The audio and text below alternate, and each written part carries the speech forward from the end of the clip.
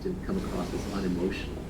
There is this archetype of the passionate entrepreneur. Yeah, they have to care about what they're doing, but they also have to see very clearly what's actually happening. And the thing that prevents you from seeing what's actually happening are your emotions. Our emotions are constantly clouding our judgment. And in investing or in running companies or in building products or being an entrepreneur, emotions really get in the way. Emotions are what prevent you from seeing what's actually happening until you can no longer resist the truth of what's happening until it becomes too sudden, and then you're forced into suffering, which is a breaking of this emotional fantasy that you have put together. Try and connect some of these concepts. I would say that first, you're accountable for your judgment. Judgment is the exercise of wisdom.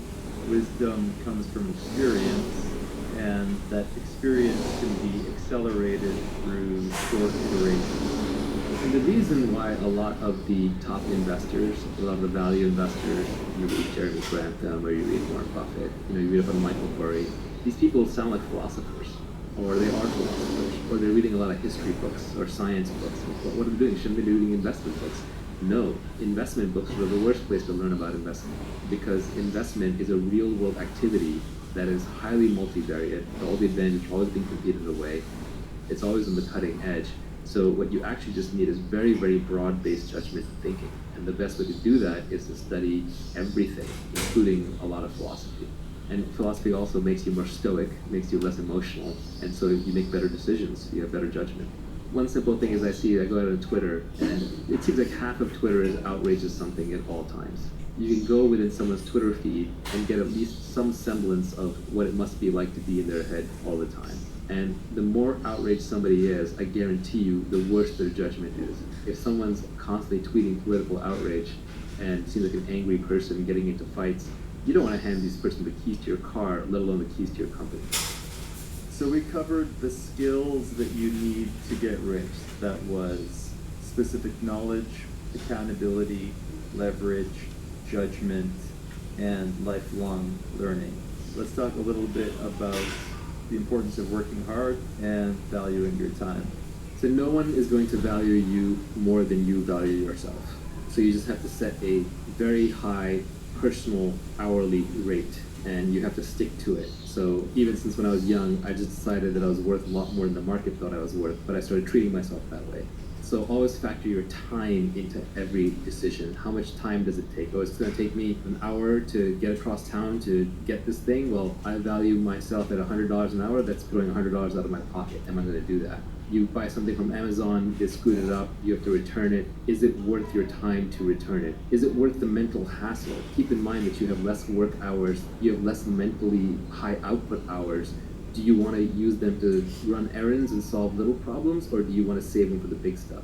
All the great scientists were terrible at managing their household. Wow. None of them had a clean, organized room, or made all their social events on time, or sent their thank you cards. You can spend your life however you want, but if you want to get rich, it has to be your number one overwhelming desire, which means that it has to come before anything else, which means you can't be penny pinching. This is what people understand. You can penny pinch your way to the basic sustenance. You can keep your expenses low, maybe retire early, and not spend too much, and that's perfectly valid. We're here to talk about wealth creation, and if you're going to do that, then that has to be your number one overwhelming priority. So fast forward to your wealthy self, and pick some intermediate hourly rate. For me, believe it or not, back when you could have hired me, which now obviously you can't, but back when you could have hired me, and this was true a decade ago or even 2 decades ago before I had any real money, my hourly rate, I used to say to myself over and over, is $5,000 an hour. Today, when I look back, really it was about $1,000 an hour, and of course I still ended up doing stupid things like arguing with an electrician or returning the broken speaker, but I shouldn't.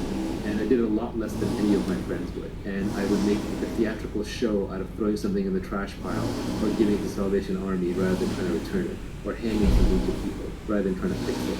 I would argue with my girlfriend, and even today to my wife, like, I don't do that. That's not a problem that I solve. I still argue that with my mother when she hands me like little to-dos. I just don't do that. I would rather hire you an assistant. And this was true even when I didn't have money. Another way of thinking about something is that if you can outsource something or not do something for less than your hourly rate. Outsource it or don't do it. So if you can hire someone to do it for less than your hourly rate, hire them. That even includes things like cooking. Now, you may want to eat your healthy home-cooked meals, but if you can outsource it, do that instead. And I know some people will say, well, what about the joy of life, and what about getting it right just your way? Sure, you can do that, but you're not going to be wealthy because now you've made something else a priority. Paul Graham said it pretty well for Y Combinator startups. He said you should be working on your product and getting product market fit, and you should be exercising and eating healthy. Like, that's about it. That's kind of all you have time for while you're on this mission. So set a very high hourly aspirational rate for yourself and stick to it. And it should seem and feel absurdly high. If it doesn't, it's not high enough. And whatever you picked, my advice to you would be raise it. Like I said, for myself, even before I had money, for the longest time, I used $5,000 an hour. And if you extrapolate that out into what looks like an annual salary, it's multiple millions of dollars per year. Ironically, I actually think I've beaten it. When I look back, because I'm not the hardest working person, I'm actually kind of a lazy person. So I work through bursts of energy where I'm really motivated with something. So if I actually look at how much I've earned per actual hour that I've put in, it's probably quite a bit higher than that. So let's talk about hard work. There's this battle that happens on Twitter a lot between should you work harder and should you not. Like David Hauser's on there saying, it's like you're slave driving people, and Keith Rabois is always on there saying, like, no, all the great founders work their fingers to the bone. And they're talking past each other. First of all, they're talking about two different things. David is talking about employees in the lifestyle business, which is fine. Your number one thing in life, if you're doing that, is not getting wealthy. If you have a job, you also have your family, you also have your life. But Keith is talking about the Olympics of startups. He's talking about the person going for the gold medal and trying to build a multi-billion-dollar public company. That person has to get everything right. They have to have great judgment, they have to pick the right thing to work on, they have to recruit the right team, and they have to work crazy hard because they're basically engaged in a competitive sprint. So if getting wealthy is your goal, you are going to have to work as hard as you can. But hard work is absolutely no substitute for who you work with and what you work on. What you work on is probably the most important thing. Finding product market founder fit, to expand on Mark Andreessen's definition, he came with product market fit, but I would add product market founder fit, which is how well you are personally suited to that business. The combination of that three, that should be your overwhelming goal. And you can save yourself a lot of time if you pick the right area to work in. Picking the right people to work with is the next most important piece. And then third comes how hard you work. But they're like three legs of a stool. If you shortchange in any one of them, the whole stool is going to fall down. So it's not like you can pick one over the other that easily. So the order of operations when you're building a business is, or even building your career, is first figure out what should I be doing? What is something where there is a market that is emerging, there's a product that I can build that I'm excited to work on, and something where I have specific knowledge and I'm really into it. And then second, surround yourself with the best people possible. And no matter how high your bar is, raise your bar. Because you can never be working with other people who are great enough. If there's someone greater out there to work with, you should go work with them. I advise a lot of people who are looking at which startup to join in Silicon Valley, I say basically pick the one that's going to have the best alumni network for you in the future. Look at the PayPal mafia. They work with a bunch of geniuses, so they all got rich. So just try and pick based on the highest intelligence, energy, and integrity people that you can find. And then finally, once you've picked the right thing to work on and the right people to work with, then you work as hard as you can. This is where the mythology gets a little crazy. People work 80, 120-hour weeks. A lot of that's just status signaling. It's showing off. Nobody really works 80 to 120 hours a week sustained at high output with mental clarity. Your brain breaks down. You just won't have good ideas. So really the way people tend to work most effectively, especially in knowledge work, is they sprint as hard as they can while they're working on something and they're inspired and they're passionate, and then they rest, they take long breaks. It's more like a lion hunting and much less like a marathon runner running. So you sprint, then you rest, you reassess, and then you try again. And what you end up doing is you end up building a marathon of sprints. Maybe just made the point to me on the side that inspiration is perishable, which is a very good point. When you have your inspiration, do it right then and there. This happens to me a lot with my tweet storms. I've actually come up with a whole bunch of additional tweet storms besides the ones that are already out there, but sometimes I just hesitate, or I just pause, and then it just dies. And what I've learned is if I'm inspired to write a blog post or to publish a tweet storm, I should probably do it right away. Otherwise, it's not going to get out there. I won't come back to it. So inspiration is a beautiful and powerful thing, and when you have it, just seize it. So people talk about impatience. When do you know to be impatient? When do you know to be patient? My glib tweet on this was impatience with actions and patience with results. And I think that's actually a good philosophy for life. anything you have to do, just get it done. Why wait? You're not getting any younger. Your life is slipping away. You don't want to spend it waiting in line. You don't want to spend it traveling back and forth. You don't want to spend it doing things that you know ultimately aren't part of your mission. And when you do them, you want to do them as quickly as you can while you do them well with your full attention. But then you just have to give up on the results. You have to be patient with the results because you're dealing with complex systems, you're dealing with lots of people. It takes a long time for markets to adopt products. It takes time for people to get comfortable working with each other. It takes time for great products to emerge as you polish away. So impatience with actions, patience with results. And as Nivi said, inspiration is perishable. So when you have inspiration, act on it right then and there. If I have a problem that I discover in one of my businesses that needs to be solved, I won't sleep until at least the resolution is in motion. And this is just a personal failing, but if I'm on the board of a company, I'll call the CEO. If I'm running the company, I'll call my reports. If I'm responsible, I'll get on there right then and there and solve it. If I don't solve a problem the moment it happens, or I don't start moving towards solving it the moment it happens, I have no peace. I have no rest. I have no happiness until that problem is solved. So solve it as quickly as possible. I literally won't sleep until it's solved. Maybe that's a personal characteristic, but it's worked out well in business. We squander our time with the death of 1,000 cuts. So another tweet I had was, you should be too busy to do coffee while still keeping an uncluttered calendar. People who know me know that I'm famous for simultaneously doing two things. One is having a very clean calendar. I have almost no meetings on it, and there are people that I meet with when they see my calendar, they almost weep. While at the same time, I am busy all the time. I'm always doing something. And it's usually quote-unquote work-related, but it is whatever the highest impact thing is that needs to be done at that time and that I'm most interested and inspired about. But the only way to do that is to constantly, ruthlessly decline meetings. People want to do coffee and build relationships, and that's fine early in your career when you're still exploring, but later in your career when you're exploiting and there are more things coming at you than you have time for, you have to ruthlessly cut meetings out of your life. If someone wants to do a meeting, see if you can do it with a phone call instead. If they want to do a phone call, see if they can do it with an email instead. If they want to do it with email, see if they can do it with a text message instead. If they're text messaging, you should probably be ignoring most text messages unless they're true emergencies. So one has to be utterly ruthless about dodging meetings. When you do meetings, do walking meetings, do standing meetings, keep them short, keep them actionable, keep them small. Any meeting with 8 people in it sitting around a conference table, nothing is getting done in that meeting. You're literally just dying 1 hour at a time. Doing coffee reminds me of an old quote, I think, from Steve Jobs when they asked him, hey, why doesn't Apple come to conventions? Or why don't you come to my convention? And his response was, well, then because we wouldn't be here working. Yeah, I used to have a tough time turning people down for meetings, but now I just tell them outright. I just say, look, I don't do non-transactional meetings. I don't do meetings without a strict agenda. I don't do meetings unless we absolutely have to. Nivi used to do this. He would email people when they would ask Nivi and I for a meeting, a coffee meeting, get to know you. He would say, we don't do meetings unless it's life and death urgent. And then that person has to respond, yeah, it's life and death urgent, or there's no meeting. When you have something important or something valuable, other busy, interesting people will meet with you. Your calling card has to be, hey, here's what I've done, here's what I can show you, let's meet and I'll be respectful of your time if this is useful to you. And I find that there are very busy, important people who will take your meeting, but you have to come with a proper calling card. All the people who tweet and who email famous or rich people saying, hey, if I could just get one meeting with you, and they're vague about it, they're not going to get anywhere in life. You have to build up the credibility. When, for example, an investor in the tech business, in the venture business, looks at a startup, the first thing they want to see is they want to see some evidence of product progress. They don't just want to even see a slide deck, they want to see product progress. Because the product progress is the resume for the entrepreneur. It is the unshakable, unfakeable resume. So you have to do the work. To use a crypto analogy, you have to have proof of work.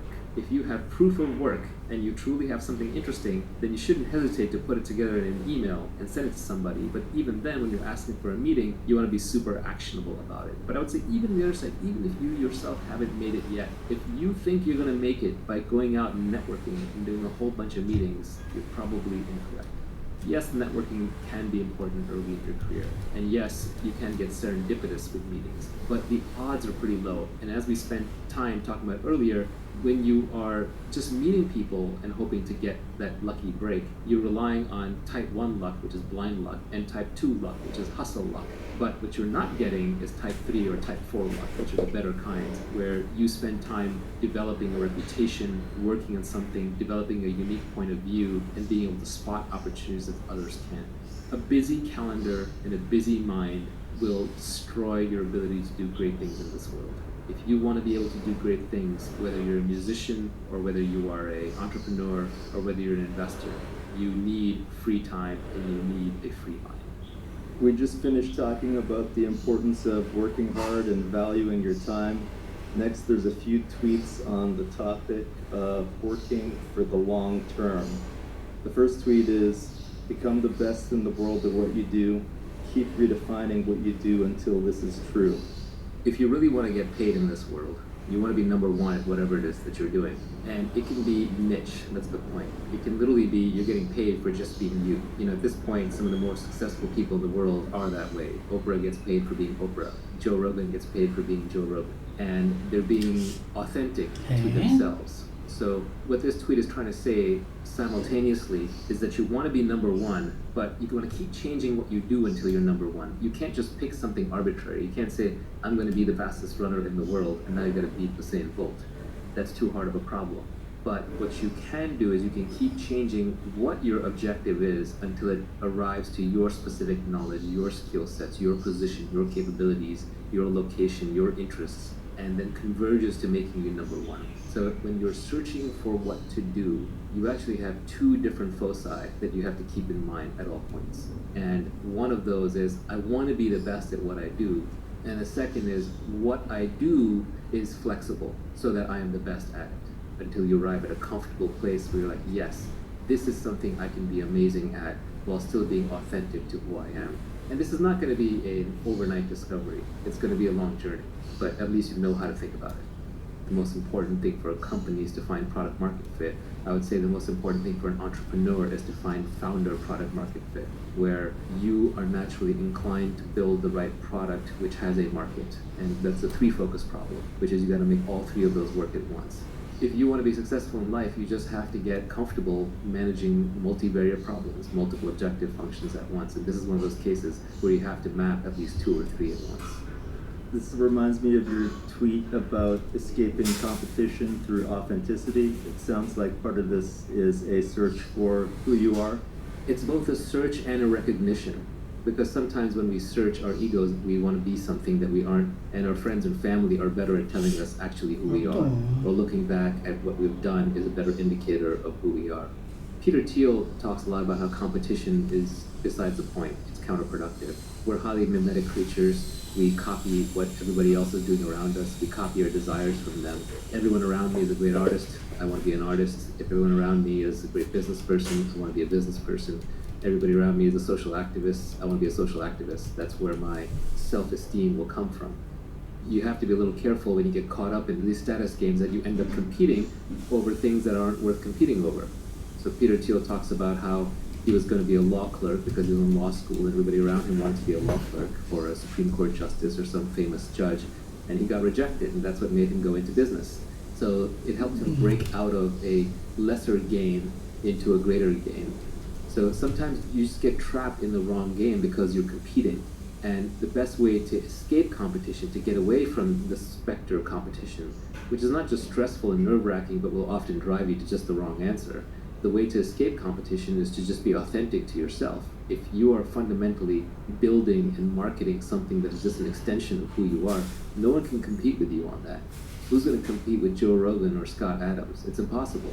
Is somebody else going to come along and write a better Dilbert? No. Is someone going to compete with Bill Watterson and create a better Calvin and Hobbes? No. They're being authentic. This is easiest to see in art. Artists are by definition all naturally authentic. But even entrepreneurs are authentic. Who's going to be Elon Musk? Who's going to be Jack Dorsey? These people are authentic, and the businesses and products that they create are authentic to their desires and their means. If somebody else came along and started launching rockets, I don't think it would faze Elon one bit. He's still going to get to Mars because that's his mission. You know, insane as it seems, that's the one he set for himself. He's going to accomplish it. So authenticity naturally gets you away from competition. doesn't mean that you necessarily want to be authentic to the point where there's no product market fit. It may turn out you're the best juggler on a unicycle, but maybe there just isn't that much of a market for that even with YouTube videos. So you got to adjust that somehow until you find product market fit, but at least lean towards authenticity, towards getting away from competition, and competition automatically leads towards copycatting and often towards just playing completely the wrong game. Especially in entrepreneurship, the masses are never right. If you see a lot of people tweeting about what a great market to enter is, or you see journalists talking about a company is terrible, they don't know anything. If the masses knew how to build great things and create great wealth, we'd all already be done. We'd all already be rich by now. So in a sense, when you see a lot of competition, sometimes that indicates to you that the masses are already here, so it's already competed over too much and there's nothing here, or it's in the wrong trend to begin with. On the other hand, if it's completely empty, if the whole market is empty and no one's there, that can also be a warning indicator that you've gone too authentic and not enough on the product market fit part of founder product market fit. So there's a balance, you have to find it. But generally, most people will make the mistake of paying too much attention to the competition and being too much like the competition and not being authentic enough. And the great founders tend to be authentic iconoclasts. I hate to bring up the Scott Adams skill stack one more time, but I'll still bring it up. Do you think one way of getting to authenticity is not necessarily adding some random skills that you think might be important, but just really finding 5 or 6 various skills that you already authentically do and just stacking them on top of each other, and not even in any purposeful way. If you are expressing who you are, you're going to be expressing all these little 5 or 6 different skills anyway. That's really where life is going to lead you anyway. Long term, if you are good and successful at what you do, you will find that whatever your hobbies were, you're almost doing them for a living. As Robert Frost said, combine your vocation and your avocation, what you love to do and what you do. So I think you'll find yourself there anyway, and you're right about the skill stack, and that everyone's got multiple skills. We aren't all one-dimensional creatures, even though that's how we have to portray ourselves in our online profiles to get employed. You meet somebody and they say, I'm a banker, or I'm a bartender, or I'm a barber, or what have you, all the B's. But people are multivariate, they have a lot of skills. One banker might be good at finance, another one might be good at sales, a third one might be just good at macroeconomic trends and have a feel for the markets. Another one might be really good at picking individual stocks. Another one might just be good at maintaining relationships rather than selling new relationships. So everyone's gonna have their various niches, and you're gonna have multiple niches, it's not gonna be just one. So over time, you will find, as you go through your career, both you will gravitate toward the things that you're good at, which by definition are almost the things you enjoy doing, otherwise you wouldn't be good at them, you wouldn't have put in the time. And other people will push you towards the things that you're good at, because your smart bosses and your smart coworkers and your smart investors will realize, okay, you're really world-class in this thing, and you recruit somebody else for that other thing. So ideally, you want to end up specializing in being you. I think when you're being authentic, you don't really mind competition that much. Yeah, it pisses you off and it inspires some fear and jealousy and all the other emotions that come along with it, but also you don't really mind because you're more oriented towards the goal and the mission, and worst case, you get some ideas from them, and there's often ways to work with the competition in a positive way, and it ends up increasing the size of the market for you. Yeah, sometimes it depends on the nature of the business. Silicon Valley tech industry businesses tend to be winner take all, at least the good ones. And so when you see competition, it can make you fly into a rage because it really does endanger everything you've built. Whereas if I was opening a restaurant and a more interesting version of the same restaurant opens up in a different town, that's fantastic. I'm just going to lift from them what's working and drop what I can see that they have already figured out is not working. So it does depend to some extent on the nature of the business. That said, even the businesses that seem like that they're often in direct competition really aren't. They can end up adjacent or slightly different. You're one step away from a completely different business, and sometimes you need to take that one step, and you're not going to be able to take it if you're busy fighting over a booby prize. Kind of, you're playing a stupid game, you're going to win a stupid prize, and it's not obvious right now because you're blinded by competition, but 3 years from now it'll be obvious. To give a simple example, when I was first starting companies, one of my first ones was called Epinion, which was an online product review site for all the products out there that was independent of Amazon. And that space eventually turned into TripAdvisor and Yelp, which is where we should have gone. we should have done more local reviews because there's more value to having a review of a scarce item like in the local restaurant than it is of an item like a camera, which is going to have 1,000 reviews on Amazon. But before we could get there, we got caught up in the whole comparison shopping game. And so we ended up merging with Deal Time, and we competed with My Simon and BizRate, which became Shopzilla, and Price Grabber and NextTag, and a whole bunch of these price comparison engines. And we were all caught in fierce competition with each other, and that whole space went to zero because it turns out Amazon won e-tail completely.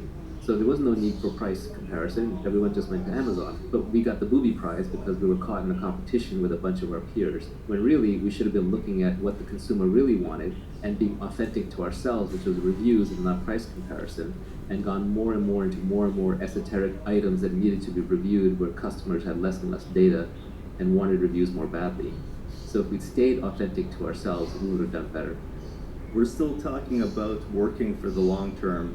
The next tweet on that topic is apply specific knowledge with leverage, and eventually you will get what you deserve. I would also add to that, apply judgment, apply accountability, and apply the skill of reading. This one is just a glib way of saying that it takes time. Even once you have all of these pieces in place, there is an indeterminate amount of time that you're going to have to put in. And if you're counting, you will run out of patience before it actually arrives. So you just have to make sure that you give these things a proper time. Life is long. Charlie Munger had some line on this. Somebody asked him about making money, and he reinterpreted that. And he said, what the questioner is actually asking is, how do I get rich like you but faster before I end up as a really old guy? And everybody wants it immediately, but the world is an efficient place. Immediate doesn't work. You do have to put in the time. You do have to put in the hours. And so I think you just have to put yourself in the position with the specific knowledge, with the accountability, with the leverage, with the authentic skill set that you have to be the best in the world at what you do. And then you have to enjoy it and just keep doing it and keep doing it and keep doing it, and don't keep track and don't keep count. Because if you do, you will run out of time.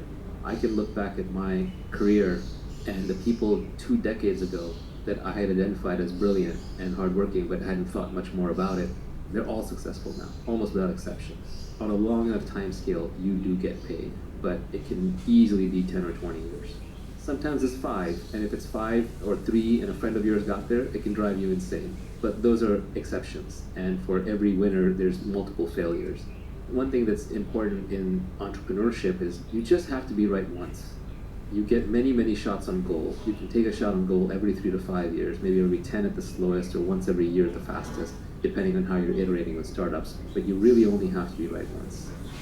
My little equation is that your eventual outcome will be equal to something like the distinctiveness of your specific knowledge times how much leverage you can apply to that knowledge times how often your judgment is correct times how singularly accountable you are for the outcome times how much society values what you're doing. And then you compound all of that with how long you can keep doing it and how long you can keep improving it through reading and learning. That's actually a really good way to summarize it. It's probably worth even trying to sketch that equation out. That said, people try to then apply mathematics to what is really philosophy. So I've seen this happen in the past where I say one thing and then I say another thing that seems contradictory if you treat it as a math equation, but it's obviously in a different context. And then people will say, well, you say that desire is suffering, the Buddha is saying, and then you say that all greatness comes from suffering, so does that mean all greatness comes from desire? It's like, well, this isn't math, people. You can't just start carrying variables around and forming absolute logical outputs. You have to know when to apply things. So I think that is very useful to understand, but at the same time, one can't get too analytical about it. It's what a physicist would call false precision. When you take 2 made-up estimates and you multiply them together and then you get 4 degrees of precision, those decimal points don't actually count. You don't have that data. You don't have that knowledge. In a model, the more estimated variables you have, the greater the error in the model. So just adding more and more complexity to your decision-making process actually gets you a worse answer. You're better off just picking the single biggest thing or 2. For example, what am I really good at according to observation and according to people that I trust, that the market values? Like that alone, those 2 variables alone are probably good enough. Because if you're good at it, you'll keep it up. And if you're good at it, you'll develop the judgment. And if you're good at it and you like to do it, eventually people will give you the resources and you won't be afraid to take on accountability. So all the other pieces will fall in place. Product market fit is inevitable if you're doing something you love to do and the market wants it. Regarding the guy that gets rich in 5 years, one of the tweets that you had on the cutting room floor was avoid people who got rich quickly. They're just giving you their winning lottery ticket numbers. This is generally true of advice anyway, which is, it's back to Scott Adams, systems, not goals. If you ask a specific person what worked for them, very often it's just like they're reading out the exact set of things that work for them, which may not be applicable for you. They're just reading you their winning lottery ticket numbers. It's a little glib. There is something to be learned from them, but you can't just take their exact circumstance and map it onto yours. The best founders I know, they listen and read to everyone, but then they ignore everybody, and they make up their own mind. They have their own internal model of how to apply things to their situation, and they do not hesitate to discard information. If you survey enough people, all the advice will cancel to zero. So you do have to have your own point of view, and when something is sent your way, you have to very quickly decide, is that true? Is that true outside of the context of what that person applied it in? Is it true in my context? And then do I want to apply it? You have to reject most advice, but you have to listen to and read enough of it to know what to reject and what to accept. Even in this podcast, you should examine everything. If something does not feel true to you, put it down, set it aside. If too many things seem untrue, delete this podcast. I think the most dangerous part of taking advice is that the person that gave it to you is not going to be around to tell you when it doesn't apply any longer. Yeah, I view the purpose of advice as a little different than most people. I just view it as helping me have anecdotes and maxims that I can then later recall when I have my own direct experience and say, that's what that person meant. 90% of my tweets are actually just maxims that I carve for myself that are then little mental hooks to remind me when I'm in that situation again, like, oh, I'm the one who tweeted, if you can't see yourself working with someone for life, then don't work with them for a day. So as soon as I know that this person is not going to be someone that I'm going to be working with 10 years from now, then I have to start extricating myself from that relationship, or just not investing that much more effort into it. So I use my tweets and other people's tweets as maxims that help compress my own learnings and be able to recall them. You know, the brain space is finite. You have finite neurons. So you can almost think of these as pointers, addresses, mnemonics to help you remember deep-seated principles where you have the underlying experience to back it up. If you don't have the underlying experience, then it just reads like a collection of quotes. It's like, it's cool, it's inspirational for a moment, maybe you make a nice poster out of it, but then you forget it and move on. So all of these are really just compact ways for you to recall your own knowledge. The last tweet on the topic of working for the long term is that when you're finally wealthy, you'll realize that it wasn't what you were seeking in the first place. But that's for another day. That's a multi-hour topic in and of itself. First of all, I just thought it was a really clever way to end the whole thing, because it disarms a whole set of people who'd say, well, what's the point of getting rich? Because there are a lot of people who just like the status signal, virtue signal against the idea of wealth creation or making money. So it was just a good way to disarm all of them. But it's also true in that the things that you really want in life, yes, money will solve all your money problems, but it doesn't get you everywhere. The first thing you'll realize when you've made a bunch of money is that you're still the same person. If you're happy, you're happy. If you're unhappy, you're unhappy. If you're calm and fulfilled and peaceful, you're still that same person. I know lots of very rich people who are extremely out of shape. I know lots of rich people who have really bad family lives. I know lots of rich people who are internally a mess. So I would lean on another tweet that I put out, which is actually, when I think back on it, I think it's my favorite tweet of mine. It's not necessarily the most insightful, it's not necessarily the most helpful, it's not even the one I think about the most, but when I look at it, there's just such a certain truth in there that it just resonates. And that is that a calm mind, a fit body, and a house full of love. These things cannot be bought, they must be earned.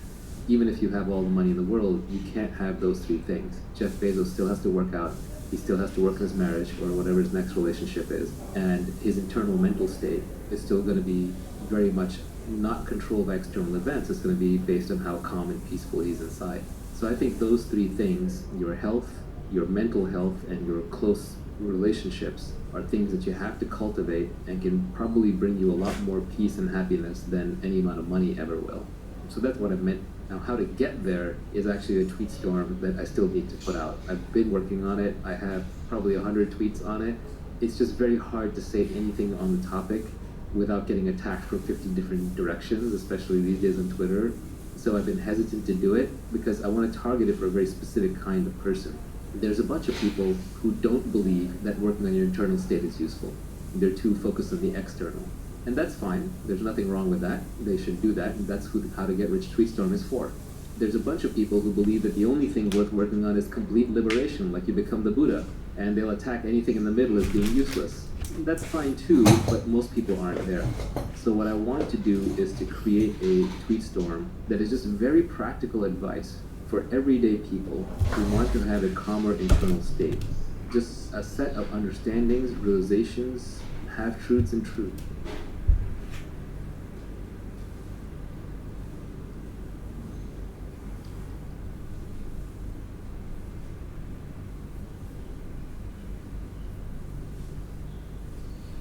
Okay.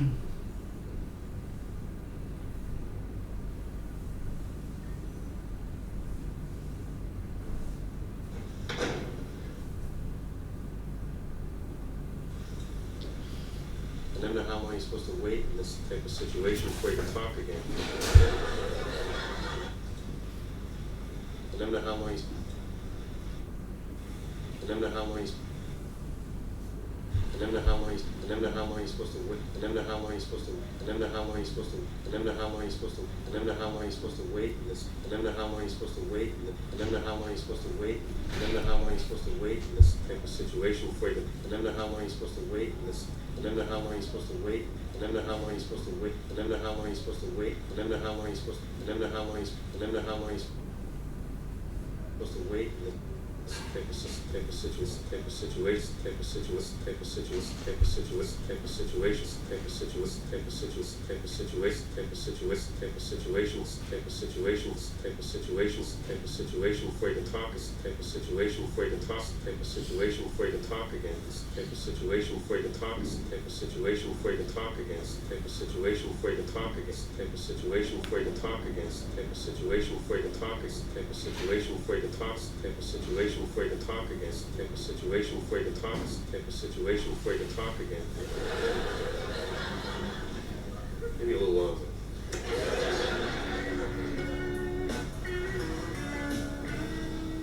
Now, in some of these recipes, the quantities may seem just a little unusual. Like these coconut marklet holiday nut bars, I've indicated 4 cups. Type of situations, type of situations, type of situations, type of situations, type of situations, type of situations, type of situations, type of situations, type of situations, type of situation for type of situation, type of situations, type of situations, type of situations, type of situations, type of situations, type of situation before you can talk, type of situation before you can talk, type of situation before you can talk again.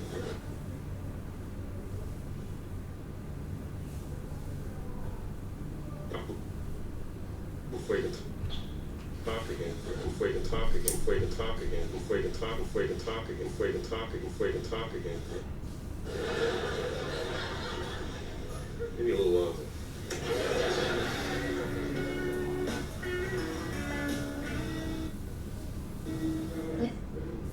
Now in some of these recipes, the quantities may seem just. Now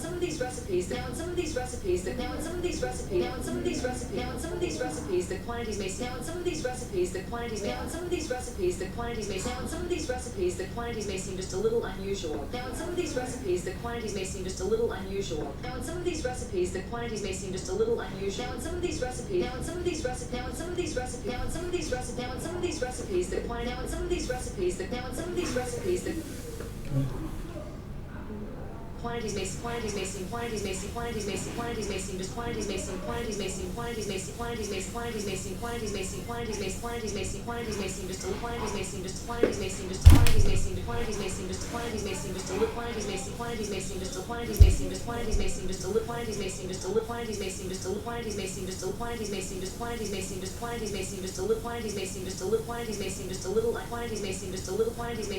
Now in some of these recipes, the quantities may seem just a little quantities may seem just a little quantities may seem just a quantities may seem just a little quantities may seem just a little quantities may seem quantities may seem just quantities may seem quantities may seem quantities may seem just a quantities may seem just a quantities may seem just a little quantities may seem just a quantities may seem just a little unusual quantities may seem just a little unusual quantities may seem just a little quantities may seem just a little quantities may seem just a little quantities may seem just a quantities may seem just a little unusual quantities may seem just a little quantities may seem just a little unusual little unusual little unusual little unusual little unusual little unusual like these coconut like these coconut like these coconut like these coconut mocklet holiday like these coconut like these coconut like these coconut mocklet like these coconut mocklet holiday net bars holiday net bars holiday net bars holiday net bars holiday net bar holiday net bars holiday net bars holiday net bar holiday net bar holiday net bars Medicated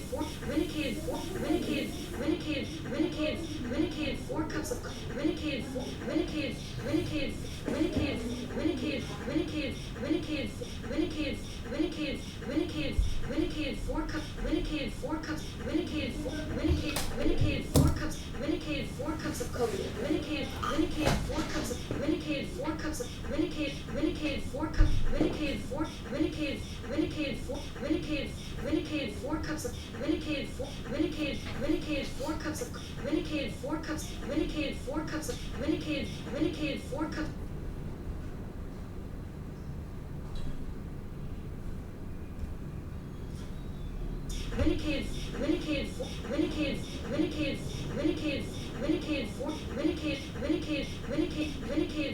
medicated 4 cups of coconut medicated 4 cups of coconut medicated 4 cups of coconut medicated 4 cups of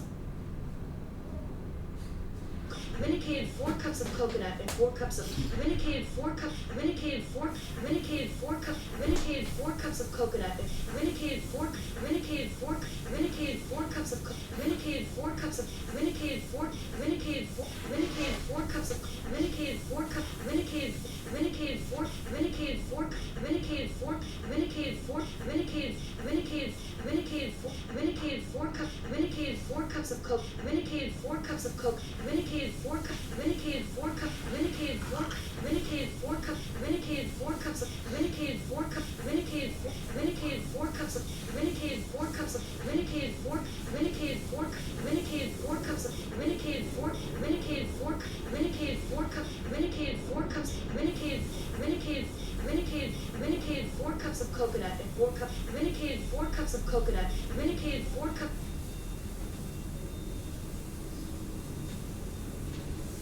medicated 4 cups of coke medicated 4 cups of coconut 4 cups of crushed 4 cups of crushed nut 4 cups of crushed nut 4 cups of crushed nut 4 cups of crushed nut 4 cups of crushed nut 4 cups of crushed nut 4 cups of crushed 4 cups of crushed 4 cups of crushed nut 4 cups of crushed nut 4 cups of crushed nut 4 cups of crushed 4 cups of crushed nut 4 cups of crushed nut 4 cups of crushed nut 4 cups of crushed 4 cups of crushed 4 cups of crushed nut and 4 cups of crushed 4 cups of crushed 4 cups of crushed 4 cups of 4 cups of crushed nut 4 cups of crushed 4 cups of crushed nut 4 cups of crushed 4 cups of crushed 4 cups of crushed nut and 4 cups of crushed nut and only 4 cups of crush 4 cups of 4 cups of crush 4 cups of crush nut 4 cups of crush nut 4 cups of crush nut 4 cups of 4 cups of 4 cups of 4 cups of crush 4 cups of crush 4 cups of 4 cups of 4 cups of crush 4 cups of 4 cups of crush nut 4 cups of crush nut 4 cups of crush nut and only 4 cups of crush 4 cups of 4 cups of 4 cups of crush 4 cups of 4 cups of 4 cups of crush 4 cups of crush 4 cups of crush 4 cups of crush 4 cups of crush 4 cups of crush nut and 4 cups of crush 4 cups of 4 cups of crush 4 cups of crush 4 cups of crush 4 cups of crush nut and only 4 cups of crush nut and only 4 cups of crush 4 cups of crush 4 cups of crush 4 cups of crush 4 cups of crush nut and only 4 cups of crush nut 4 cups of crush nut and only 4 cups of crush nut and only 4 cups of crush nut and only 4 cups of crush 4 cups of crush nut and 4 cups of 4 cups of 4 cups of 4 cups of 4 cups of 4 cups of crush 4 cups of 4 cups of crush 4 cups of crushed nut, and only 4 cups of crush, 4 cups of crush, 4 cups of crush, 4 cups of crush, and 4 cups of crush, and 4 cups of crush, and 4 cups of crush, and 4 cups of crush nut, and only 4 cups of crush, 4 cups of crush nut, 4 cups of crush, 4 cups of crush, 4 cups of crush nut, and only 4 cups of crush nut, and only 1 tablespoon of my only 1 tablespoon of my only 1 tablespoon of my only 1 tablespoon only 1 tablespoon of chocolate only 1 tablespoon only 1 tablespoon only 1 tablespoon only 1 tablespoon of my only 1 tablespoon of chocolate only 1 tablespoon only 1 only 1 tablespoon only 1 tablespoon of only 1 tablespoon of chocolate only 1 tablespoon of chocolate only 1 tablespoon of my only 1 tablespoon of my only 1 tablespoon of chocolate only 1 tablespoon of chocolate only 1 tablespoon of chocolate only 1 tablespoon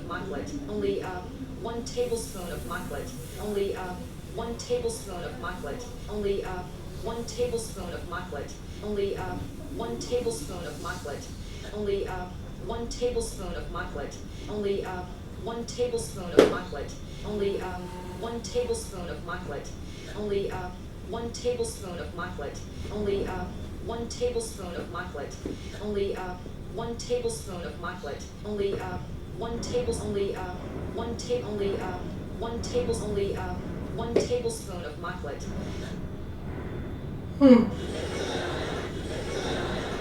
Big Mac. What? Big Mac. What? Our FDA approval didn't come through. Something about our FDA approval didn't come through.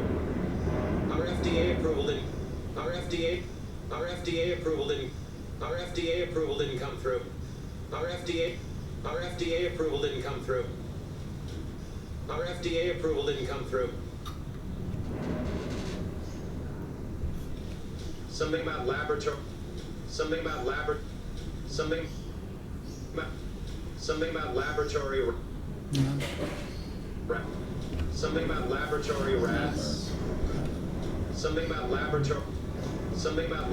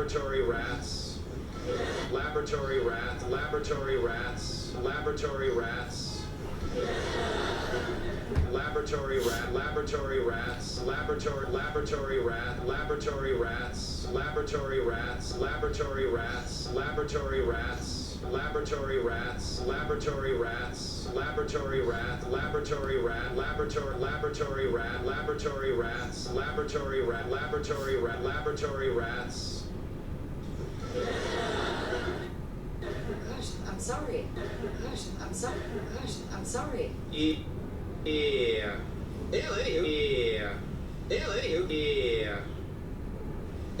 Here's your check. Here's your check. Here's your check. Here's your check. Thank you for all the trouble you went through. Thank you for all the trouble you went through. Thank you for all the trouble you went through. Thank you for all the trouble you went through. Thank you for all the trouble you went. Thank you for all the trouble you went. Thank you for all the trouble you went. Thank you for all the trouble. Thank you for all the trouble you went through. Thank you for all the trouble you went. Thank you for all the trouble. Thank you for all the trouble you went. Thank you for all the trouble you. Thank you for all the trouble you went through. You went through. You went through. You went through. You went through. You went through. You went through. You went through.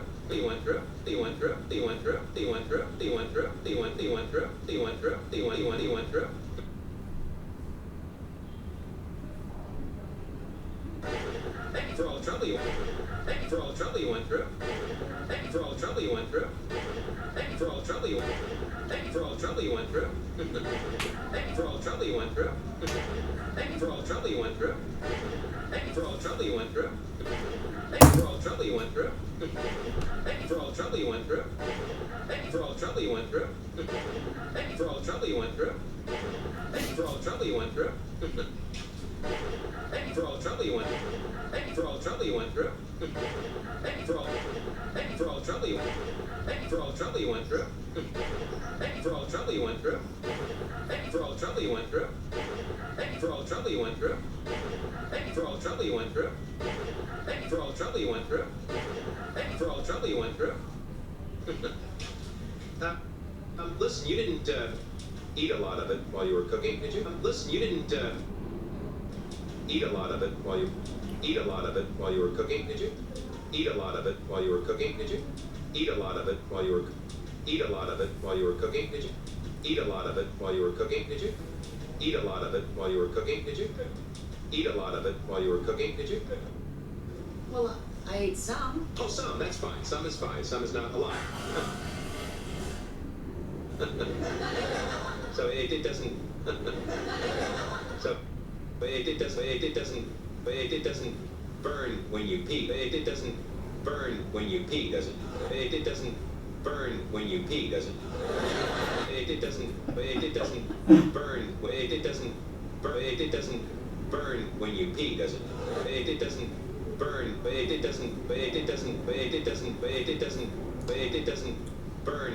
doesn't burn when you pee, does it? It doesn't burn when you pee, does it? It doesn't burn when you pee, does it?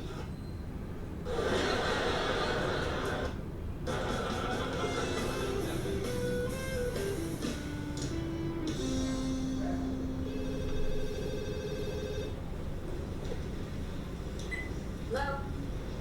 Hi. Is that him again? Tell him I'd come to the phone, but tell him I'd come to the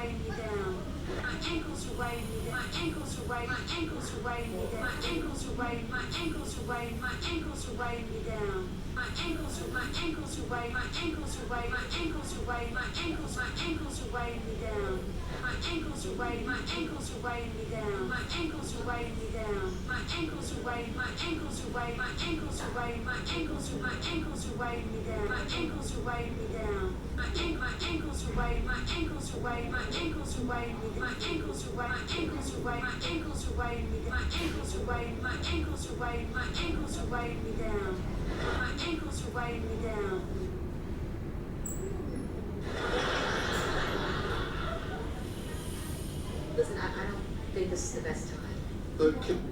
Can you do something for me?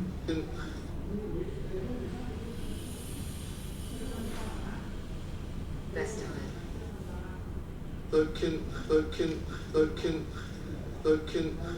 Can you do something for me?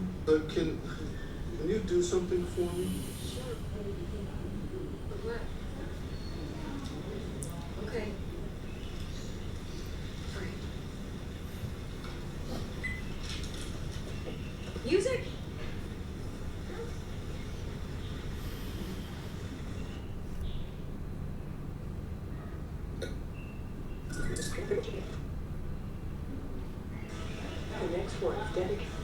The next one is dedicated to Rachel from Ross. The next one is dedicated. The next one is dedicated. The next one is dedicated. The next one is dedicated. The next one is dedicated. The next one is dedicated. The next one is dedicated to Rachel. The next one is dedicated to Rachel. The next one is dedicated. The next one is dedicated. The next one is dedicated. The next one is dedicated. The next one is dedicated to. The next one is dedicated to. The next one. The next one is dedicated. The next one is dedicated. The next. The next one. The next one. The next. The next one is dedicated. The next one is dedicated to.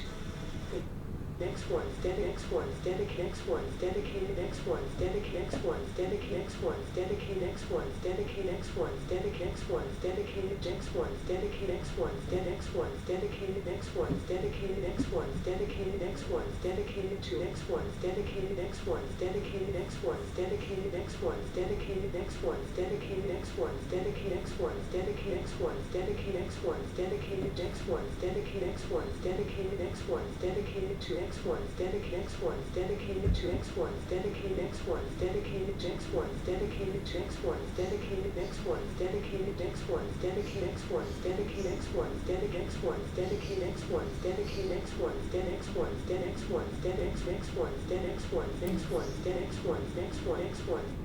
Dedicated, dedicated, dedicated, dedicated, dedicated, dedicated to, dedicated to, dedicated to, dedicated to, dedicated to, dedicated to, dedicated to, dedicated to, dedicated to Rachel from Ross, dedicated to Rachel, dedicated to Rachel, dedicated to, dedicated to, dedicated to, dedicated to, dedicated to Rachel, dedicated to, dedicated to, dedicated to, dedicated to Rachel, dedicated to Rachel, dedicated to, dedicated to Rachel, dedicated to Rachel, dedicated to dedicated to Rachel from Ross, dedicated to Rachel from Ross, dedicated to Rachel, dedicated to Rachel from Ross, dedicated to Rachel, dedicated to Rachel from Ross, dedicated to Rachel from Ross, dedicated to, dedicated to, dedicated to, dedicated to, dedicated, dedicated, dedicated, dedicated, dedicated to, dedicated to Rachel from Ross, dedicated to Rachel from Ross.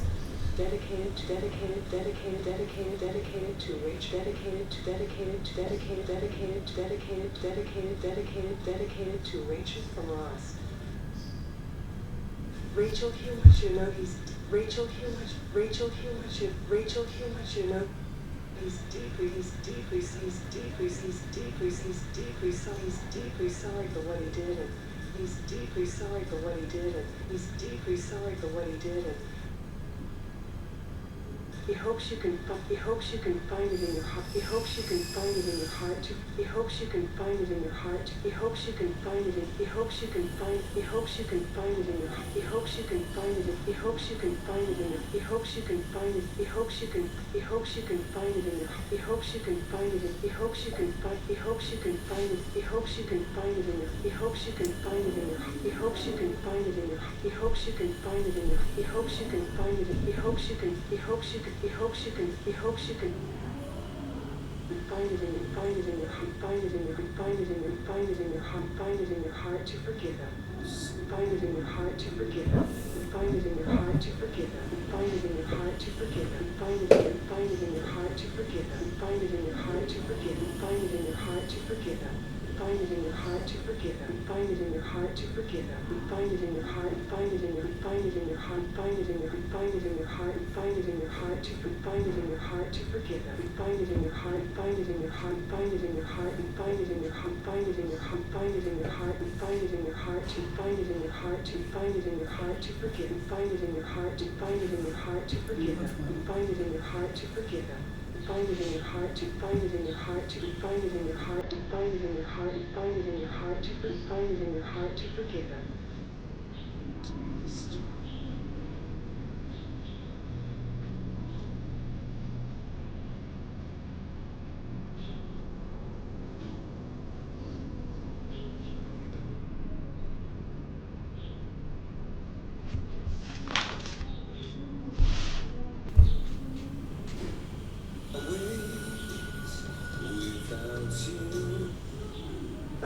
We just gotten a call from Rachel, and she told us what Russ did.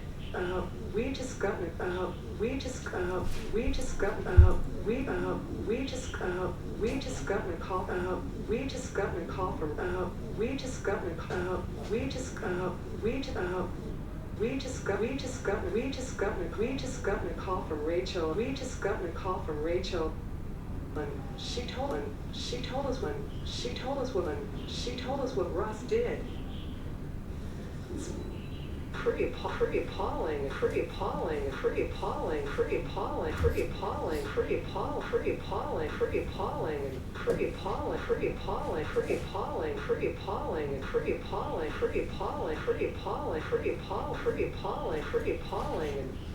if you're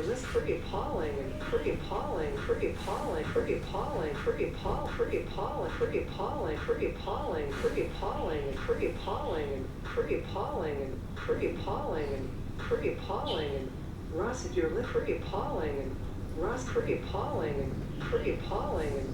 if you're pretty appalling, and Russ, pretty appalling, and pretty appalling, and pretty appalling, and pretty appalling, and pretty appalling, pretty appalling, pretty appalling, and pretty appalling, and pretty appalling, and pretty appalling, and Russ, and pretty appalling, and pretty appalling, and pretty appalling, and Russ, pretty appalling, and pretty appalling, and Russ, pretty appalling, and pretty appalling, and pretty appalling, pretty appalling, pretty appalling, and pretty appalling, and pretty appalling, and pretty appalling, and pretty appalling, pretty appalling, and pretty appalling, and pretty appalling,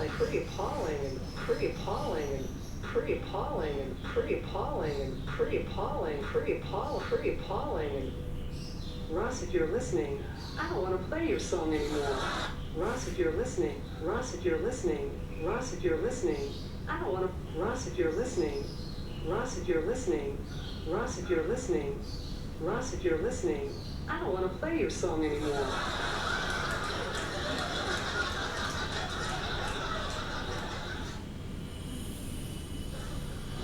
Why don't we devote our time?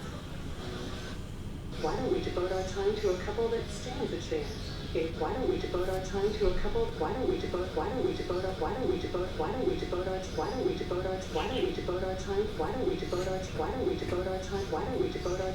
Why don't we devote our time? Why don't we devote our time? Why don't we devote our time to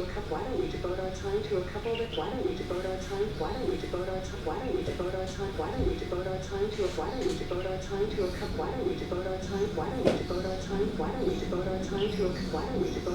Why don't we devote our time? Why don't we devote our time? Why don't we devote our time to a? Why don't we devote our time? Why don't we devote our time? Why don't we devote our time to a? Why don't we devote our? Why don't we devote our? Why don't we devote our time to? Why don't we devote our? Why don't we devote our time to a? Why don't we devote our time? Why don't we devote our? Why don't we devote our time to? Why don't we devote our? Why don't we devote our time to? Why don't we devote our time to a? Why don't we devote our time to a couple that's? Why don't we devote our time to a couple that stands? Why don't we devote our time to a? Why don't we devote our time to a couple that stands? Why don't we devote our time to a couple that stands a chance? Why don't we devote our time to? Why don't we devote our time to a couple that stands? Why don't we devote our time to? Why don't we devote our time? Why don't we devote our time? Why don't we devote our time? Why don't we devote our? Why don't we devote? Why don't we devote? Why don't we devote? Why don't we devote our? Why don't we devote our? Why don't we devote? Why don't we devote? Why don't we devote? Why don't we devote our? Why don't we devote our? Why don't we devote our? Why don't we devote our? Why don't we devote our?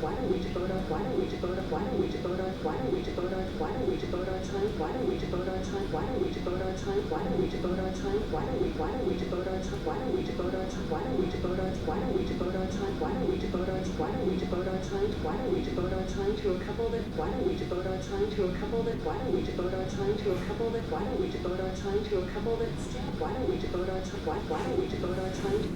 to a couple that to a couple that to a couple that's to a couple that's to a couple that's to a couple that's to a couple that's to a couple that's to a couple that's to a couple that's to a couple that's to a chance.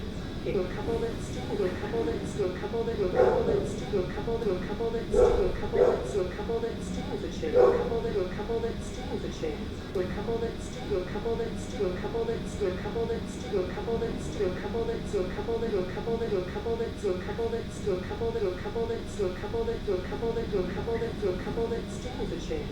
To a couple that's to a couple that's to a chance. To a couple that to a couple to a couple that's to a couple that's to a couple that's to a chance.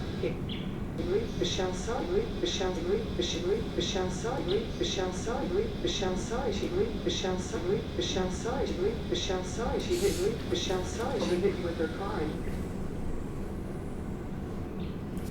That if you were to imbibe them properly, and again, these are just pointers to ideas that you already have, experiences that you already have, that if you keep these top of mind, slowly but steadily, it will help you with certain realizations that will lead you to a calmer internal state. That's what I want to work on. Fitness is another big one. I'm just not the expert there. There are plenty of good people on Twitter who are better at fitness than me. And I think loving household and relationships actually automatically falls out of the other things. If you have a calm mind, and if you've already made money, you should have good relationships. There's no reason why you shouldn't. A lot of divorces actually happen over money. Unfortunately, that's just the reality of it. So having money removes that part of it. A lot of external battles happen because your internal state is not good. When you're naturally internally peaceful, you're going to pick less fights. You're going to be more loving without expecting anything in return, and that will take care of things on the external relationship front. So money solves your money problems. Money buys you freedom in the material world. I think that was a tweet from your cutting room floor. And money lets you not do the things that you don't want to do. Yeah, to me, the ultimate purpose of money is so that you do not have to be in a specific place at a specific time doing anything you don't want to do. We skipped one tweet because I wanted to cover all of the tweets on the topic of the long term. And the tweet that we skipped was, there are no get-rich-quick schemes. That's just someone else getting rich off you. This goes back to the world being an efficient place. If there's an easy way to get rich, it's already been exploited. And there are a lot of people who will sell you ideas and schemes on how to make money, but they're just always selling you some $79.95 course or some audiobook or some seminar, which is fine. Everyone needs to eat. People need to make a living. They might actually have really good tips. But if they're giving you actionable, high-quality advice that acknowledges that it's a difficult journey and will take a lot of time, then I think that's realistic. But if they're selling you some get-rich-quick scheme, whether it's crypto or whether it's an online business or seminar, they're just making money off you. That's their get-rich-quick scheme. It's not going to necessarily work for you. One of the things about this whole Tweetstorm and podcast is that we don't have ads on here. We don't charge for anything. We don't sell anything. Not because I don't want to make more money. It's always nice to make more money. We're doing work here. But because it would completely destroy the credibility of the enterprise. If I'm saying, hey, I know how to get rich and I'm going to sell that to you, it ruins it. When I was young and I was kind of studying up on the topic, one of my favorite books on the topic was actually called How to Get Rich by Felix Dennis, the founder of Maxim magazine, billionaire who passed away. And he had a lot of crazy stuff in there, but he had some really good insights too. But whenever I read something by him or by the GoDaddy founder Bob Parsons or say Andrew Carnegie, you read stuff by people who are already very wealthy and they've clearly made their wealth in other fields, not by selling the how to get rich line, they have credibility. You just trust them. And they're not trying to make money off of you. They are obviously trying to win some status and some ego, right? You always have to have a motivation for doing something. But at least that is a cleaner reason why they're probably not lying. They're probably not fooling you. They're not snowing you. At some level, every founder has to lie to every employee of the company that they have, where they have to convince them that it's better for you to work for me than it is to do what I did and go work for yourself. So I've always had a hard time with that, which is why the only honest way in my companies, I've recruited entrepreneurs. And I tell them, you're going to get to be entrepreneurial in this company. And the day you're ready to go start your own next thing, I'm going to support you. I'm never going to get in the way of you starting a company. But this can be a good place for you to learn how to build a good team and build a good culture, how to find product market fit, to perfect your skills and meet some amazing people while you figure out exactly what it is you're going to do, because positioning, timing, deliberation are very important when starting a company. But what I've never been able to do is look them in the face and say, you must be at your desk by 8 a.m. Because I'm not going to be at my desk by 8 a.m. I want my freedom. Or say to them that you're great at being a director today, maybe a VP tomorrow, putting them in that career path track, because I don't believe in it myself. If anyone is giving advice on how to get rich, and they're also making money off of it, they should have made their money elsewhere. Like, you don't want to learn how to be fit from a fat person. You don't want to learn how to be happy from a depressed person. So you don't want to learn how to be rich from a poor person, but you also don't want to learn how to be rich from somebody who makes their money by telling people how to be rich. It's suspect. Anytime you see somebody who's actually gotten rich following some guru's advice on getting rich, just remember that in any random process, if you run it long enough and if enough people participate in it, you will always get every single possible outcome with probability 1. There's a lot of random error in there, and then also this is why you have to absolutely and completely ignore business journalists and economist academics when they talk about private companies. I wouldn't even name names, but like when a famous economist rails on Bitcoin, or when a business journalist attacks the latest company that's IPOing, it's complete nonsense. Those people have never built anything. They're professional critics. They don't know anything about making money. All they know is how to criticize and get page views. And you are literally becoming dumber by reading them. You are burning neurons. I'll leave you with a quote from Nassim Taleb that I like, where he said, if you want to be a philosopher king, first become a king and then become a philosopher, not first become a philosopher and then become a king. I'm glad you brought up Taleb, because I was going to finish this by saying just remember the title of his first book, which is Fooled by Randomness. One of the reasons why we're a little vague in this podcast is because we're trying to lay down principles that are timeless, as opposed to just giving you the winning lottery ticket numbers from yesterday. You summarized this entire tweet storm with 2 words: productize yourself. Productize and yourself. Yourself has uniqueness. Productize has leverage. Yourself has accountability. Productize has specific knowledge. Yourself also has specific knowledge in there. So all of these pieces, you can combine them into these 2 words. Whenever you're doing anything in business, if you're looking towards the long term of getting wealthy, you should ask yourself, is this authentic to me? Is it myself that I am projecting? And then, am I productizing it? Am I scaling it? Am I scaling with labor, or with capital, or with code, or with media? So it's a very handy, simple mnemonic. I mean, what is this podcast? This is a podcast called Naval. I'm literally productizing myself with a podcast. You want to figure out what you're uniquely good at, or what you uniquely are, and apply as much leverage as possible. So making money isn't even something you do. It's not a skill. It's who you are stamped out a million times. Making money should be a function of your identity and what you like to do. Another tweet that I really liked was, this was not mine, somebody else put this up. It said, find 3 hobbies. One that makes you money, one that keeps you fit, and one that makes you creative. I would change that slightly.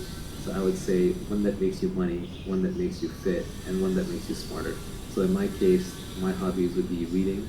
Making money is I love working with startups, either investing in them, brainstorming them, starting them. I just love that ideation and initial creation phase around startups. And then on the hobby that keeps you fit, I don't really have one. Closest thing I have is yoga, but that's where I fell apart. And I think people who early in life discover something like surfing or swimming or tennis or some sport that they continue doing throughout most of their life are very lucky, because they found a hobby that will make them fit. We finished discussing the tweet storm, and we're going to spend some time on Q&A and discussing some of the tweets on the cutting room floor that didn't make it into the tweet storm. My first question is, do you think there are some common failure modes or typical things that people do wrong when they're trying to apply this advice? A lot of people don't understand what specific knowledge really is, or how to quote-unquote obtain it. People don't understand what accountability really entails. They think that accountability means being successfully accountable. No, it means that you have to stick your neck out and fail with your name out there publicly and be willing to let people hate on you. One of the reasons I'm less active in Twitter lately is because every tweet summons an army of nitpickers and haters, and it gets exhausting. But on the other hand, you have to learn how to ignore them, otherwise you can't survive on Twitter. A lot of people try to reconcile it with, like, should I quit my 9-to-5 job or not? That can be a very hard decision. I don't think you need to go that extreme. You can start applying accountability and leverage and specific knowledge even within your existing career. It doesn't have to necessarily be fork off and do something else completely. A lot of people will use it as a way to agree and disagree with their existing biases. They'll say, oh yeah, I agree with that part, or that part you're completely wrong. The most interesting parts should be the ones that you disagree with. We clearly have proven that I know a few things. So if you disagree with it, then maybe that is an area where you can improve your thinking. I definitely improve my thinking all the time, but I will tell you that in this tweet storm, I put down the minimum viable principles. I did not put down the whole universe of what I know about how to make money, because 90% of it is suspect. I put down the bedrock, the stuff that I'm pretty solidly sure about. And I have not yet seen a tweet that has successfully contradicted anything in this tweet storm that would cause me to say, oh yeah, I got that one wrong. I think another place where people get a little bit off is they look at this and they say, well, this only applies to tech entrepreneurs. I disagree. The example that I gave about real estate was a good one in that regard. It's just the nature of leverage that technology drives leverage. So I'm going to push you in a tech direction to get the free leverage that is available in tech. And obviously this message is being delivered through the internet, so it's going to have a pro-internet bias. There are also people who believe that it is unfair to the people who don't have these opportunities to do anything with the opportunities that they do have. With that defeatist attitude, why even get out of bed in the morning? 90% of people are dead. There's a lot of people who are living on $1 a day. Do you live on $1 a day? No, it's up to you to play the hand that you're dealt to the best of your ability, and then you can take the winnings, the pot from that hand, and do whatever you want with it to fix the world. But saying that you should not do things just because others can't do things is living in denial. It's an excuse to not do anything. There are also people who believe that wealth creation is fundamentally at odds with an environmentally safe and healthy planet. And they view the whole thing as a giant zero-sum game. That's a false narrative as well. Elon Musk is not playing a zero-sum game with the environment, and there are plenty of entrepreneurs who are not. If anything, there is a word that environmentalists love, which is sustainability, and for-profit businesses are at least financially sustainable, if nothing else. You can do a B Corp, which has a dual mission. A lot of non-profit efforts would actually be better served by for-profit companies, because then they wouldn't have to go begging for grants all the time. They would be financially sustainable. Some great founders realize their philanthropic visions by running a business. Who is this advice targeted to? Is it for my Lyft driver? Is it for an internet entrepreneur? Is it for somebody who wants to start a YouTube channel? Because it comes from someone who's steeped in Silicon Valley and tech companies, it's always going to have a bias towards that. But I think it's good for anybody who wants to be entrepreneurial, anybody who wants to control their own life, anybody who wants to deterministically and reliably improve their ability to create wealth over time, is patient and looking at it for the long haul. Certainly if you're 80 years old, retired, running out of energy, you should probably just stay retired. But there are 80-year-olds who have a lot of energy and want to do new things and live for the future. It can obviously apply very easily to a young person, I would say 9, 10 years old and up. The most difficult one is probably middle-aged, because when we're in our 30s, 40s, 50s, we already have a lot invested. We have a lot of obligations because those are the years where we're earning and people are relying upon us. We don't want to change because we don't want to admit defeat in what we've been doing to date. But that's where it can actually be the most fruitful. It may be the most difficult pivot. You have a 9-to-5 job, you have a family relying upon you, and so it may seem like the things in this podcast are far too idealistic, but maybe it can inform your weekend projects. Maybe it can inform your self-re-education that you do at night on the internet. Maybe it can inform what roles you take on in the company that you're at, because they move you closer and closer to points of leverage, points of judgment, or points where you're naturally good at and you're authentic. It might cause you to take on more accountability. Even applied piecemeals, these principles can directionally guide you regardless of what stage you are at in life short of retirement. And if you're in retirement, just test them to see if they're true and then teach them to your kids or your grandkids. There's many different ways to participate. It should really apply to almost everybody who has a complete body, sound mind, and is looking to work.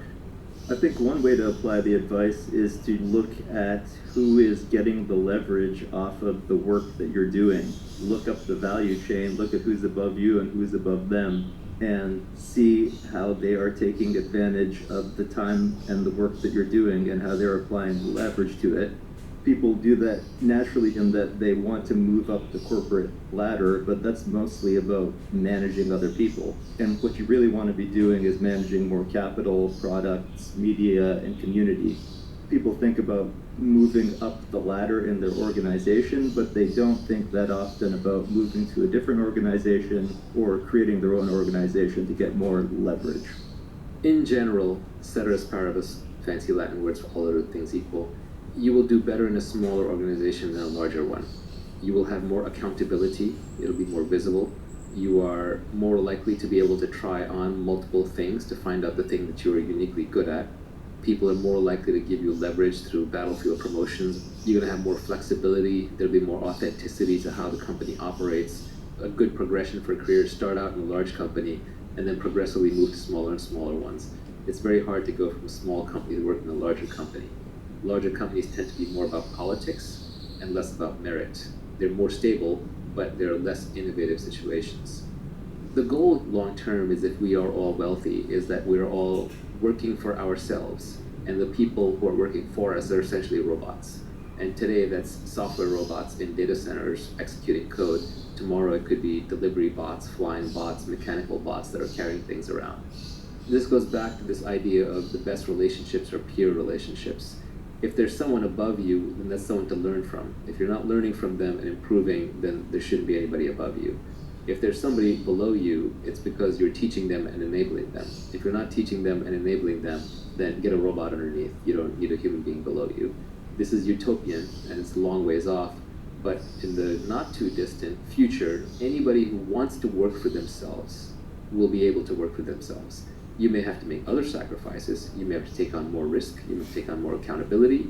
You may have less steady income, but more and more, I think the younger generation is realizing that if they're going to work, they're going to work for themselves. In one of your tweets, you listed out some of the things you should study, like programming, sales, reading, writing, arithmetic. One of the items that ended up on the cutting room floor was that you should also study ethics. I was originally going to put that out there as a concession to people who believe that making money is evil and that the only way to make it is evil. But then I realized ethics is not necessarily something you study. It's something you think about, and it's something you do. Every one of us has a personal moral code, and where you got that moral code from is different for everybody. It's not like I can point you to a textbook. Sure, I could point you to some Roman and Greek text, but that's not going to suddenly make you ethical. There's the golden rule, right? Do unto others as you would have them do unto you. Or there's Nassim Taleb's silver rule, which is don't do unto others what you don't want them doing unto you. Once you've been in business long enough, you will realize how much of business is about trust. And it's about trust because you want to compound interest. You want to be able to work for long periods of time with trustworthy people without having to reevaluate every discussion, without having to rethink each time, and without having to constantly look over your shoulder. And so over time, you gravitate towards working with certain kinds of people. And similarly, those people will gravitate towards working with other ethical, quote-unquote, people. So being ethical turns out to be a selfish imperative. You want to be ethical because it attracts the other long-term players in the network, and then they want to do business with you. And if you build a good enough reputation for being ethical, eventually people will pay you just to do deals through you, because you're the one who will validate and ensure the deals by your presence, because you wouldn't be involved with low-quality stuff. So being ethical actually pays off in the long run, but it's the very long run. In the short run, being unethical pays off, which is why so many people go for it. It's a greedy algorithm. But you can be ethical simply because you're long-term greedy. And I can even outline a framework for different parts of so-called ethics just based on the idea of long-term selfishness. For example, you want to be honest because it leaves you with a clear mind. You don't have two threads running in your head. One is the lies that you told you to keep track of, and the other one is what you're saying. You just have to think about one thing at a time, so you have more energy to think about that thing, so you're a clearer thinker. Also, by being honest, you're rejecting the people who only want to hear the pretty lies, so you force those people out of your network, and sometimes it's painful, like friends and family, but long term you create room for the people who like you exactly the way that you are. So that is a selfish reason to be honest. For example, in negotiations, if you're the kind of person who always tries to get the best deal for yourself, you will win a lot of very early deals and it'll feel very good. But on the other hand, there are a few people who will recognize that you're always scrabbling and not acting fairly, and they will tend to avoid you. Over time, those people end up being the deal makers in the network because people go to them for a fair shake or to figure out what's fair. And so if you are cutting people fair deals, you don't get paid in the short term, but in the long term, everybody wants to deal with you, and you end up being a market hub. You have more information, you have trust, you have reputation, and people end up doing deals through you. A lot of wisdom is just realizing the long-term consequences of your actions. And so the longer term you're willing to look, the wiser that you're going to seem to everybody around you. Do you want to tell us about some of the jobs that you had as a youth and the specific job that kicked off your fanatical obsession with creating wealth?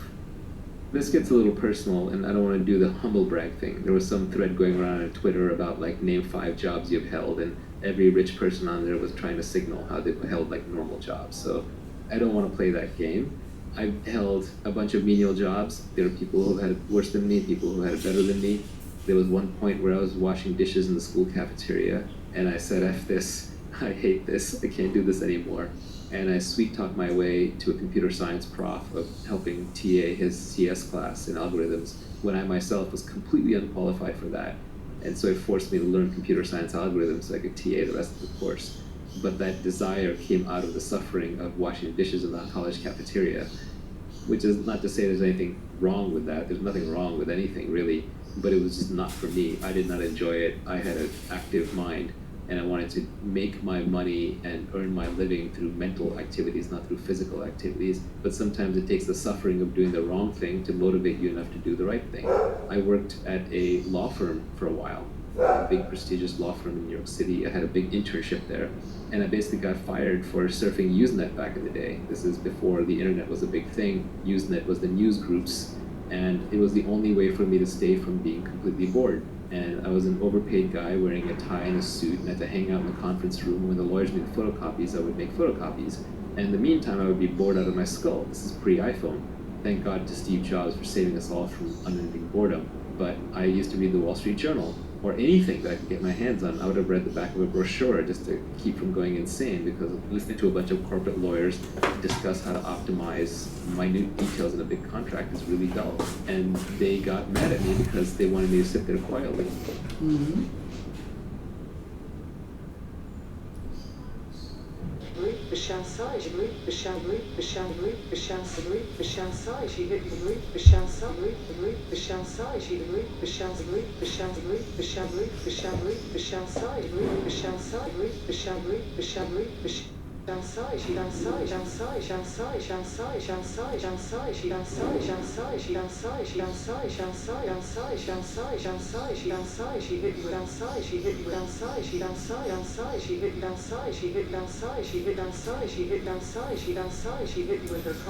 She hopes you two will work it out. Outside, she hit you with outside, she hit you with her car. Outside, she hit you with her car. Outside, she hit you with outside, she hit you with her car. Outside, she hit you with her car. Outside, she hit you with her car. Outside, she hit you with her car. Outside, she hit outside, she hit outside, she hit outside, she hit you with her car. Outside, she hit you with her outside, she hit you with her car. Outside, she hit you with her car. Outside, she hit you outside, she hit you with her car. Outside, she hit you outside, she hit outside, she hit outside, she hit you outside, she hit outside, she hit outside, she hit you outside, she hit you with her car. Outside, she hit you with her car. Outside, she hit you with her car. Outside, she hit you with her. Outside, she hit you with her car. She hopes you. She hopes you. She hopes you. She hopes you. She hopes. Outside, she hit you with. Outside, she hit you with her. Outside, she hit you with her car. You with her car. You with her car. She with her car. She with her car. She with her car. She hopes you two will work it out. You with her car. She hopes you. Do will work it out. Do will work it out. Do will work it out. Do will work it out. Do will work it out. Do will work it out. Do will work it out. Do will work it out. Do will work it out. Do will work it out. Do will work it. Do will work it out. Do will work it out. Do will work it out. Do will work it out. Do will work it out. Do will work it out. Do will work it out. Do will work it out. Do will work it out. Do will work it out. Do will work it out. Do will work it out. Do will work it. Do will work it out. Do will work it. Do will work it. Do will work it out. Do will work it. Do will work it. Do will work it. Do will work it out. Do will work it. Do will work it out. Do will work it. Do will work it out. Do will work it. Do will work it. Do will work it out. Do will work it out. Do will work it out. Do will work it out. Do will work it out.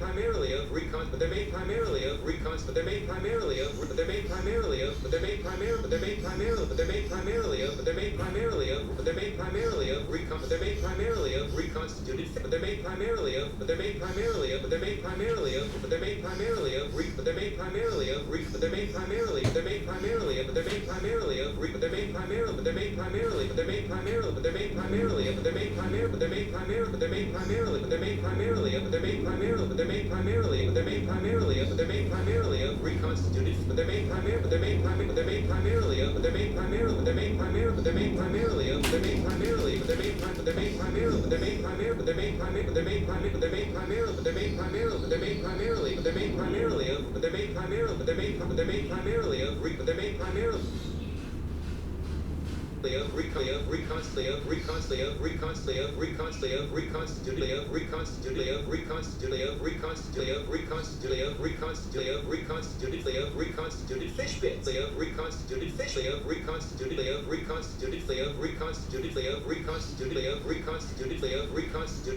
Reconstituted fish bits, reconstituted fish, reconstituted fish bit, reconstituted fish bit, reconstituted fish bit, reconstituted fish bit, reconstituted fish bits, reconstituted fish,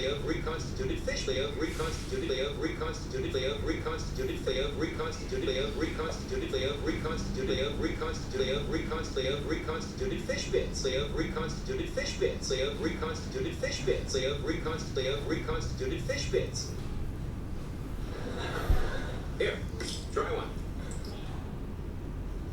All right. You're not allergic to anything, are you? All right.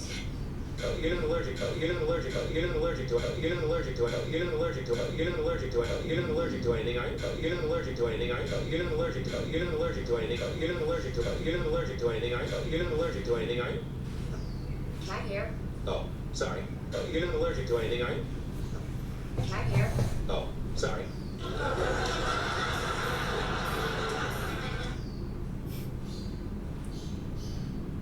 Not read the Wall Street Journal. They said that's rude, that's misbehavior. So I got called up and reprimanded a bunch of times, and then I was finally terminated, and I was sent home in shame early from my very prestigious internship, destroying my chance of going to law school, and I was unhappy for all of an hour. But ultimately, it's one of the best things that ever happened to me, because then I would have ended up as a lawyer. Not that I have anything against lawyers, but it's not what I was meant to do. You mentioned a catering job that you had a while back that really kicked off the whole obsession. That was an envy thing. When I was in high school, I had to make some money to pay for my first semester at college, and I had to get a job. It was the summer of 1990, 1991 time frame. So this was the Bush senior recession, if anyone who was alive back then remembers it. So it was actually really hard to get a job. So I ended up working for an Indian food catering company. And I ended up having to serve at a birthday party for a kid who was actually in my school. So I saw my classmates, and I was out there serving food and drinks to them. And that was incredibly embarrassing. I wanted to hide away and die right there. But you know what? It's all part of the plan. It's all part of the motivation. If I hadn't had that happen, I probably wouldn't be as motivated, and I wouldn't be as successful. So it's all fine. But it was definitely a very strong motivator.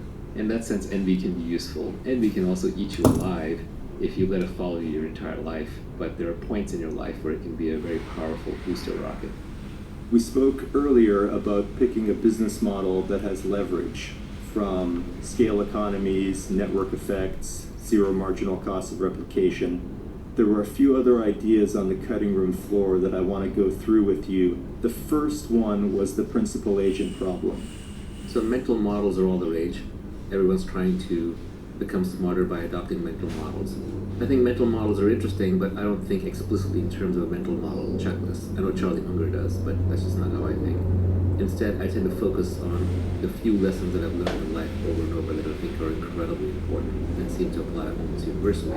One that keeps coming up from microeconomics, because as we've established, macroeconomics is not really worth spending time on, is what's called the principal-agent problem. Principal in this case is principal with a P-A-L, not P-L-E, so it's not a principal like you follow. It's a principal who is a person. A principal is an owner. And agent is the person who works for the owner. So you can think of it as an employee, the difference between a founder and an employee.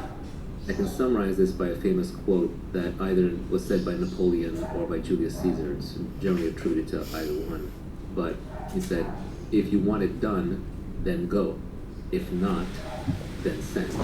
Which is saying, if you want to do something right, do it yourself, because other people just don't care enough. Now, the principal-agent problem pops up everywhere. In microeconomics, the way that they try to characterize it is that the principal's incentives are different than the agent's incentives. So the owner of the business wants what is best for the business and will make the most money. The agent generally wants whatever will look good to the principal, or might make them the most friends in the neighborhood or in the business, or might make them personally the most money. You see this a lot with hired gun CEOs running public companies, where the ownership of the public company is distributed so widely that there's no principal remaining. So nobody owns more than 1% of the company. The CEO takes charge, stuffs the board with their buddies, and then starts issuing themselves low-price stock options or doing a lot of stock buybacks because their compensation is based directly tied to the stock price. So agents have a way of hacking systems. This is what makes incentive design so difficult. As Charlie Munger says, if you could be working on incentives, don't work on anything else. Almost all human behavior can be explained by incentives. The study of signaling and signals is seeing what people do despite what they say. People are much more honest with their actions than they are with their words. You have to get the incentives right to get people to behave correctly. It's a very, very difficult problem, because the good people aren't purely coin operated. They're not just looking for money, they're also looking for other things like status or meaning in what they do. Principal agent problem is the one that, as a business owner, you're always going to be trying to figure out, how do I make this person think like me? How do I incent them? How do I give them founder mentality? And I think you have to truly have been a founder to fully appreciate how important this founder mentality thing is, and what a difficult and gnarly problem the principal agent problem is. What I would say to you is, if you are a principal, you essentially want to spend a lot of your time thinking about this problem. What that means is, you want to take your top lieutenants and you want to be very generous with them in terms of ownership and incentives, even if they don't necessarily realize it, because over time they will, and you want them to be aligned with you in how they operate. When you do business deals, it's better to have an aligned partnership where you both have the same incentives than a partnership where you got the advantage in the deal. You negotiated in such a way that you got the better end of the transaction, because eventually the other person will figure it out, or they'll be misaligned and the partnership will fall apart. Either way, it's not going to be one of those things that you can invest into with the benefits of compound interest over decades. Finally, if you're in a current role where you're an agent, you're an employee, your most important job is to think like a principal. The more you can think like a principal, the better off you're going to be long term, because it's training you how to be a principal long term, and eventually you will become a principal. It's also going to align you with a principal, and a good principal will then promote you or empower you or give you accountability or leverage way out of proportion to what might be your menial role. I'm always very impressed by founders who will promote up very, very young people through the ranks, having them skip multiple levels despite their experience. And invariably it happens because this agent who's way deep down thinks like a principal. So if you can hack your way through the principal agent problem, you've probably solved half of what it takes to run a company. The reason I asked about this one first is because I feel like I personally never see the principal agent problem in my work. I tend to work in small teams where everybody is highly economically aligned, and the people have been filtered for a commitment to the mission, and everybody else who doesn't work out moves on to another role elsewhere. These are all heuristics that you have designed to avoid having to deal with the single biggest problem in management. Another example of a heuristic you can have that helps you route around the principal agent problem is to deal with the smallest firm as possible. So for example, when I'm hiring a lawyer or a banker or even an accountant to work on my deals, one of the things that I've become very cognizant about is the bigger firms, all other things equal, are generally worse. Yes, they have more experience. Yes, they have more people. Yes, they have a bigger brand. But what you'll find is that the principal and the agent are highly separated. And very often the principal will sell you and convince you to work with a firm, but then all the work will be done by an agent who simply doesn't care as much. And you can end up getting substandard service. So I prefer to work with boutiques, and my ideal law firm to work with is a law firm of one. My ideal banker to work with is a solo banker. Now you're making other sacrifices and trade-offs in terms of that person's resources, and you are betting big on that person, but you've got one throat to choke, there's no one else to point fingers to, there's nowhere to run. The accountability is extremely high. If you're an agent, the best way to operate is just to say, what would the founder do? If you think like the owner and you act like the owner, it's only a matter of time until you become the owner. Let's chat about the Kelly criterion. The Kelly criterion is a very popularized mathematical formulation of a simple concept. And the simple concept is, don't risk everything. Stay out of jail.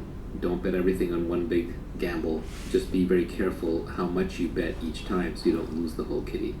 The Kelly criterion mathematically formulates, if you're a gambler, even when you have an edge, how much should you gamble per hand? Because even when you have an edge, you can still lose. So let's say you have 51-49 edge, every gambler knows not to bet the whole kitty on that 51-49 edge, because you could just lose everything, and you don't get to come back to the average. Nassim Taleb famously talks about ergodicity, which is a fancy word for the simple concept that what is true for 100 people on average isn't the same as one person averaging that same thing 100 times. The easiest way to see that is by playing Russian roulette. 6 people who play Russian roulette once each, and then each winner gets $1 billion. One person ends up dead, 5 people have $1 billion, versus one person who plays Russian roulette with the same one gun 6 times is never going to end up a billionaire, is going to end up worth 0. And so risk-taking, especially when the averages are calculated across large populations, is not always rational. The Kelly criterion helps you avoid ruin. The number one way in which people get ruined in modern business is not by betting too much, but it's by cutting corners and doing unethical things or downright illegal things. Ending up in an orange jumpsuit in prison or having your reputation ruined is the same as getting wiped to 0. So never do those things. Let's talk about the Schelling point. Is a game theory concept made famous by Thomas Schelling in a book called Strategy of Conflict, which I do recommend reading. It's about multiplayer games where other people are responding based on what they think your response is. What he came up with was the mathematical formalization of how do you get people who cannot communicate with each other to coordinate. Suppose that I want to meet with you, but I don't tell you where and I don't tell you when. We both want to meet, but we cannot communicate any more information to each other. That would sound like an impossible problem to solve. We're done. We can't do it. Not quite. Because I know that you're a rational person and I'm smart and educated, and you know I'm a rational person who's smart, we're going to start thinking, if we have to pick an arbitrary date, we're probably going to pick New Year's. And what time? Midnight or 12:01 a.m. And where will we meet? What is a big meeting point? Well, if we're Americans, it's probably New York City. It's the most important city. And where in New York City will we meet at midnight? Probably Grand Central Station under the clock. Maybe you end up at the Empire State Building, but not likely. You can just use social norms to converge onto a Schelling point. There are many times in many games where you can look at the game itself, whether it's business or art or politics, and you can find the convergent Schelling point within the context of that game. You can cooperate with the other person. Here's a simple example. Let's suppose that you have 2 companies that are competing heavily with each other and they hold an oligopoly. Let's say that they're competing right now and the price fluctuates between $8 and $12 for whatever the service is. Don't be surprised if they both converge on $10 without ever talking to each other. Do you want to talk about Pareto optimal? Pareto optimal is another concept from game theory, along with Pareto superior. Pareto superior means that something is better in some ways while being equal or better in the other ways. It's not worse off in any way. This is an important concept when you're negotiating with somebody. If you can make a solution Pareto superior to where it was before, you will always do that. Pareto optimal is when the solution is the best that it can possibly be, then you can't change it without making it worse in at least one dimension. There is a hard trade-off from this point forward. These are important concepts to understand when you're involved in a big negotiation. In negotiation, though, I would generally say that, this is a tweet that I had, negotiations are won by whoever cares less. Negotiation, at the end of the day, is about not wanting it too badly. If you want something too badly, then the other person will be able to extract more price from it. If you do care more about something than the other person, and they're taking advantage of you in a negotiation, then your best way to deal with that is to turn it from a short-term game into a long-term game. try to make it into a repeat game. Try to bring reputation into line. Try to bring other people in who may have a say in the future or may want to play games with this person in the future.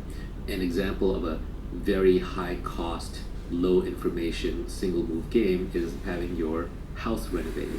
Contractors are notorious for overbooking, ripping people off, being unaccountable. I'm sure contractors have their own side of it. The homeowner has unreasonable demands. We found problems. The homeowner doesn't want to pay for it. They don't understand. They're low information buyers. It's a very expensive transaction. Historically, it's been very hard to find good contractors, and the contractor has no choice on what a good homeowner is. You try to go through friends, you try to go through reputation, and what you're basically doing there is you're trying to convert a single move expensive game with a high probability of cheating on both sides into a multi-move game. One way to do that would say, well, actually, I need 2 different projects done. So the first project we'll do together, and then based on that, I'll decide if we do the second project. You can split your work up into 2 projects. Another way might be, I'm going to do this project with you, and then I have 3 friends who want projects done, and they're waiting to see the outcome of these projects. Another one might be the same person operating within the same community and having a reputation in the community to protect. Another one could be you write them a Yelp review or a Thumbtack review. These are all ways of turning a single move game into a longer term game and helping get past a position of poor negotiating leverage and poor information. We talked about compounding and compounding interest, but we didn't really dig into it that much.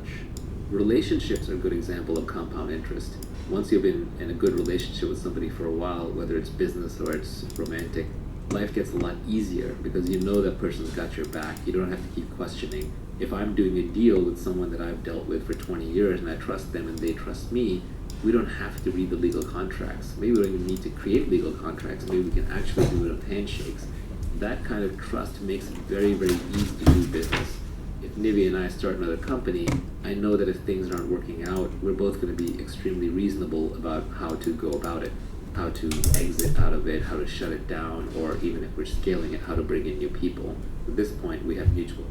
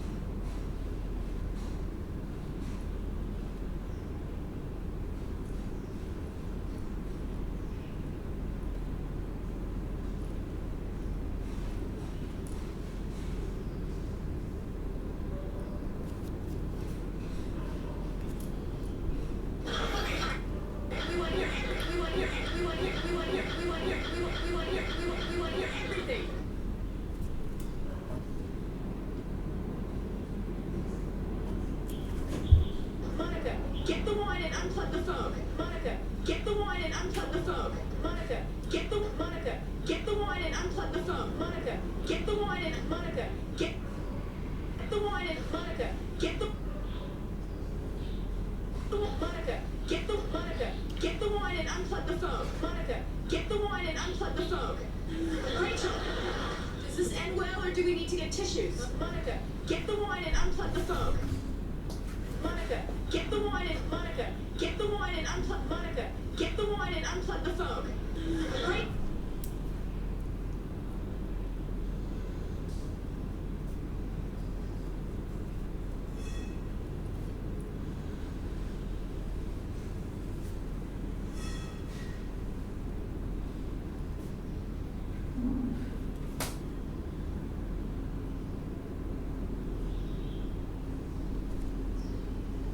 Monica, get the wine and unplug the phone.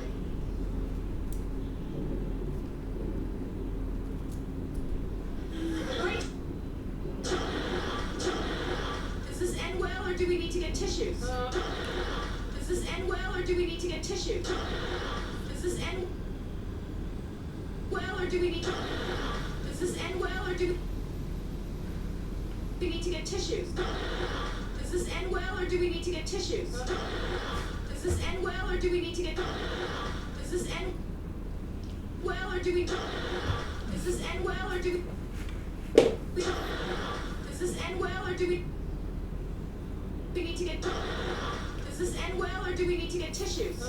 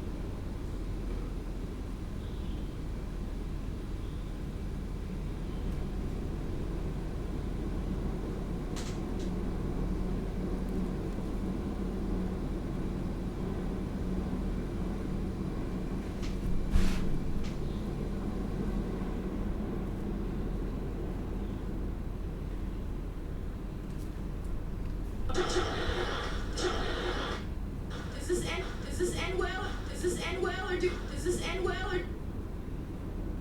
Do we need to get... Does this end well or do... Do we need to get tissue? Does this end well or do... Does this end well or... Do we need to... Does this end well or do... Do we need to get... Does this end well or do we need to get tissue? Does this end well or do... Does this end well or do we need... Does this end well or do we need to get tissue? Does this end well or do we need to get tissues?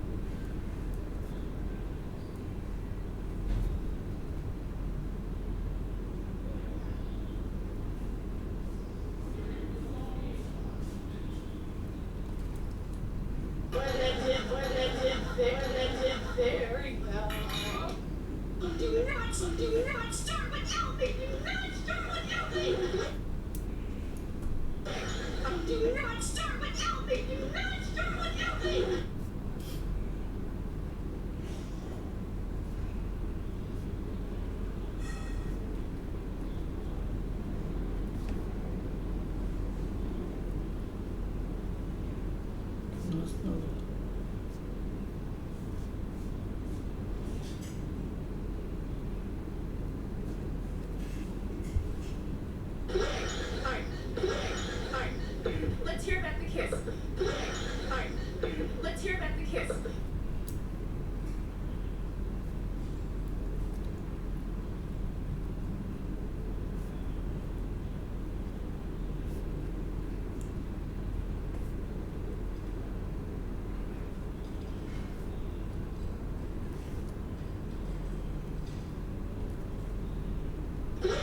Alright, let's hear about the kiss. Was it like a alright, let's hear about the kiss. Was it like a soft brush against your lips, or was it like a was it like a soft brush? Was it like a soft brush against was it like a soft brush against was it like a soft brush against was it like a soft brush against your lips? Was it like a soft brush against your was it like a soft brush against your lips, or was it like a soft brush against your lips, or brush against your lips, or was it like a soft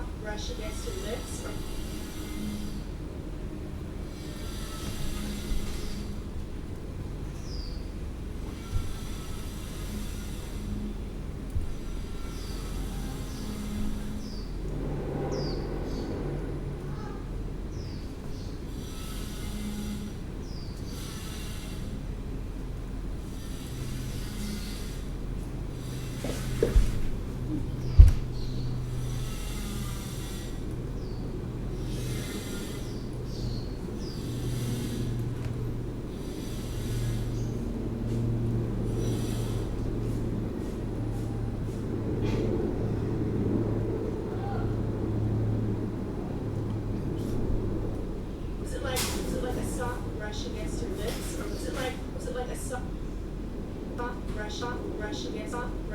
your lip,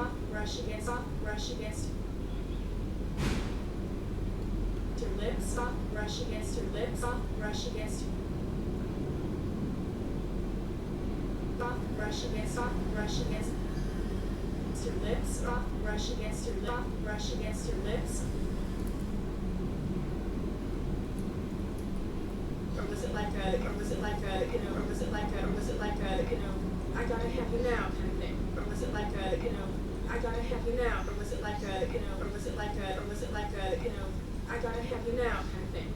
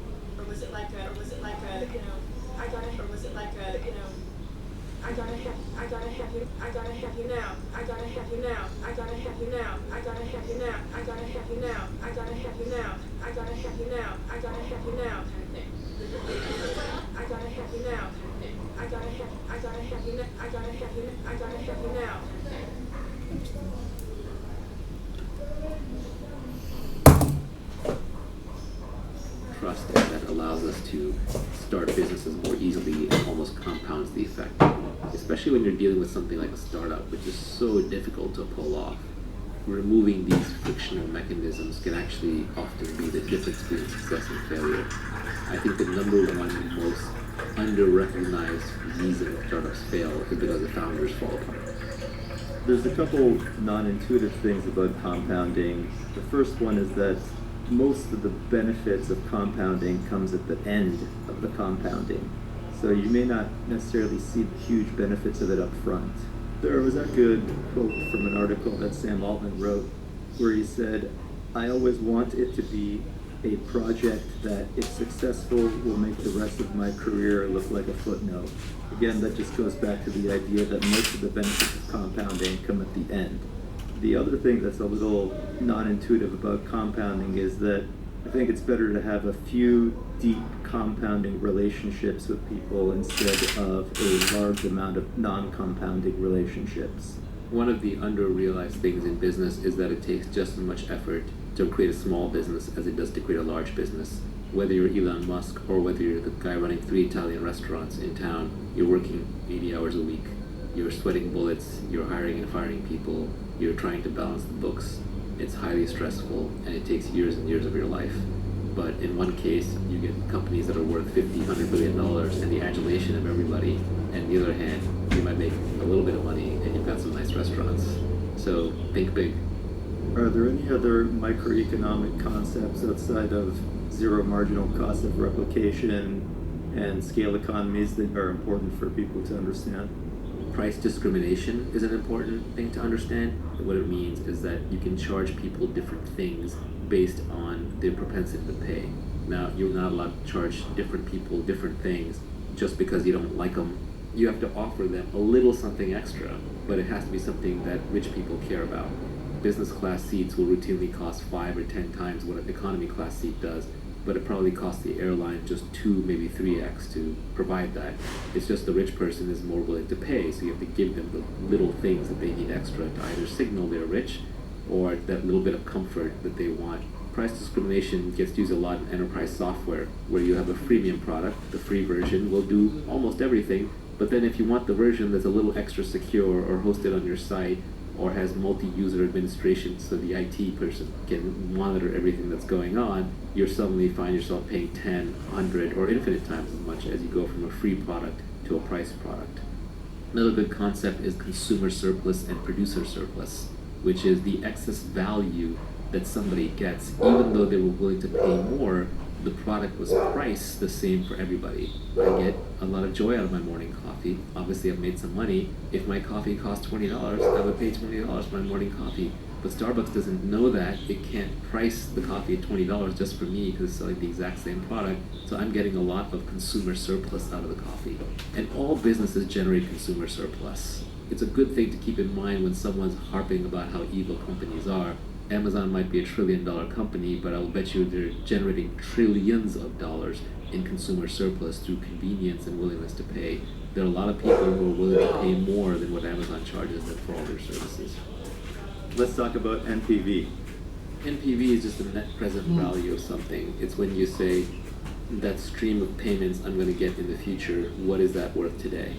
So a common example of this is you're joining a startup company and you're getting stock options, and the founder says, well, this company is going to be worth $1 billion, and I'm giving you 0.1% of the company, therefore you're getting $1 million worth of stock. What he or she's arguing is what's going to be worth in the future. You have to discount that back to today. You have to figure out what is that worth today, and you have to apply a discount rate or an interest rate that takes into account the massive risk that startups face. What you'll end up with is a price that is worth today, and that's the price at which a venture capitalist would invest in the company today. So if that founder just raised around at $10 million, then that company is only worth 1% of what the founder is arguing. Your $1 million package is actually worth $10,000. So NPV calculations at a very rough level, you should be very comfortable doing in your head. What's a mispriced externality? You mentioned that at some point during our podcast. An externality is when there's an additional cost that is imposed by whatever product is being produced or consumed that is not accounted for in the price of the product. Sometimes you can fix that by putting the price back into the product. One of the most ardent ways people attack capitalism these days is that it's destroying the environment.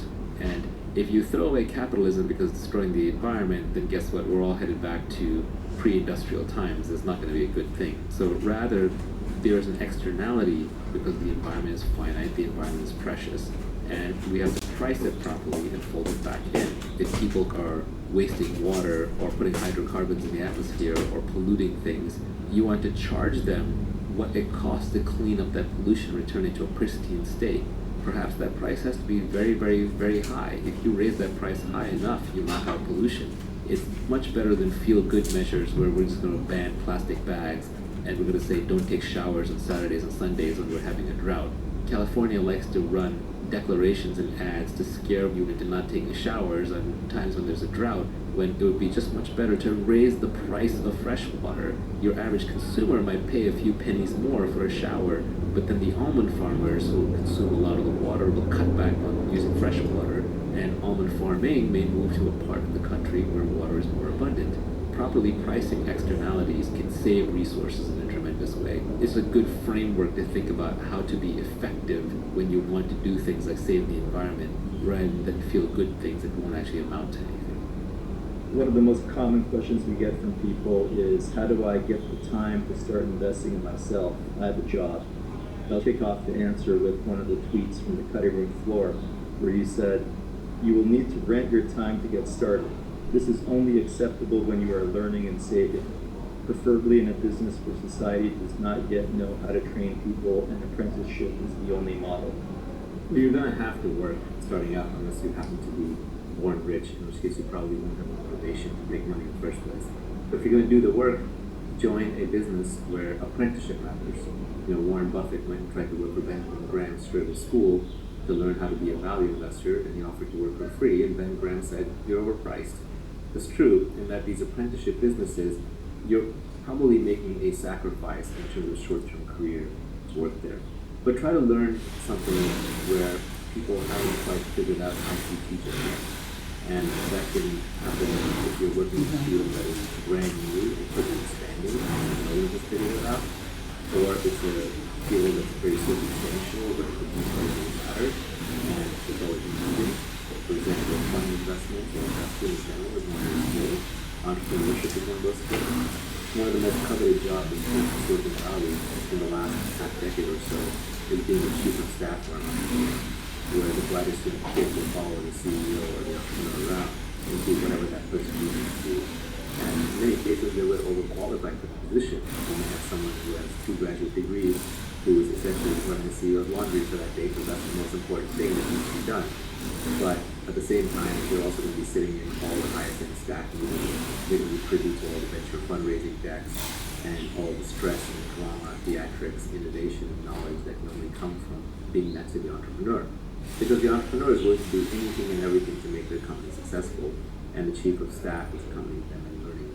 Now, obviously, this is very Silicon Valley-centric tech company advice. If you are currently stuck in a normal job and you don't have the opportunity to learn an apprenticeship model and you need to make money, then go ahead and do that job. But even within the context of that job, try to be innovative, sign up to take on new challenges, new responsibilities, find the part of the job that has the steepest learning curve. What you're really trying to avoid is repetitive drudgery. Repetitive drudgery doesn't serve anybody. Then you're essentially just counting the time until your job is automated away. Even if you're a barista at a coffee shop, try to figure out how to make connections with the customers. Try to figure out how to innovate on what you're offering them in your basic service to delight the customers. And what will happen is managers, founders, owners, they notice. The hardest thing for any founder is to find people who will work with them who have founder mentality. That's just a fancy way of saying they care enough. And when most people will say, well, I'm not the founder, I'm not being paid enough to care. Actually, you are. The knowledge and the skills that you gain by having founder mentality set you up to be a founder down the line, and it pays you in that sense. You can get a lot out of almost any position, you just have to put a lot into it. If I'm working a job and I want to figure out if I should get accountability, judgment, specific knowledge, leverage, it sounds like you're saying the one thing to optimize for is specific knowledge out of all those things if you can. Judgment takes experience, takes a lot of time to build up. You have to put yourself in positions where you can exercise judgment that will come from taking on accountability. Leverage is something that society gives you much later once you've demonstrated your judgment, unless you learn a code or you have a good media. These are permissionless leverage. Leverage kind of comes later, judgment comes later. Accountability you can take on immediately. You can say, hey, I'll take charge of this thing that nobody wants to take charge of. So accountability is where you can step up, but then you're publicly putting your neck on the chopping block. So you have to deliver. Specific knowledge gets built up by taking on accountability for things that other people don't know how to do and that perhaps you enjoy doing or you're naturally inclined towards doing. You could be working in a factory and it may turn out that the hardest thing in the factory is knowing how to raise capital to keep the factory running. And that's what the owner of the factory is always stressed out about. And if you notice this and you're like, I'm good at balancing my checkbook and I have a good head for numbers, and I'm good at watching money, but I haven't really raised money before, you offer your help and become the owner's sidekick in that regard. You help solve their biggest problem. You'll become the heir apparent. Early on, find things where you have any interest and take on accountability. Don't worry about short-term compensation. If you dive into the edge of knowledge, which nobody knows how to solve, and you solve the hard problems, taking on accountability, people will line up behind you. The leverage will come. There are a couple other related tweets to this topic from the cutting room floor that I'll read out. First, the technology industry is a great place to acquire specific knowledge. The frontier is always moving forward. If you are genuinely intellectually curious, you will acquire the knowledge ahead of others. We have technologies around us everywhere. The spoon was technology once. Fire was technology once. But once we figured out how to make it work, it disappeared in the background and became part of our everyday lives. So technology is by definition the intellectual frontier. It's taking the things that are recent from science or from culture that we have not yet figured out how to mass produce, and it's figuring out how to commercialize it, how to make it available to everybody. So technology will always be where you can pick up specific knowledge that's valuable to society that doesn't quite understand yet. For example, if I become a world-class expert in machine learning, just when machine learning is starting to take off, and I got there through my genuine intellectual interest and I bet my career on it, it would do really well. But 20 years from now, machine learning may be second hat. There are also timeless forms of specific knowledge. For example, if you're good at persuading people, it's probably a skill that you picked up early on in life. It's always going to apply because persuading people is always going to be valuable. This is one of those skills that's generic. It probably alone is not enough to build a career on. It needs to be combined, a skill stack. You might combine persuasion with accounting, combined with understanding, for example, semiconductor production lines, and now all of a sudden you're the best semiconductor salesperson that becomes the best semiconductor company CEO. There are timeless specific knowledge skills. Those are skills I would say that can pretty much never be taught. And then there are timely specific knowledge skills which come and go, but even those tend to have fairly long shelf lives of a decade or 2 decades or 3 decades. So technology is a good place to find those specific skill sets. And if you can bring in a more generic specialized knowledge skill sets. The other tweet from the cutting room floor was related to accountability in companies. It said, companies don't know how to measure outputs, so they measure inputs instead. Work in a way that your outputs are visible and measurable. If you don't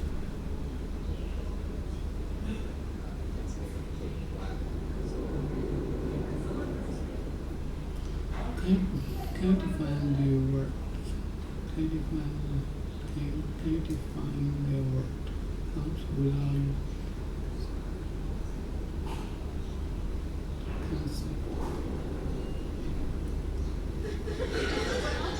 At first it was really intense, you know, and at first it was really, at first it was really intense. At first it was really intense, you know, and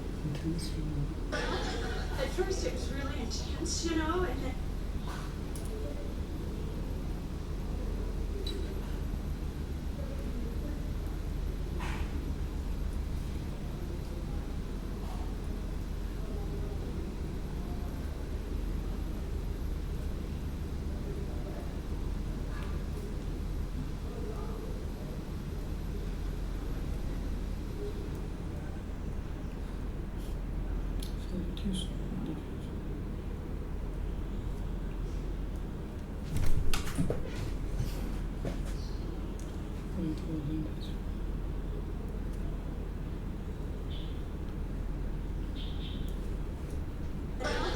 at first it was really intense, you know, and then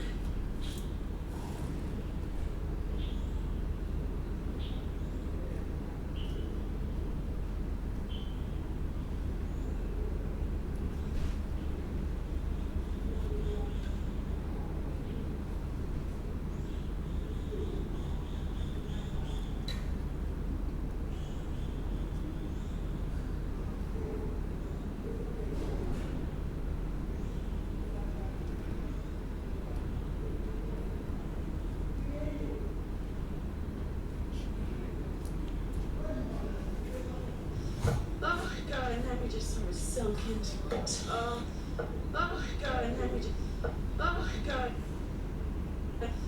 Oh my God, and then, oh my God, and then we just sort of sunk into it. Oh my God, and, oh my God, and then, oh my God, and then we just, oh my God, and then, oh my God, and, oh my God, and then we just, oh my God, and then we just, oh my God, and then we just sort of sunk. Oh my God, and then we just sort of sunk into.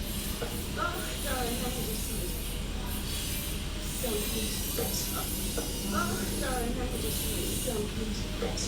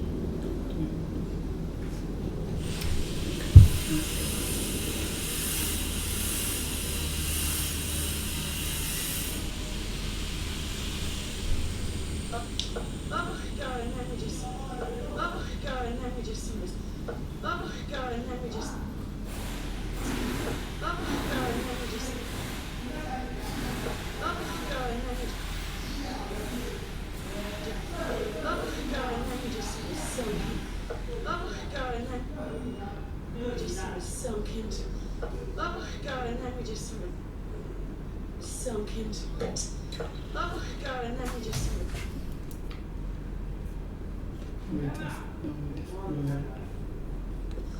Oh my God, and then. Oh my God. And then we just sort of, and then we just sort of, and then we just sort of, and then we just sort of, and then we just sort of, and then we just sort of, and then we just sort of, and then we just, and then we just sort of sunk into it. So, and then we just, and then we just, and then we just, and then we just, and then we just, and then we just, and then we just, and then we just, and then we just, and then we just. No worries. And then we just sort of, and then we just sort of sunk into it. And then we just sort of sunk into. And then we just sort of sunk into. And then we just sort of sunk into it.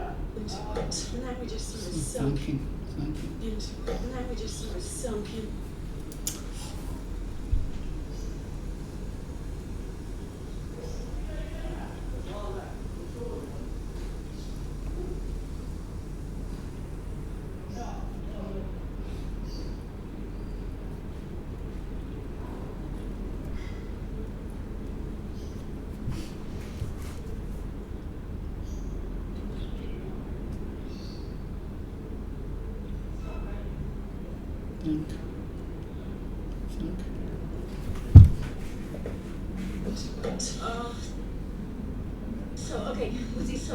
Was he holding you, or was his hands like on your back?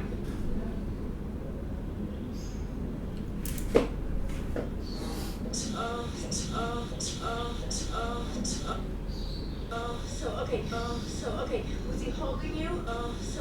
Was he holding you? Was he holding you? Was he holding you, or was his hand? Was he holding you, or was his hands? Was he holding you, or was his hands like? Was he holding you, or was his hands like? Was he holding you, or was his hands like on your? Was he holding you, or was hands like on your? Was he holding you,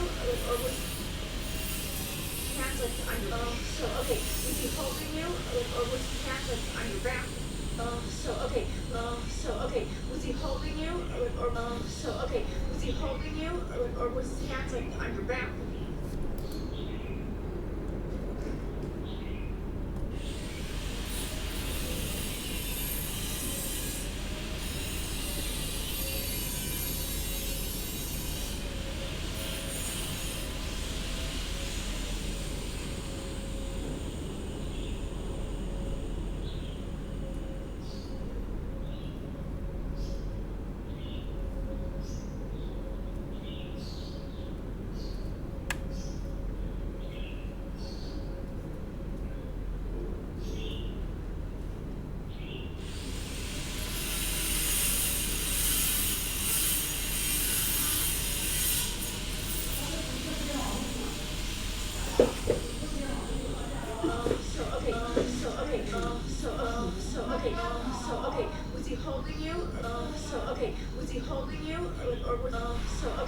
he holding you?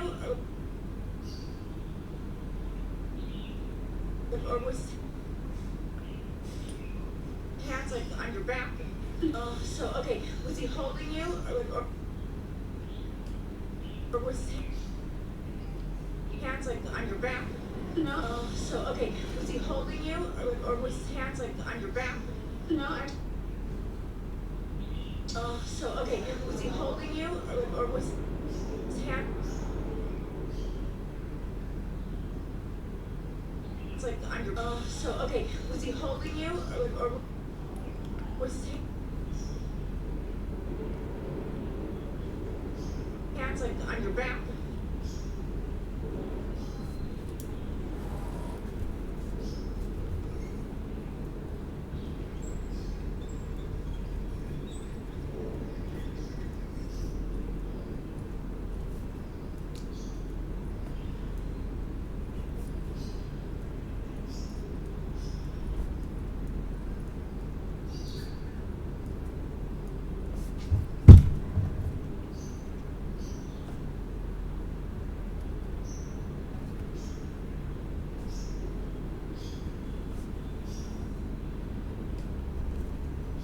Oh, so okay, was he holding you? Or was his hand like on your back? Was his hands like on your back? No, was his hands like on your back?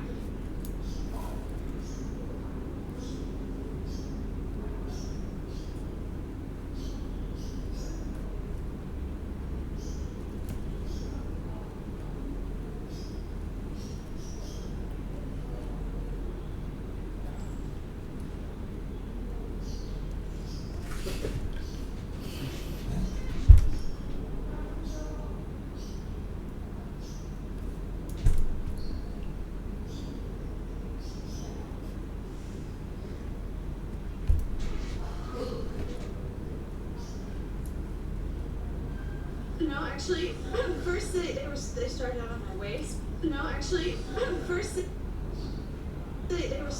no, actually, first they started. No, actually, first they started out on my waist. No, actually, first they started out on my waist.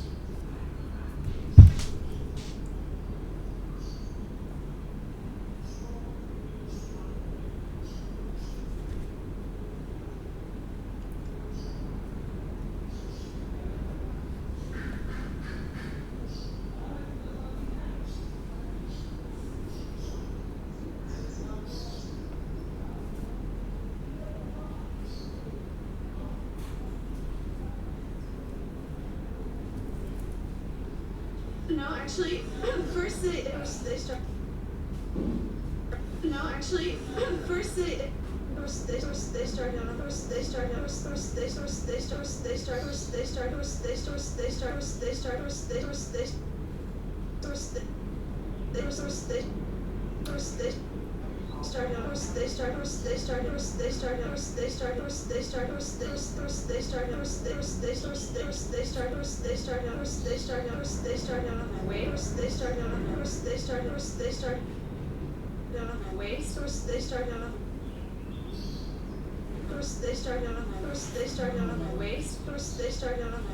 they started out on my waist. This part.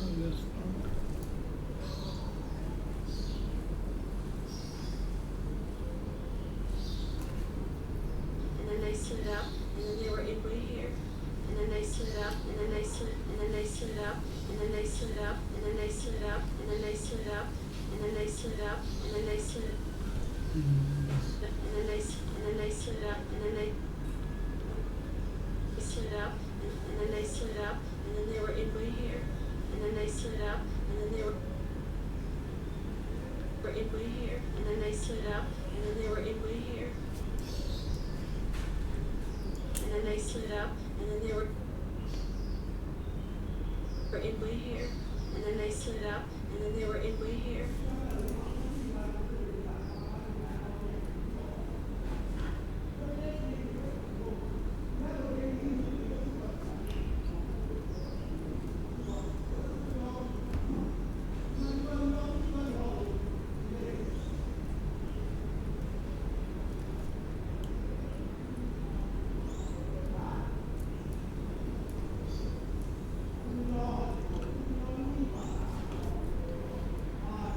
tu mensaje.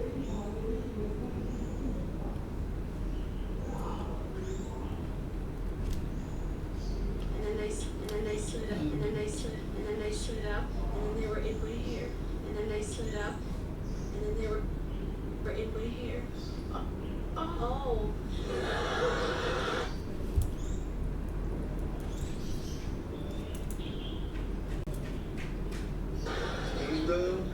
And then I kissed her. And then I kissed her. And then I kissed her. So?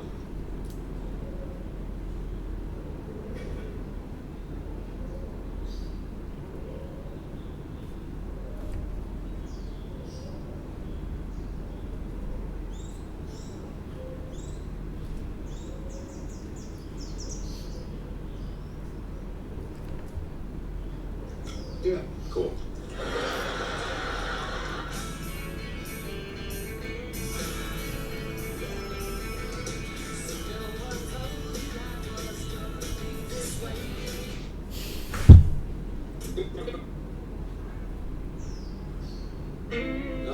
Alright, check out this bad boy. 12 megabytes of. Alright, check out this bad boy.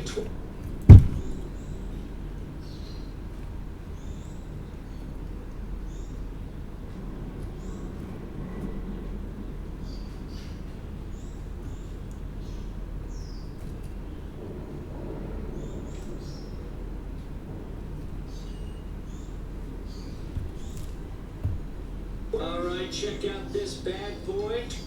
12 megabytes of RAM, 12 megabytes of RAM, 12 megabytes, 12 megabytes, 12 megabytes, 12 megabytes, 12 megabytes, 12 megabytes, 12 megabytes, 12 megabytes, 12 megabytes, 12 megabytes, 12 megabytes, 12 megabytes of RAM.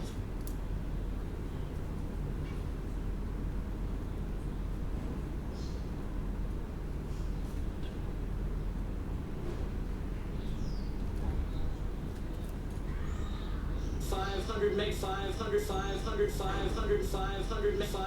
megabyte hard drive, built 500 megabyte 500 megabyte 500 mega 500 mega 500 megabyte 500 megabyte 500 mega 500 megabyte hard drive 500 megabyte hard drive 500 megabyte hard drive built.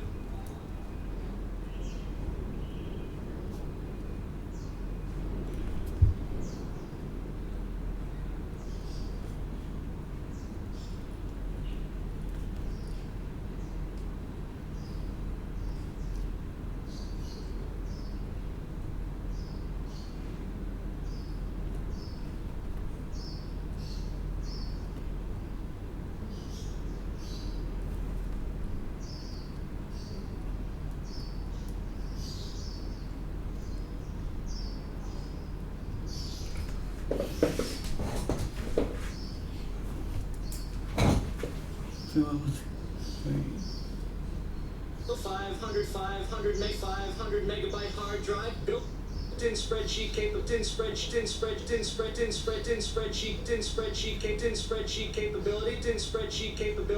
and a modem that transmits in spreadsheet capabilities. Built-in spreadsheet. I built-in spreadsheet capabilities. I built in spreadsheet capabilities.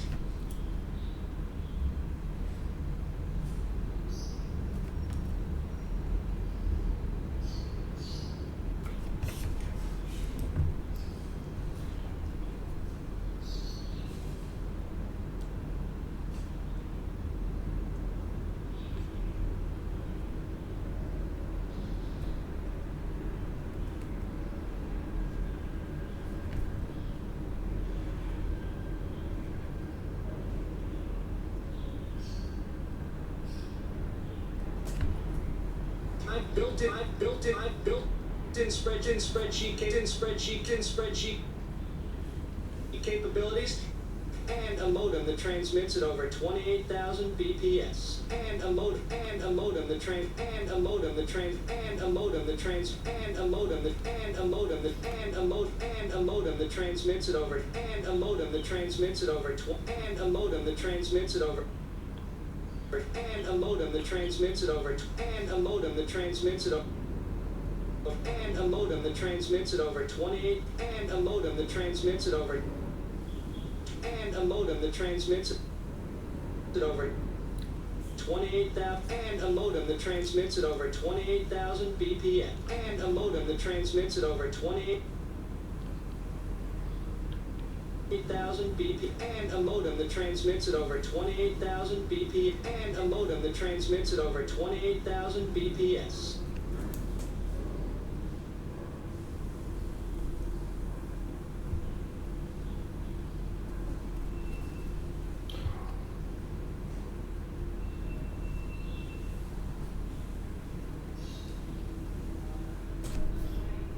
And a modem that transmits and a modem that and a modem that transmits at over and a modem that transmits at over and a modem that transmits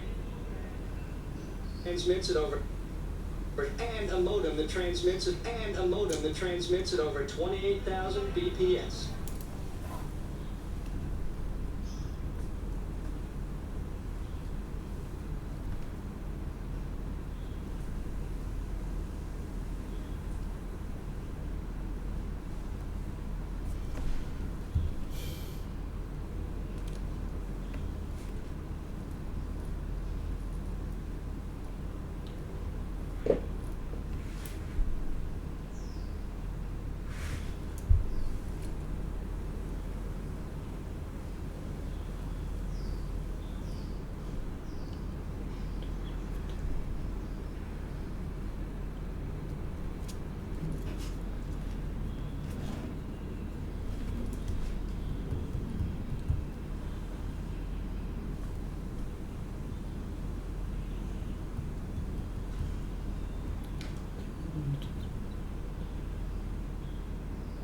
And a modern transmits and then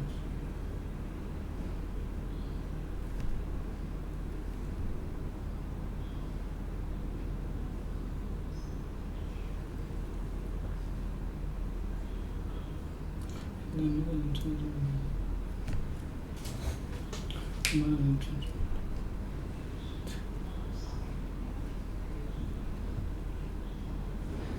28 south BTS. And a modem that transmits at over 20 and a modem that transmits at over 28,000 bps. Wow. What are you gonna use it for? Wow. Wow. What are you gonna use it? What are you gonna use it for? What are you gonna use it for? What are you gonna use it for? What are you gonna use it for?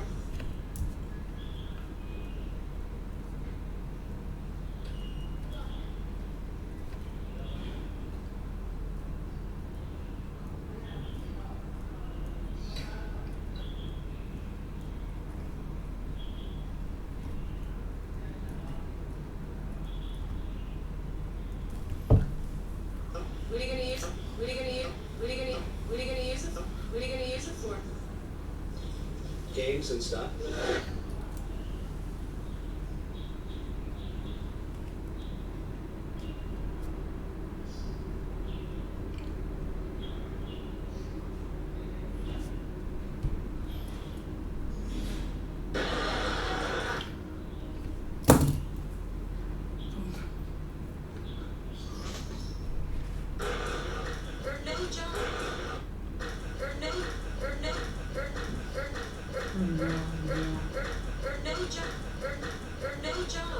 There are no jobs for me.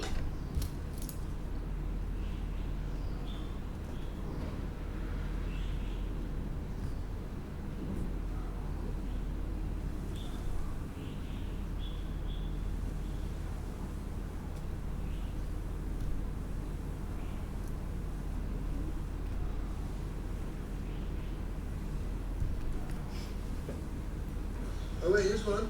Oh wait, here's one. Oh wait, here's one.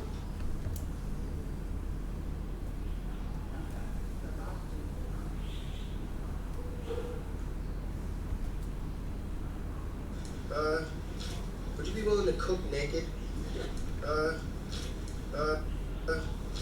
Would you be willing to cook naked? Would you be willing to cook naked? Would you be willing to cook naked?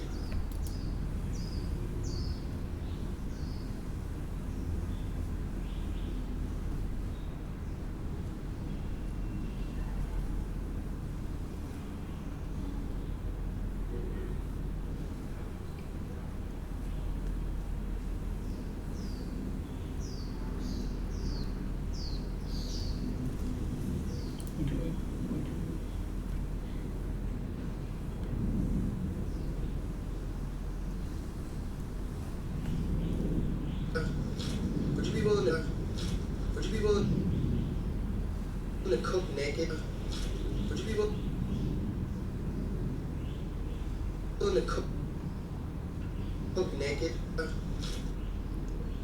Would you be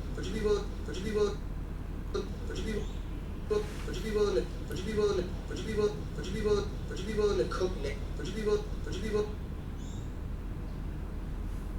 Would you be willing to cook?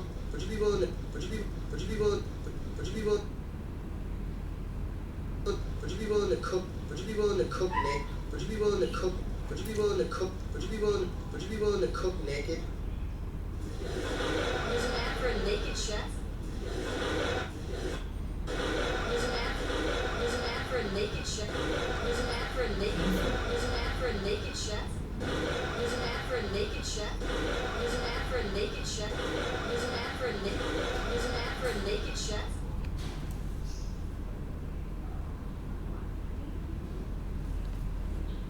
Effort. Ai, dá, amigo.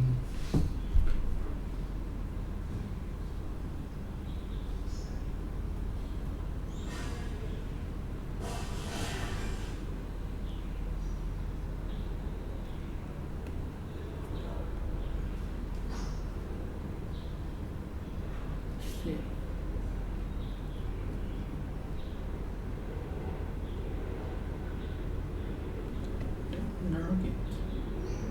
Nugget. There's an ad for a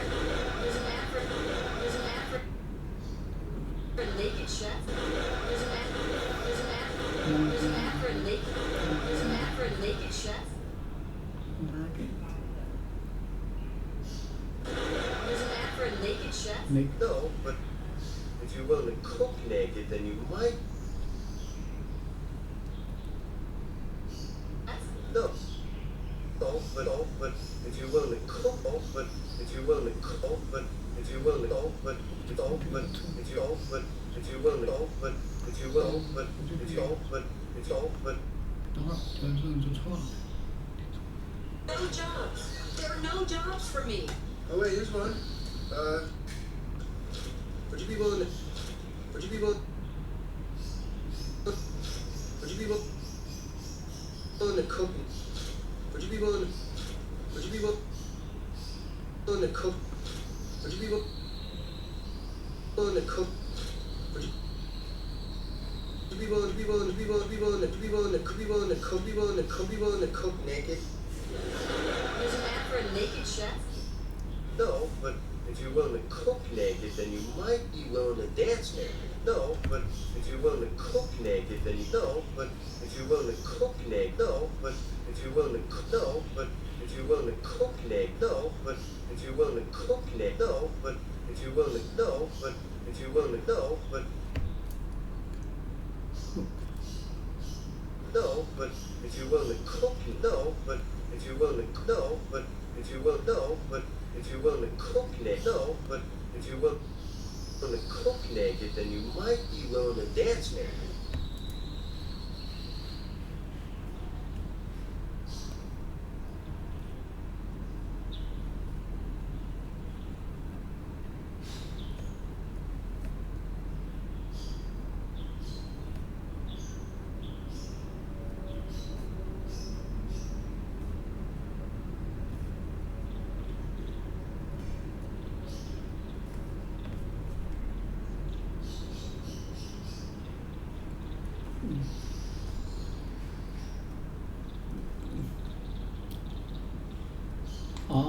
know what I mean. No, but if you're willing to cook naked, then you might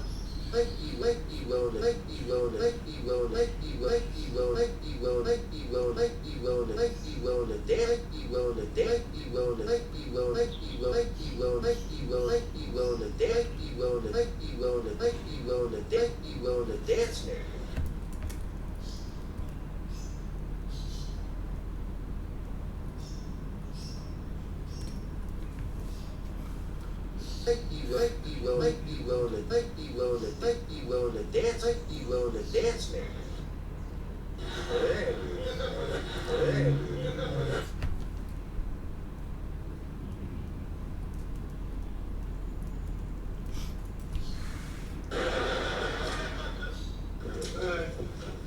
Hey, I'll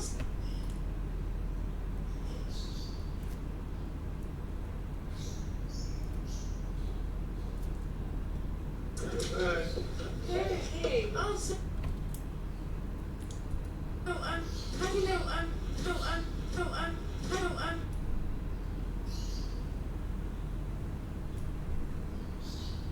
Also, how did you make out last night? Also, how did you make out last night?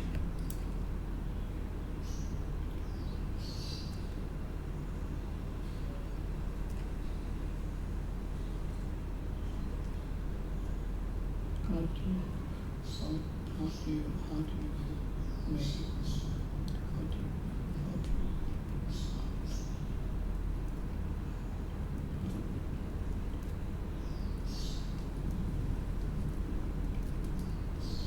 Also, how did you make out last night?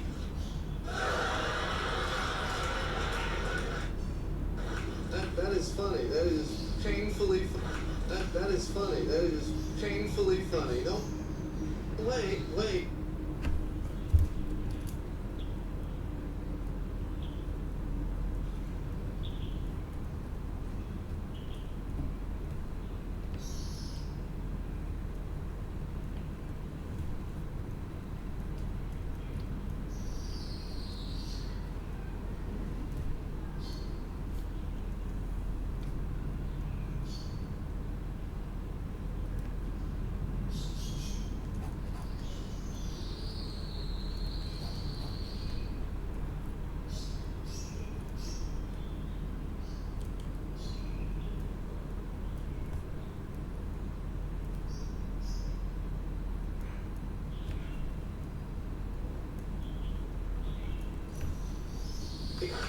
That is funny.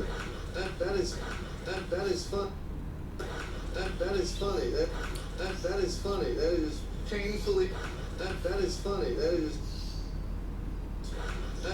funny. That is funny. That is painfully funny. That is funny. That is painfully funny. No, wait. time? Right. Yeah, that's just painful. Yeah, that's just painful. Yeah, that's just painful. No.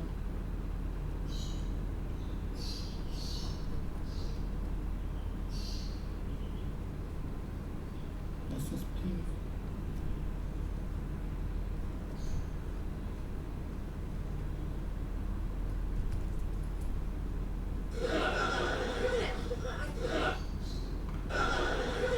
I thought last night was great. I thought last night was great.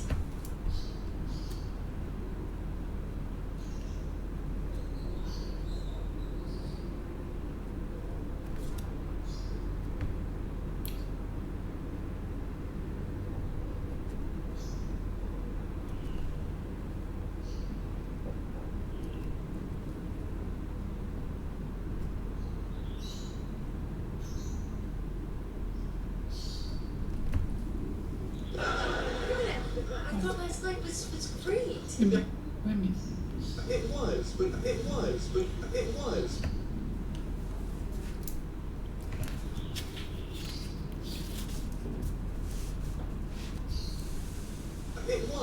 It was, but I get home, okay, and I see.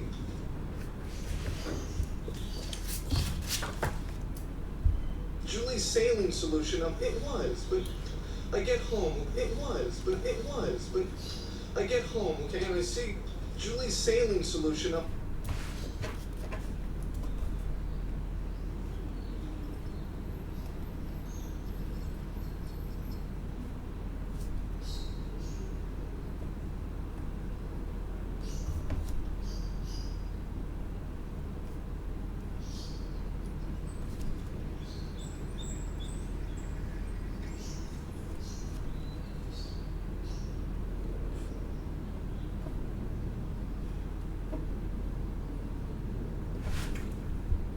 It was, but I get home, okay, and I see Julie's sailing, and I see Julie's, and I see, and I see, and I see, and I see, and I see Julie's sailing solution up, and I see Julie's, and I see Julie's sailing solution on my night, and I see Julie's sailing solution on my night table, and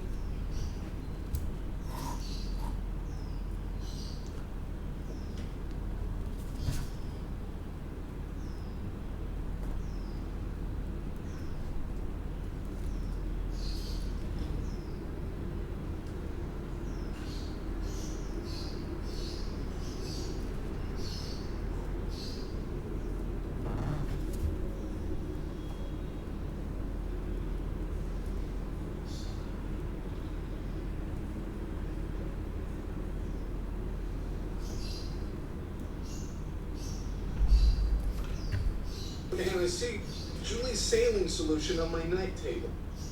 Well, I'm thinking myself, I'm thinking myself, I'm thinking myself, I'm thinking myself, I'm thinking myself, I'm thinking myself, I'm thinking myself, I'm thinking myself, I'm thinking myself, I'm thinking myself, I'm thinking myself. Oh my God! I'm thinking myself, I'm thinking myself, oh my God! What the hell am I doing?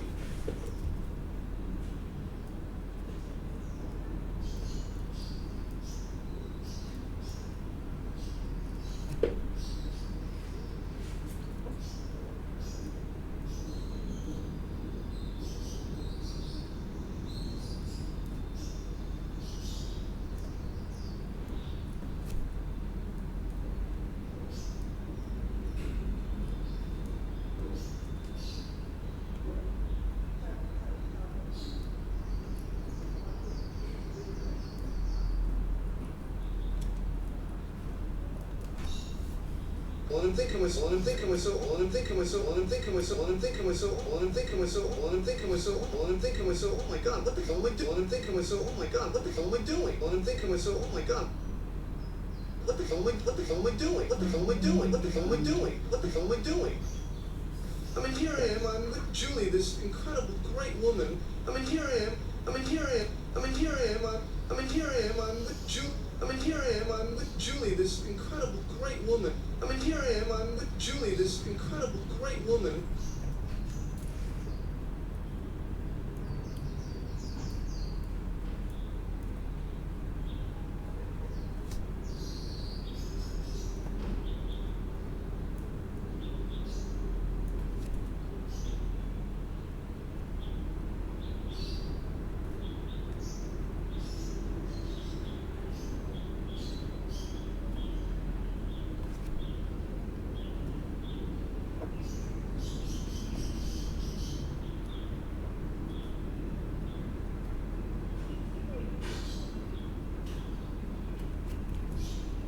I mean, here I am, I mean, here I am, I'm with Julie, this incredible, I mean, here I am, I'm with Julie, this incredible, great woman who I care about, and I mean, here I am, I'm with Julie, this incredible, great woman who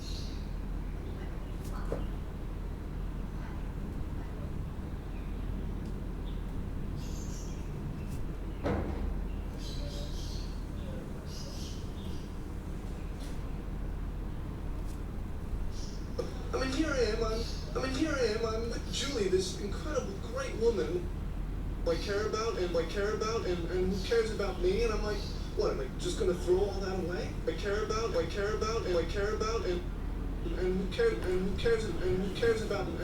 about me, and I'm like, and who cares about me, and I'm like, and who cares about me, and I'm like, and who cares about me, and I'm like, and who cares about me, and I'm like, what, am I just gonna throw, and who cares about me, and I'm like, what, am I just gonna throw all that away? And who cares about me, and I'm like, what, am I just gonna throw, and who cares about me, and I'm like, what, am I, and who cares about me, and I'm like, what, am I just gonna throw all that away?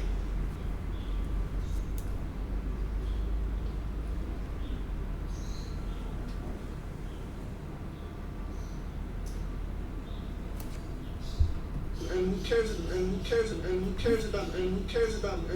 about me, and I'm like, what, am I, and who cares about me, and I'm like, what, am I just gonna throw all that away?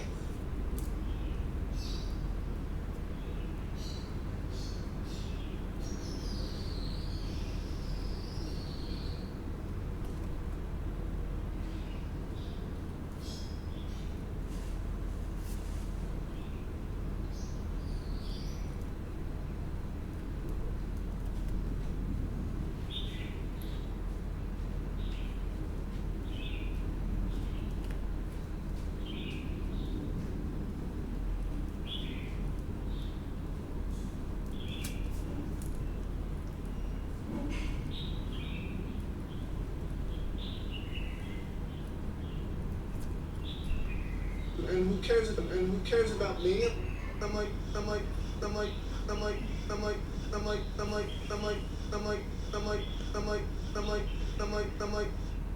I'm like, what am I just? I'm like, what am I? What am I? What am I just gonna throw all that? I'm like, what am I?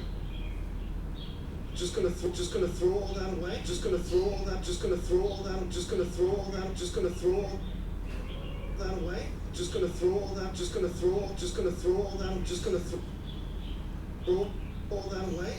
Just gonna throw all that away? Just gonna throw all that? Just gonna throw all that away? Just gonna throw all that away?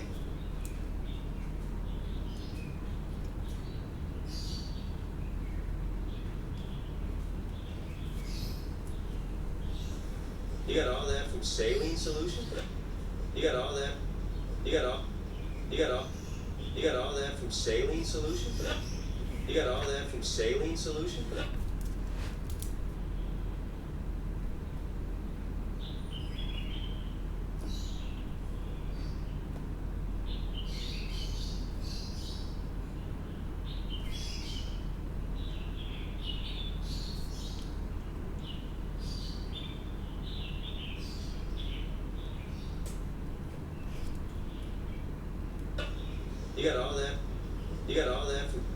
You got all that from saline solution?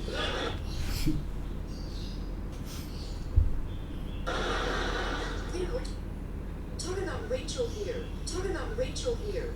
You and Rachel.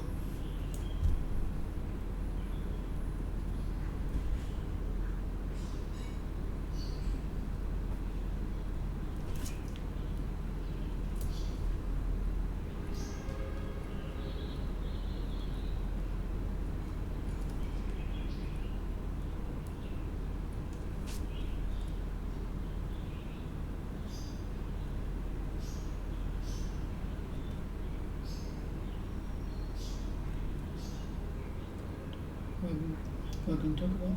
Women. Talking about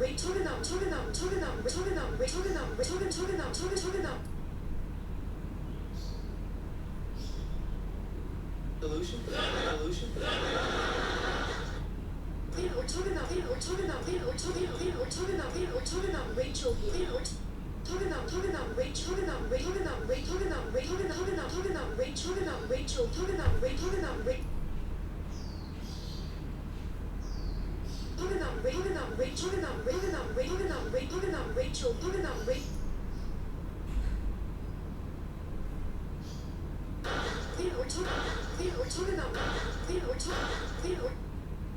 We're talking about Rachel here. We're talking about talking about Rachel here. You and Rachel. Oh, please.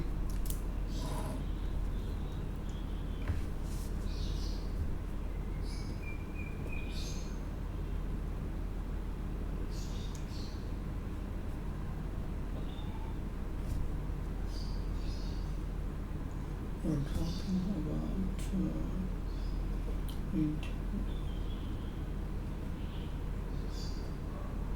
read and read.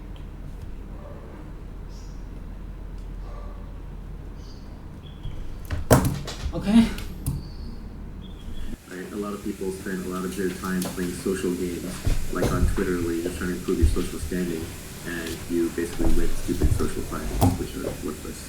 I guess the last thing that I have from this blog post is just the idea that by pursuing these kinds of luck, especially the last one, basically everything but dumb luck, by pursuing them, you essentially run out of unluck. So if you just keep stirring the pot and stirring the pot, that alone, you will run out of unluck. Yeah, or it could just be a reversion to the mean, right? So then you at least neutralize luck so that it's your own talents that come into play. Next, you go into more specific details on how you can actually get rich and how you can't get rich.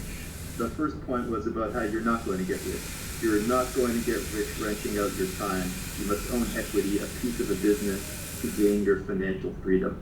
This is probably one of the absolute most important points. People seem to think that you can create wealth and make money through work, and it's probably not going to work. There are many reasons for that, but the most basic is just that your inputs are very closely tied to your output.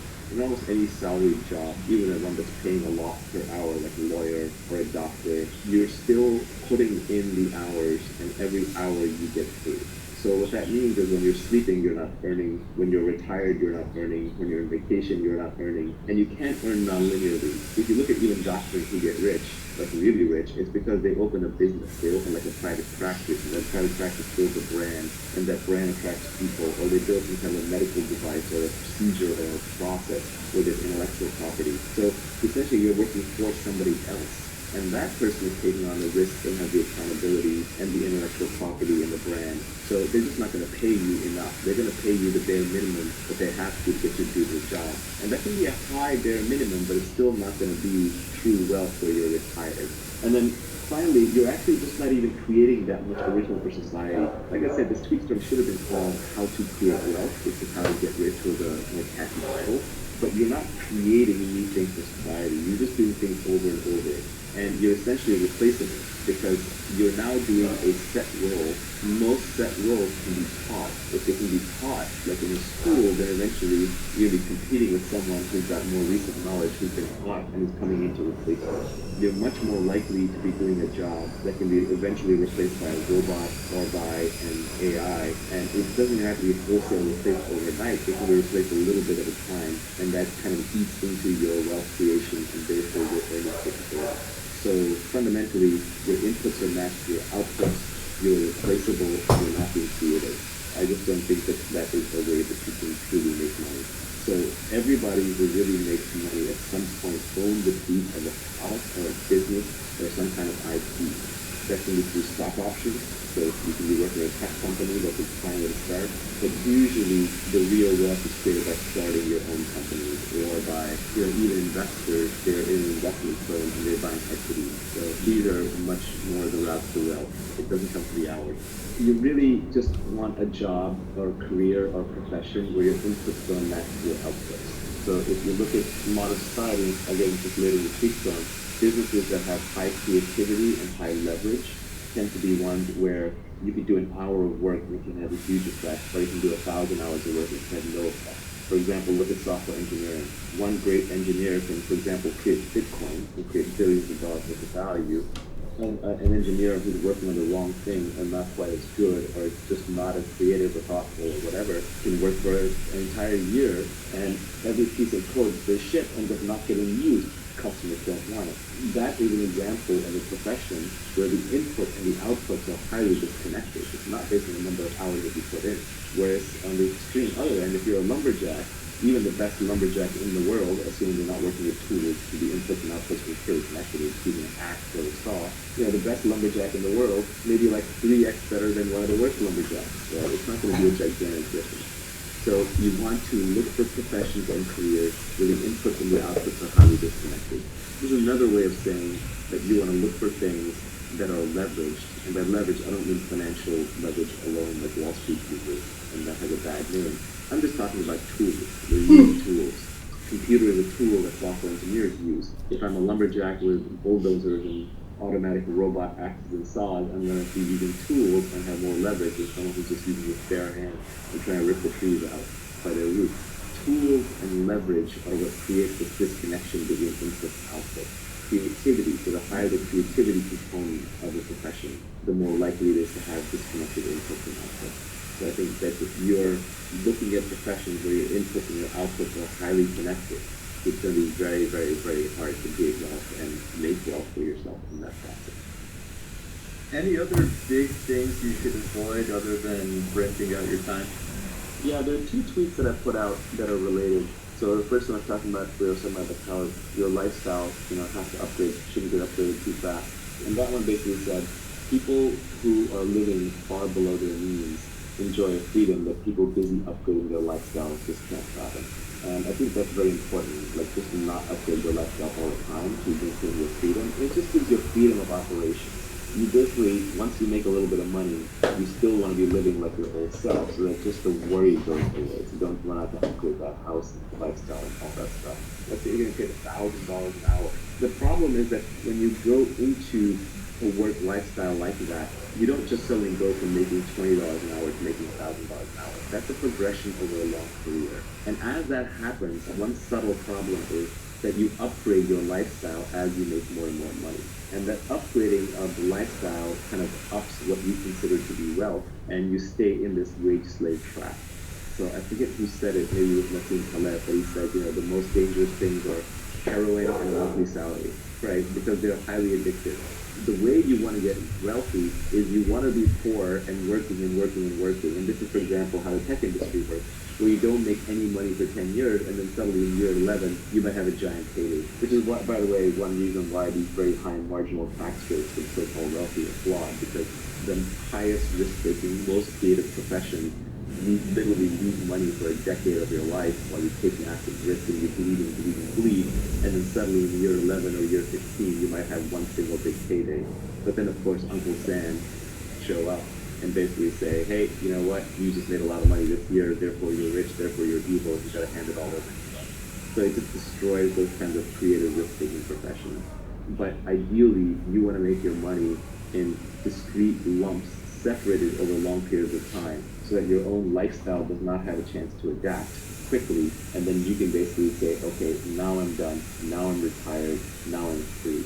I'm still going to work because you got to do something with your life, but I'm going to work on only the things that I want, when I want, and it's going to be much more creative expression and much less about money. You're not going to get rich renting out your time, but you say that you will get rich by giving society what it wants, but does not yet know how to get at scale.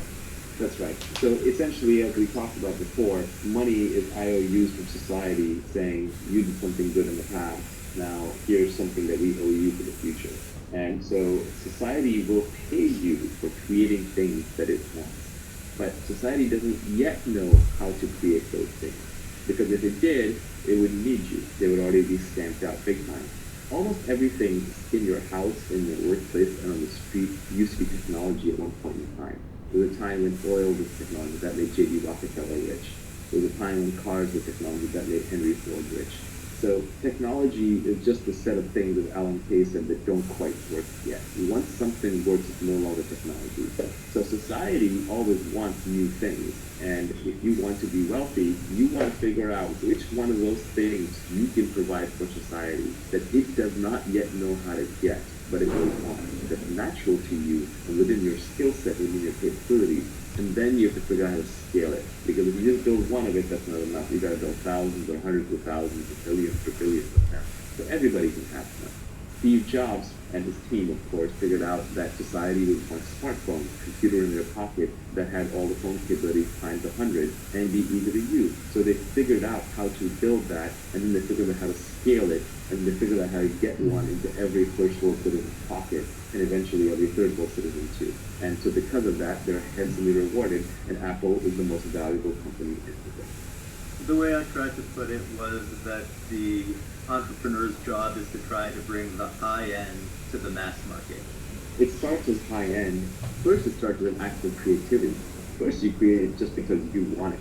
You want it, and you know how to build it, and you need it. And so you build it for yourself.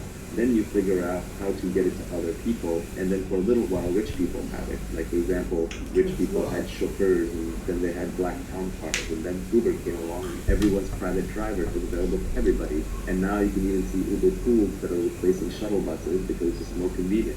And then you get scooters, which are even further down market of that. So you're right, it's about distributing what rich people used to have to everybody.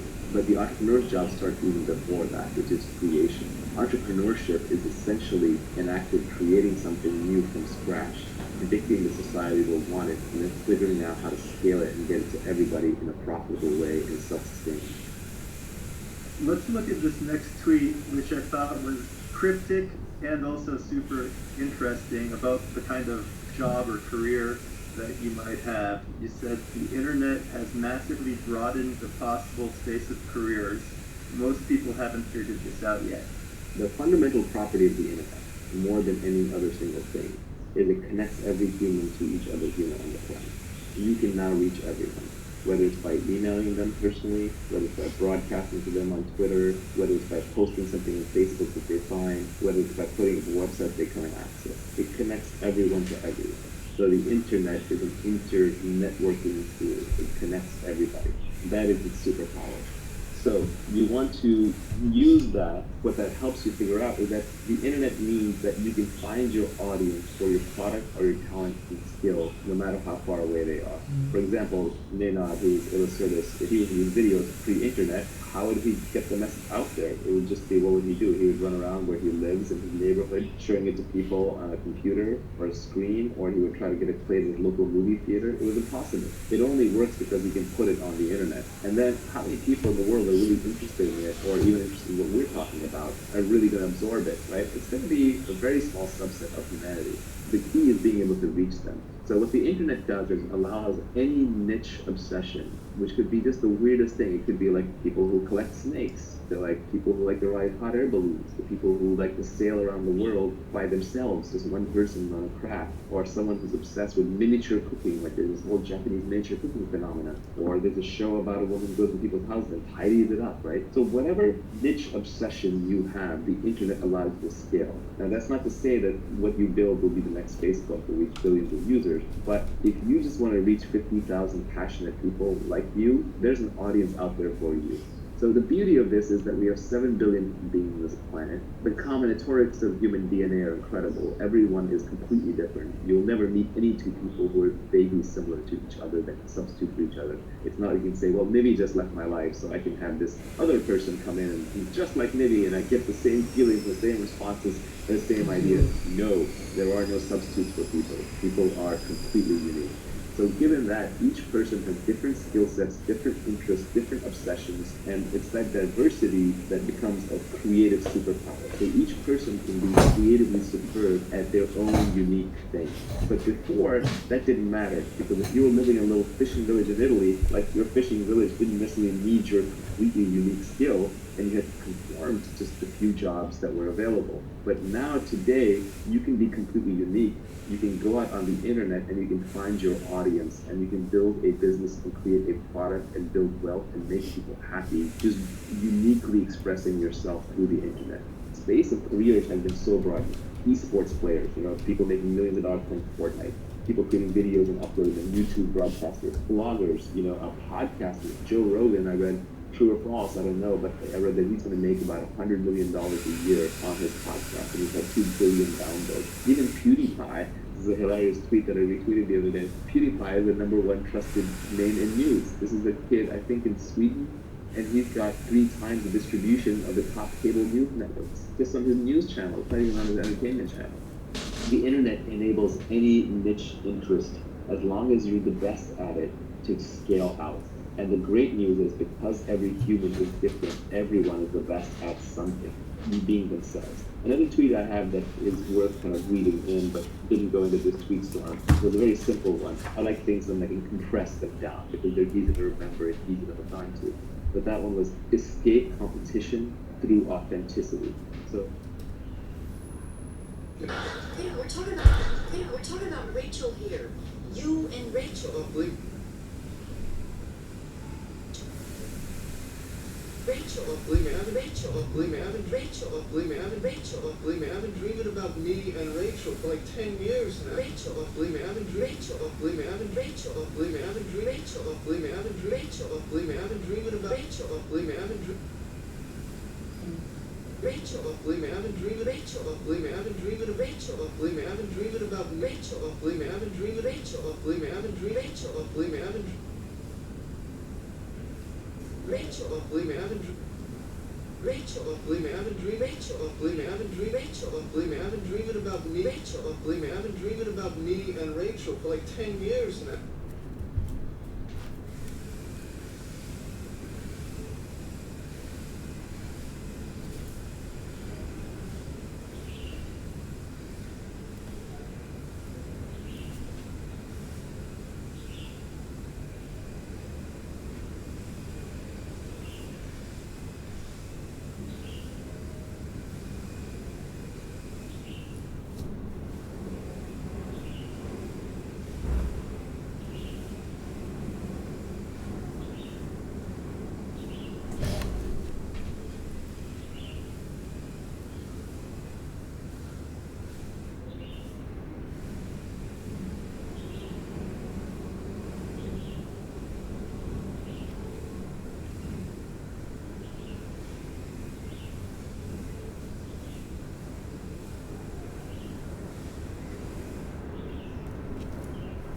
Rachel. Oh, believe me, I've Rachel. Oh, believe me, I've been dreaming believe me, I've been dreaming believe me, I've been believe me, I've been believe me, I've been believe me, I've been believe me, I've been believe me, I've been believe me, I've been believe me, I've been believe me, I've been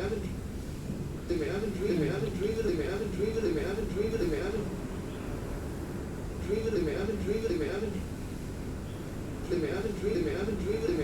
me, I've been dreaming believe me, I've been dreaming believe me, I've been dreaming believe me, I've been dreaming believe me, I've been believe me, I've been dreaming me, I've been dreaming believe me, I've been dreaming me, I've been dreaming me, I've been believe me, I've been believe me, I've been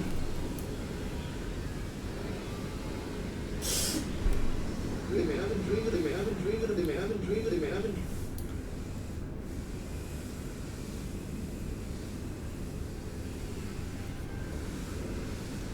I've been dreaming about me and Rachel for like 10 years now, but now I'm with Julie. You know, so it's like now I'm with Julie. Now I'm with Julie. You know, so it's like now I'm with Julie. You know, so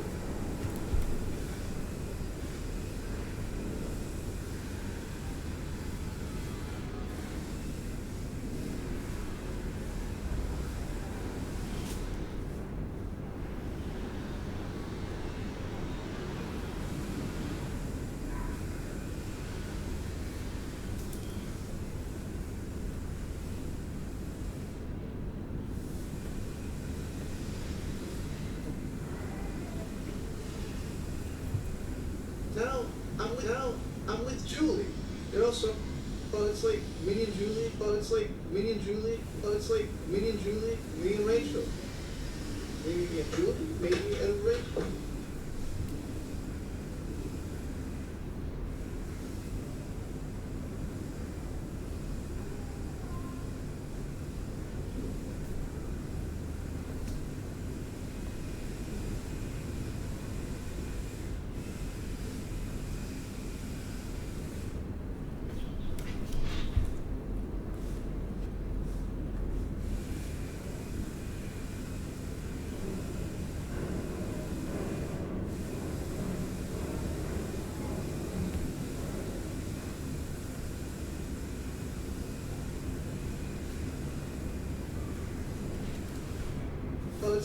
It's like me and Julie, me and Rachel. Me and Julie, me and Rachel. Rachel? Hey, you. How are you?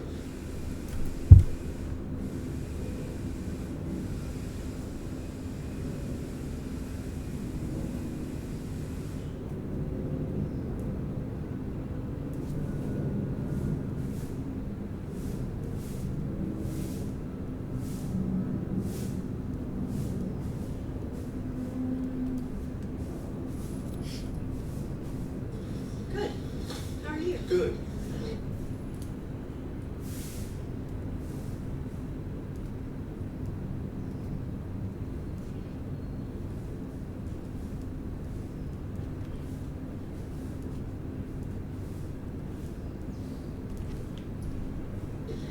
Hi, honey. Hi, Julie.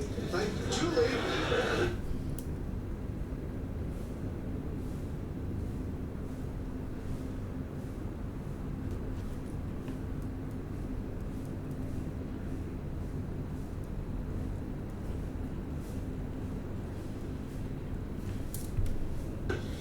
honey. Hi, Julie. Hi, Julie. Julie. How are you?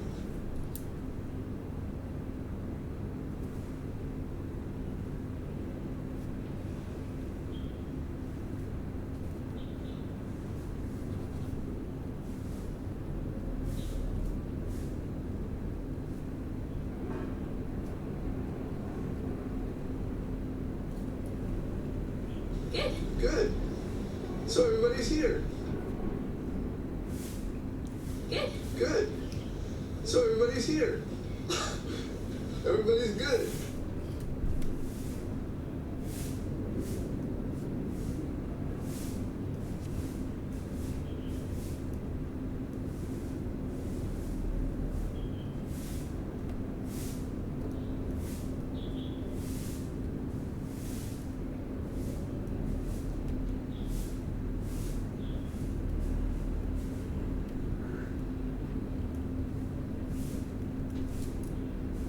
Good. Good. Good. Good. So everybody's here. Everybody's good.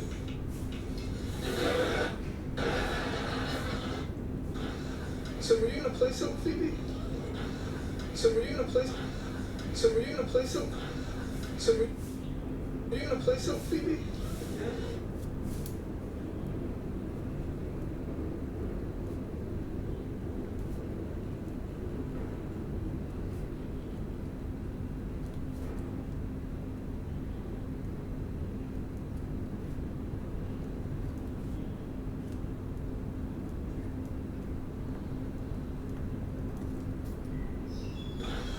So were you gonna play something, Phoebe?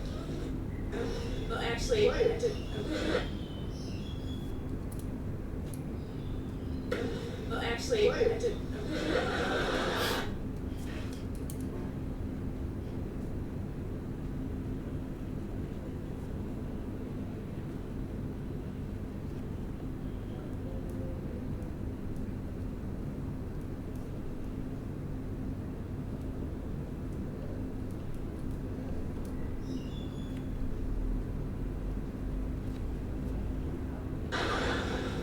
All right.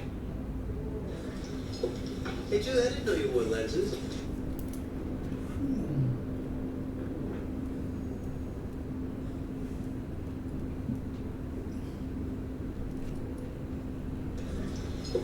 Hey, Julie, I didn't know you wore lenses. Hey, Julie, I didn't know you wore lenses. Julie, I didn't know you wore. Julie, I didn't know you. Julie, I didn't know you wore. Julie, I didn't know you wore. Julie, I didn't know you wore lenses. Julie, I didn't know you wore lenses. Julie, I didn't know you wore lenses. Julie, I didn't know you wore lenses. Julie, I didn't know you. Julie, I didn't know you wore. Julie, I didn't know you wore. Julie, I didn't know you wore. Julie, I didn't know you wore. Julie, I didn't know you wore. Julie, I didn't know you wore lenses. Julie, I didn't know you wore lenses.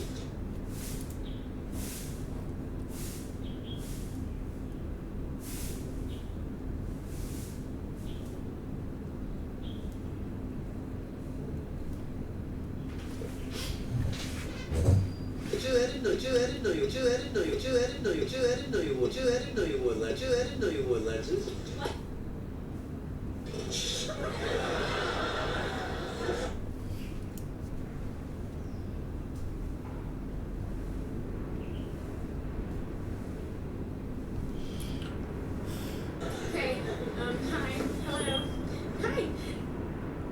Okay, hi, okay, hi, hello, hi.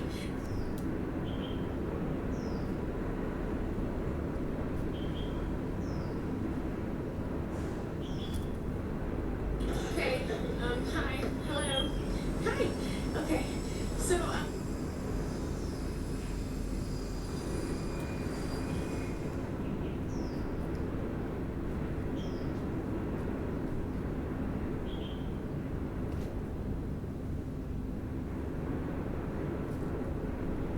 okay, hi, hello, hi. Okay, so,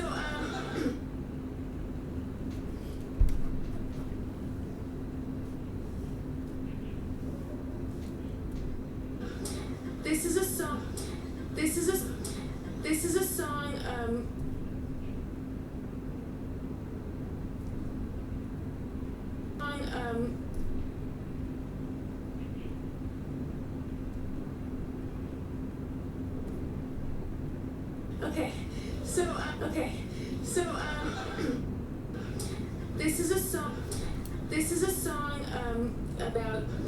this is a song, about a love triangle between three people that I made up.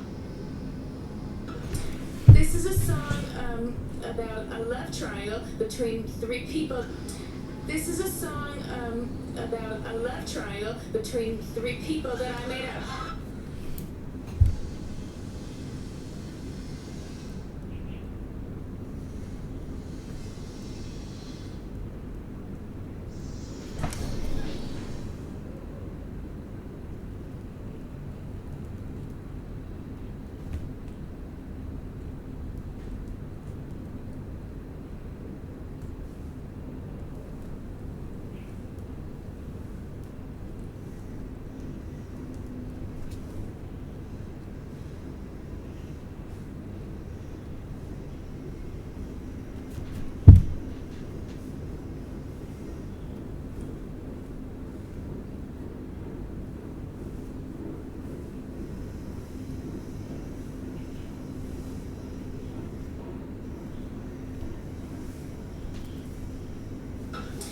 This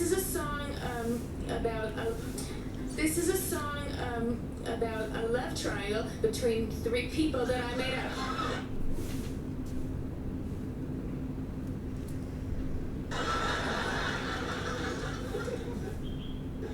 It's called Two of Them Kissed Last Night. It's called Two of Them Kissed. It's called Two of Them Kissed Last Night.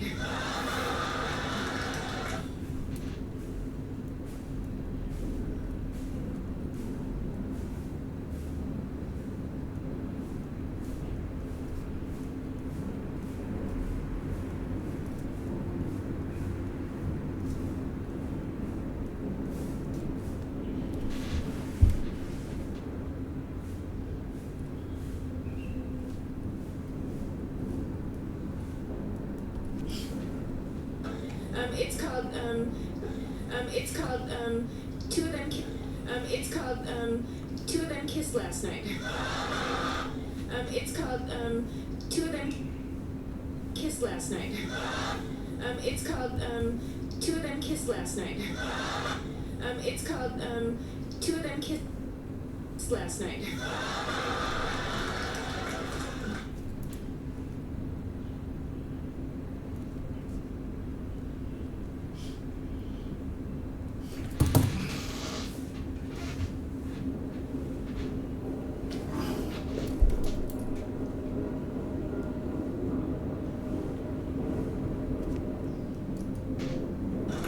There was a girl, we'll call her Betty.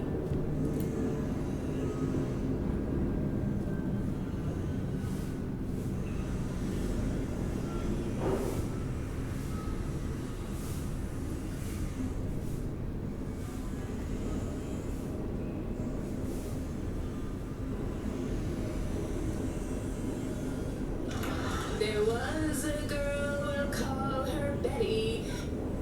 And a guy, let's call him Neil.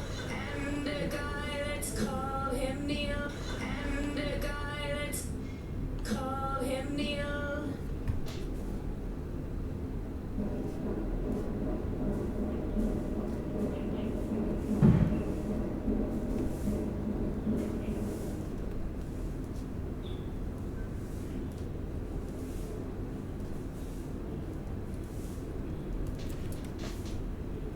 And a guy, let's call him Neil.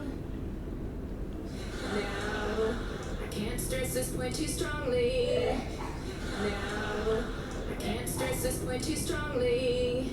Now, I can't stress this point too strongly. Now, I can't stress this point too strongly. Now, I can't stress this point too strongly. Now, I can't stress this point too strongly.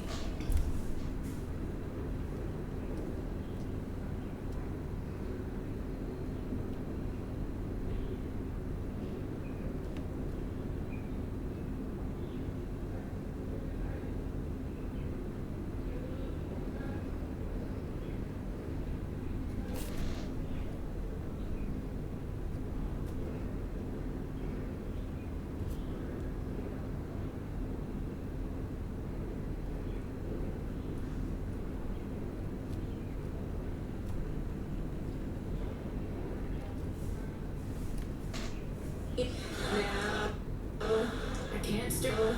I can't stress this. I can't stress. I can't stress this. I can't stress this point too. I can't stress this point too.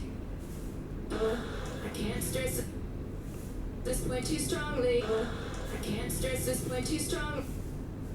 I can't stress this point too strongly. I can't stress this point too strongly.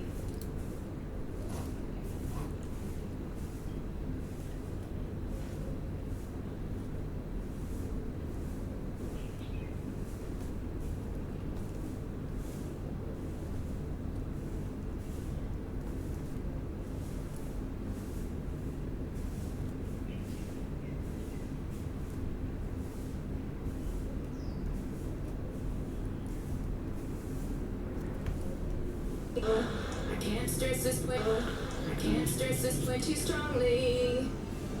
This story isn't real. This story isn't real. This story isn't real.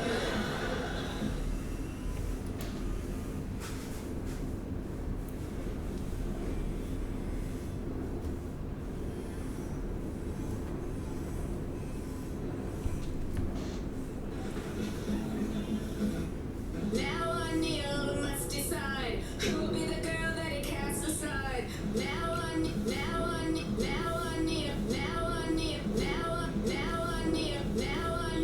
must decide.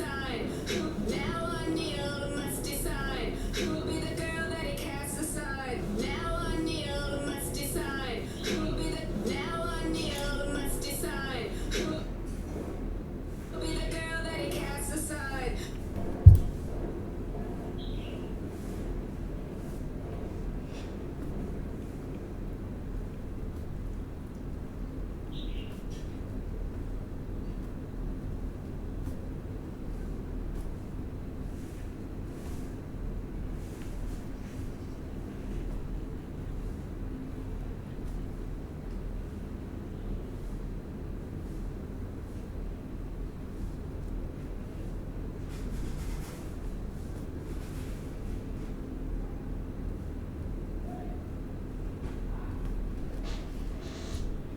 Now I Neil must decide who'll be the girl that he casts aside. Who'll be the girl that he who'll be the girl that he who'll be the girl that who'll be the girl that he casts who'll be the girl that he casts aside. Who'll be the girl that he casts aside.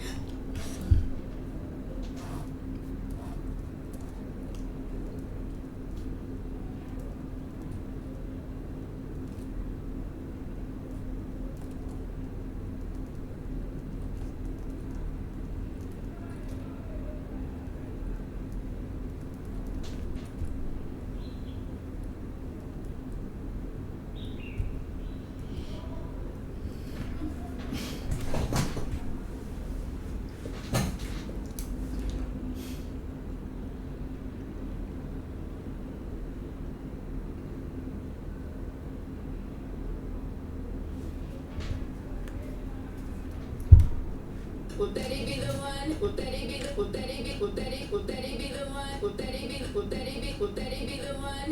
Will Betty be the one? Will Betty? Will Betty be the one? Will Betty be the one who he loves truly? Or will it be the one who will come Luke? Will Betty be the? Will Betty be the one who he loves truly? Will Betty be the one who he loves truly? Or will Betty be the one who he loves truly?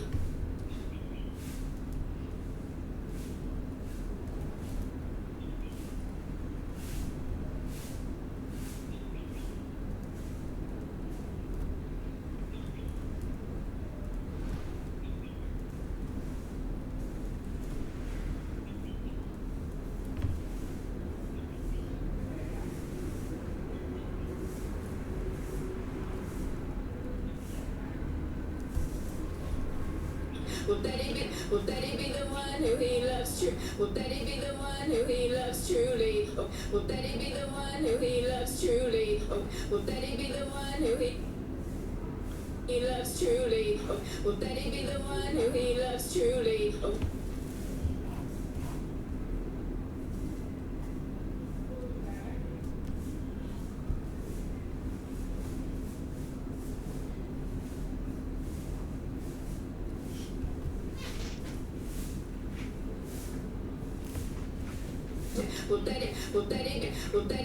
Will Betty be the one who he loves truly?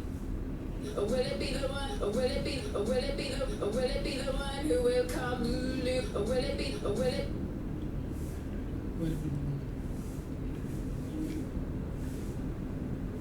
Or will it? Or will it be? Or will it be? Or will it be? Or will it?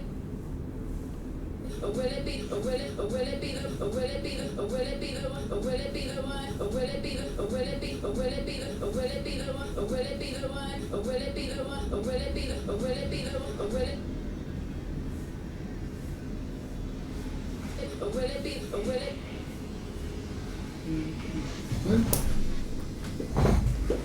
Or will it be? Or will it? Or will it?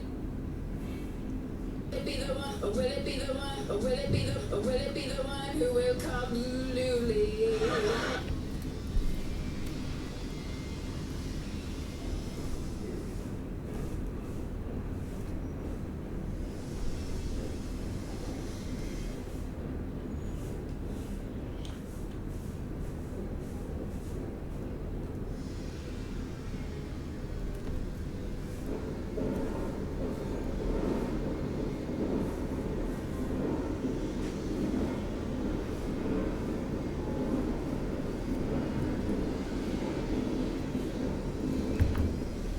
Or will it be? Or will it be the one who will come? Or will it be the one? Or will it be the? Or will it be? Or will it be the one? Or will it be? Or will it be the? Or will it be? Or will it be? Or will it be? Or will it be the one who will come newly? Or will it be the one who will come newly?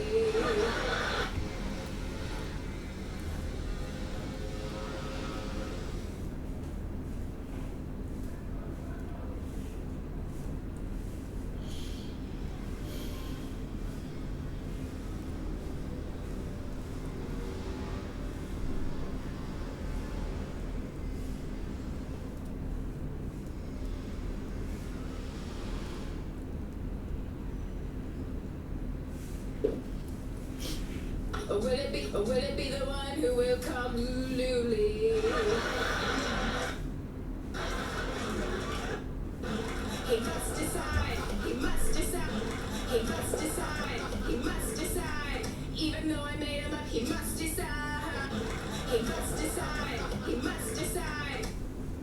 Even though I made him up, he must decide. Even though I made, even though I made him up, even though I made him up, even though I made him up, he must, even though I made him up, he must, even though I made him, even though I made him up, he must, even though I made him up, even though I made him up, he must decide.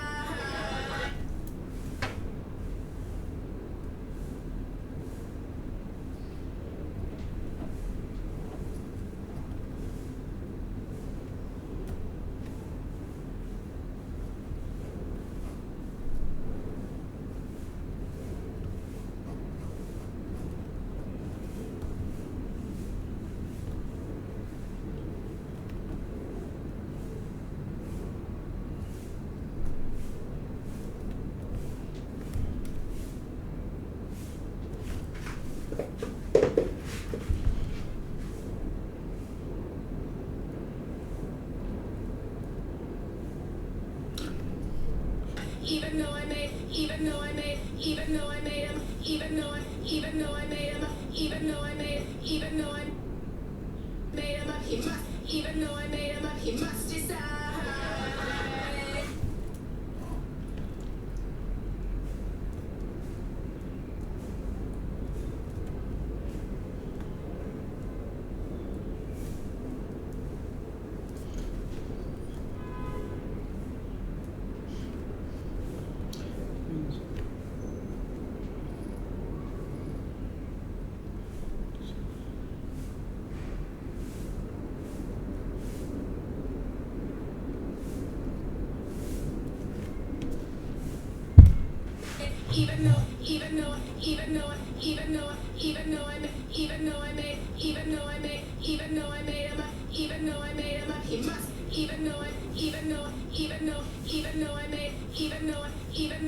Even though I made him up, he must, even though I made him, up, he must decide, even though I made him up, he must decide.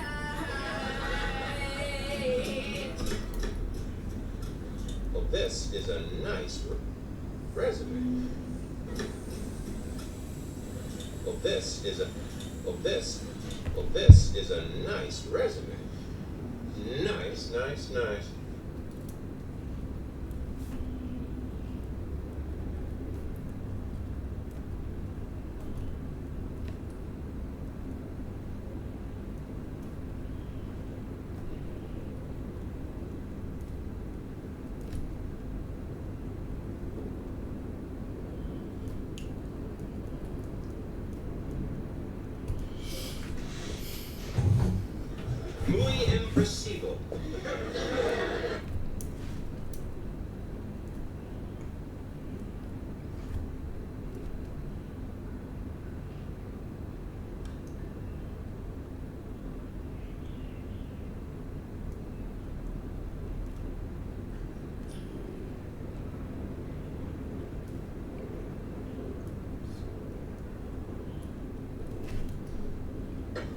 Muy impresivo. Muy impresivo.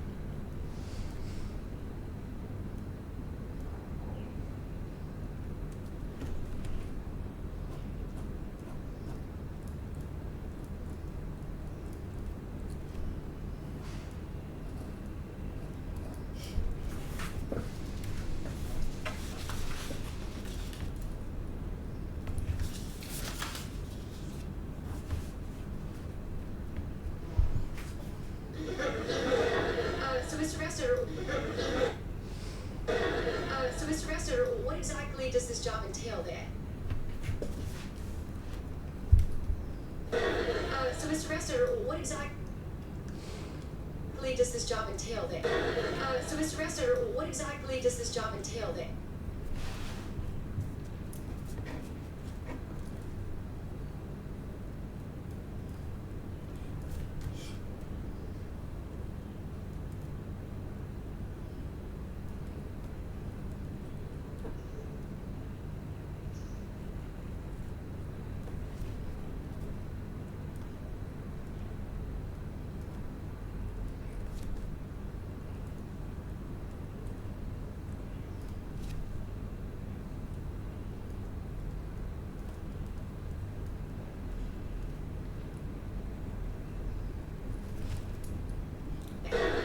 So, Mr. Rester, what exactly? So, Mr. Rester, what exactly does this job entail? So, Mr. Rester, what exactly does this job entail then? So, Mr. Rester, what exactly does this job entail then?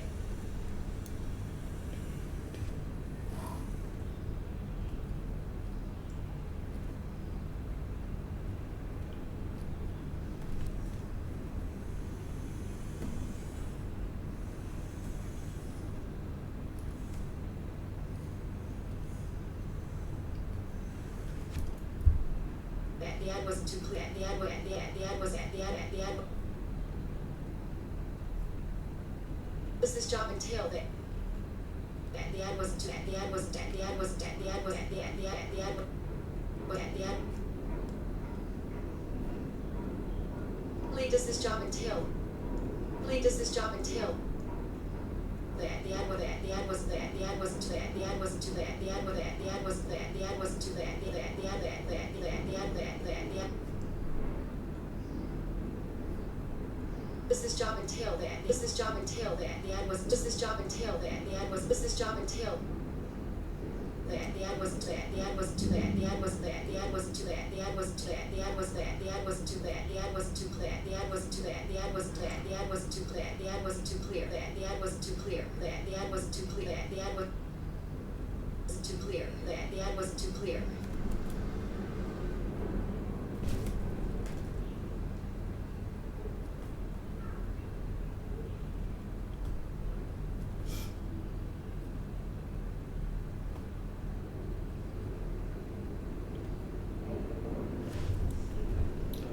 The ad wasn't there. The ad was there. The ad wasn't too clear. The ad wasn't too clear.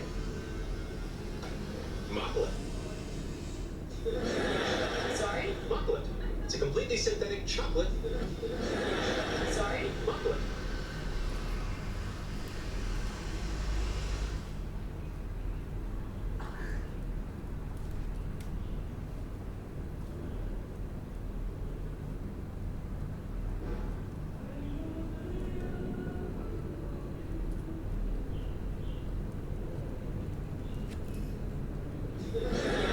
Sorry? Mocklet.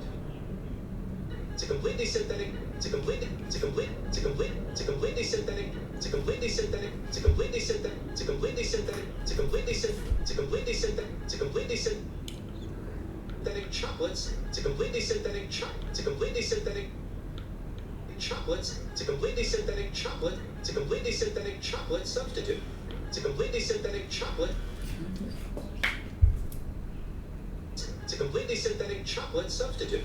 It's a completely synthetic chocolate substitute. It's a completely synthetic chocolate. It's a completely synthetic. It's a completely synthetic. It's a completely synthetic. It's a completely synthetic. It's a completely synthetic. Synthetic.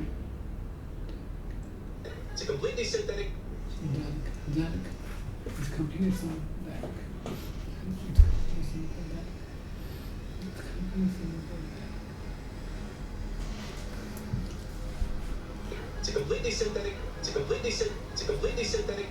It's a completely synthetic. It's a completely synthetic. It's a completely synthetic. It's a completely synthetic. It's a completely synthetic chocolate substitute.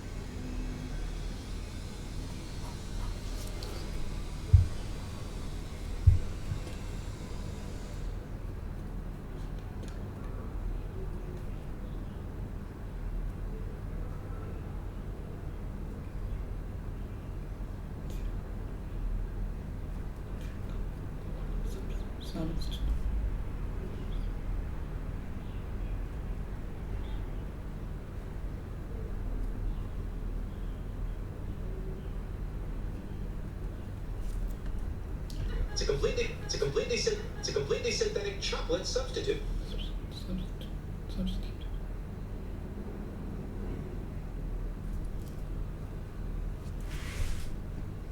It's a completely synthetic chocolate substitute. Ooh. Try these. Ooh. Try these.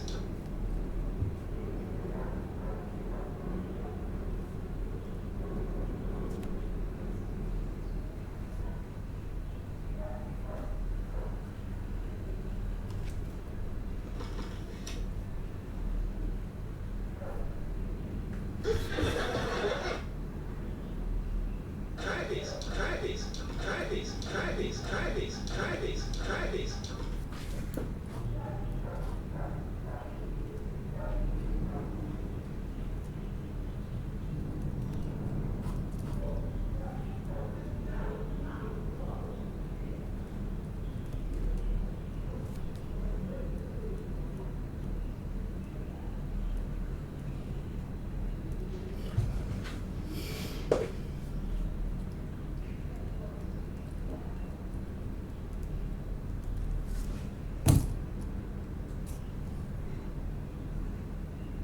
Basically, when you're competing with people, it's because you're copying them. It's because you're trying to do the same thing. But every human is different. Don't copy. I know we're mimetic creatures, and Rene Girard has a whole mimesis theory, but it's much easier than that. Don't imitate. Don't copy. Just do your own thing. No one can compete with you on being you. It's that simple. And so the more authentic you are with who you are and what you love to do, the less competition you're going to have. So you can escape competition through authenticity when you realize that no one can compete with you on being you. And normally that would have been useless advice pre-internet. Post-internet, you can turn that into a career. Talk a little bit about what industries you should think about working in, what kind of job you should have, and who you might want to work with. So you said one should pick an industry where you can play long-term games with long-term people. Why? Yeah, this is an insight into what makes Silicon Valley work and what makes high-trust society work.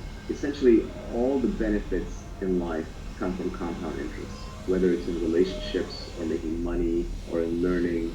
So compound interest is a marvelous force where it's like, you start out with 1x what you have, and then if you increase 20% a year for 30 years, it's not that you got 30 years times 20% added on, it was compounding, so it just grew until you suddenly got a massive amount of whatever it is, whether it's goodwill or love or relationships or money. So I think compound interest is a very important source. You have to go play a long-term game. And long-term games are good not just for compound interest, they're also good for trust. If you look at prisoner's dilemma type games, the solution to prisoner's dilemma is tit for tat, which is I'm just going to do to you what you did last time to me with some forgiveness in case there was a mistake made. But that only works in an iterated prisoner's dilemma. In other words, we play the game multiple times. So if you're in a situation, like for example, you're in Silicon Valley, where people are doing business with each other and they know each other, they trust each other, then they do right by each other because they know this person will be around for the next game. Now, of course, that doesn't always work because you can make so much money in one move in Silicon Valley. Sometimes people betray each other because they're just like, I'm going to get rich enough off this that I don't care. So there can be exceptions to all these circumstances. But essentially, if you want to be successful, you have to work with other people, and you have to figure out who can you trust, and who can you trust over a long, long period of time, that you can just keep playing the game with them, so that compound interest and high trust will make it easier to play the game and will let you collect the major rewards, which are usually at the end of the cycle. So for example, Warren Buffett has done really well as an investor in the US stock market, but the biggest reason he could do that was because the US stock market has been stable and around and didn't get, for example, seized by the government during a bad administration, or the US didn't plunge into some war, the underlying platform didn't get destroyed. So in his case, he was playing a long-term game, and the trust came from the US stock market stability. In Silicon Valley, the trust comes from the network of people in the small geographic area that you figure out over time who you can work with and who you can't. If you keep switching locations, you keep switching groups. Let's say you started out in the woodworking industry and you built up a network there and you're working hard, you're trying to build a product in the woodworking industry. And then suddenly another industry comes along that's adjacent but different, but you don't really know anybody in it and you want to dive in and make money there. If you keep hopping from industry to, no, actually I need to open a line of electric car stations for electric car refueling. That might make sense, it might be the best opportunity, but every time you reset, every time you wander out of where you built your network, you're going to be starting from scratch. You're not going to know who to trust. They're not going to trust you. There are also industries in which people are transient by definition. They're always kind of coming in and going out.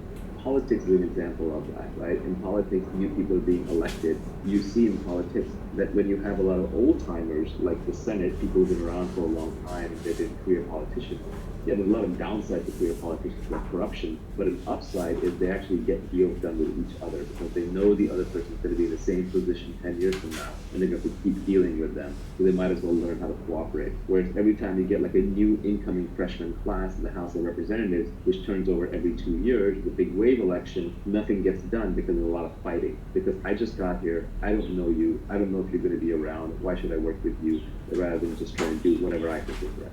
So it's important to pick an industry where you can play long-term games and with long-term people. So those people have to signal that they're going to be around for a long time, that they're ethical, and their ethics are visible through their action. In a long-term game, it seems that everybody is making each other rich, and in a short-term game, it seems like everybody's making themselves rich. I think that is a brilliant formulation. Yeah, in a long-term game, it's positive sum. We're all baking the pie together. We're trying to make it as big as possible. in a short-term game, we're cutting up the pie. Now, this is not to excuse the socialists, right? The socialists were people who are not involved in baking the pie, who show up at the end and say, I want a slice or I want the whole pie. They show up with the guns. But I think a good leader doesn't take credit. A good leader basically tries to inspire people so the team gets the job done. And then things get divided up according to fairness and who contributed how much as close to as possible and took risk as opposed to just whoever has the longest knife, the sharpest knife. So these next two tweets are play iterated games. All returns in life, whether in wealth, relationships, or knowledge, come from compound interest.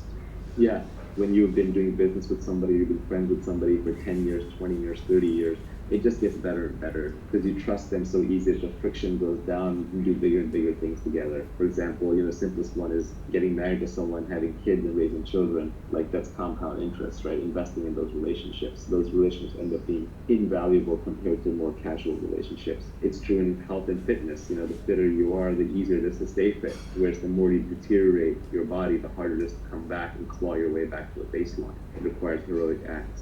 Regarding compound interest, I think I saw you retweet something a while back. Maybe it was from Ed Lattimore. It was something along the lines of get some traction, get purchase, and don't lose it.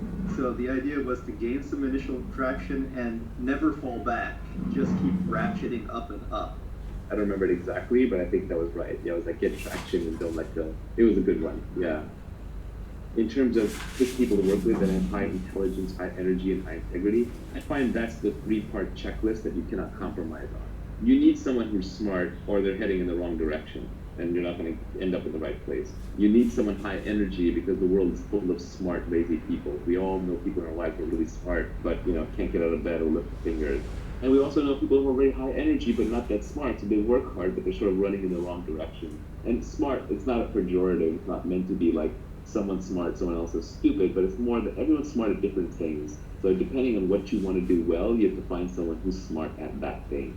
And then energy, a lot of times people are unmotivated for a specific thing, but they're not motivated for other things. So for example, someone might be really unmotivated to go to a job and sit in an office, but they might be really motivated to go paint, right? Well, in that case, they should be a painter. They should be putting art up on the internet, trying to figure out how to build a career out of that, rather than wearing a collar around their neck and going to a dreary job. And then high integrity is the most important, because otherwise, if you got the other two, what you have is you have a smart and hardworking crook who's eventually going to cheat you. So you have to figure out the person's high integrity, and as we talked about, the way you do that is through signals, and signals is what they do, not what they say. It's all the nonverbal stuff that people do when they think nobody's looking. With respect to the energy, there was this interesting thing from Sam Altman a while back where he was talking about delegation, and he was saying one of the important things for delegation is delegate to people who are actually good at the thing that you want them to do. It's the most obvious thing, but it seems like you want to partner with people who are naturally going to do the things that you want them to do. Yeah, I always don't start a company or hire a person or work with somebody if I just don't think they're into what I want them to do. When I was younger, I used to try and talk people into things, or this idea that you can sell someone into doing something, but you can't. You can't keep them motivated. You can get them inspired initially. It might work if you're a king like Henry V and you're trying to get them to lose charge of the battle, and then they'll figure it out. But if you're trying to keep someone motivated for the long term, that motivation has to come intrinsically. You can't just create it, nor can you be the crutch for them if they don't have that intrinsic motivation. So you have to make sure people actually are high energy and want to do what you want them to do or what you want to work with them. Reading signals is very, very important. Signals are what people do despite what they say. So it's important to pay attention to subtle signals. We all know this socially. If someone treats a waiter or waitress in a restaurant really badly, then it's only a matter of time until they treat you badly. If somebody screws over an enemy and is vindictive towards them, well, it's only a matter of time before they redefine you from friend to enemy and you feel their wrath. So angry, outraged, vindictive, short-term thinking people are essentially that way in many interactions in your life. People are oddly consistent. It's one of the things you learn about them. So you want to find long-term people. You want to find people who seem irrationally ethical. For example, I had one friend of mine whose company I invested in, and the company failed, and he could have wiped out all the investors. But he kept putting more and more personal money in. Through 3 different pivots, he put personal money in until the company finally succeeded. And in the process, he never wiped out the investors. And I was always grateful to him for that. I said, like, wow, that's amazing that, you were so good to your investors. You didn't wipe them out. And he got offended by that. He said, I didn't do it for you. I didn't do it for my investors. I did it for me. It's my own self-esteem. It's what I care about. That's how I live my life. That's the kind of person you want to work with. Another quote that I like, I have a tweet on this. I think I read this somewhere else recently, so I'm not taking credit for this, but I'm going to modify it a little bit, which is that self-esteem is a reputation that you have with yourself.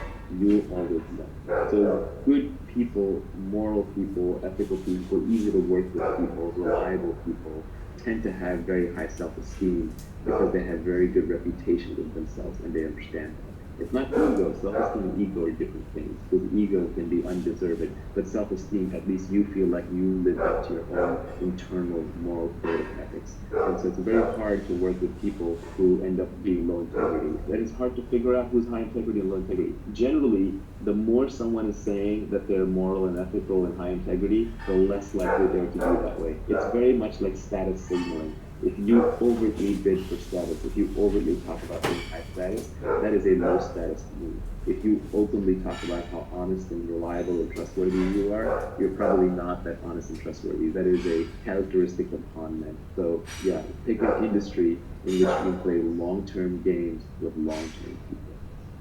Let's do this last tweet. You said, don't partner with cynics and pessimists. Their beliefs are self-fulfilling. Yeah, essentially, to create things, you have to be a rational optimist. Rational in the sense that you have to see the world for what it really is, and yet you have to be optimistic about your own capabilities and your ability to get things done. We all know people who are consistently pessimistic, who will shoot down everything. Everyone in their life has like the helpful, critical guy, right? He thinks he's being helpful, but he's actually being critical, and he's a downer on everything. That person will not only never do anything great in their lives, they'll prevent other people around them from doing something great. They think their job is to shoot holes in things. And it's okay to shoot holes in things as long as you come up with a solution. There's also the classic like military line, either lead, follow, or get out of the way. And these people want a fourth option where they don't want to lead, they don't want to follow, but they don't want to get out of the way. They want to tell you why the thing's not going to work. And all the really successful people I know have a very strong action bias. They just do things. The easiest way to figure out if something's viable or not is by doing it. At least do the first step and the second step and the third and then decide.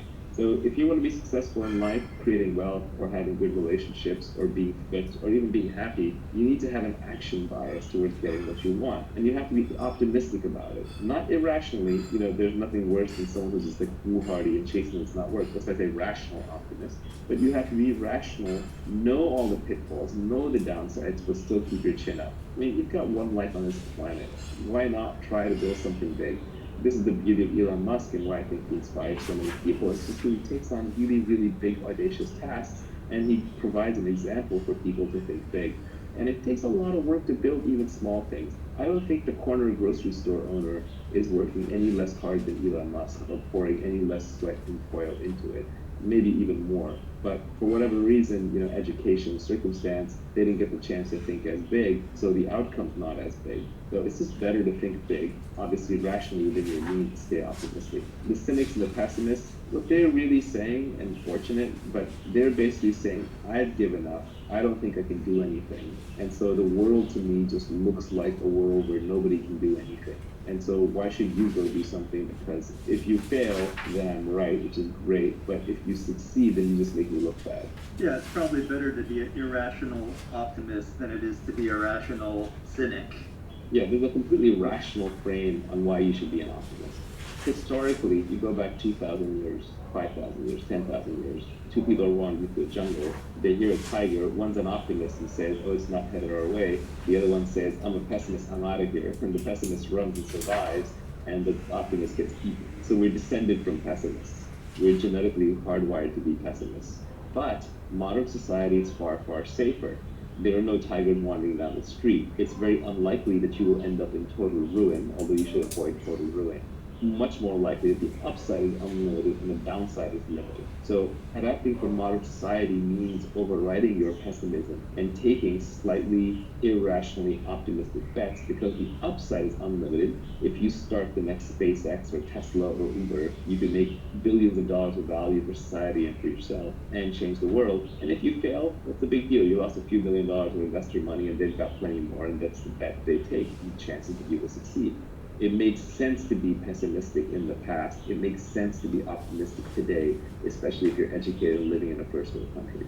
Even a third world country. I actually think the economic opportunities in third world countries are much larger. The one thing you have to avoid is the risk of ruin. Ruin means stay out of jail, so don't do anything that's illegal, never wear to wear an orange jumpsuit, and stay out of total catastrophic loss. That could mean that you stay out of things that could be physically dangerous, or your body, you think about your health, and stay out of things that can cause you to lose all of your capital, all of your savings. So don't gamble everything on yourself.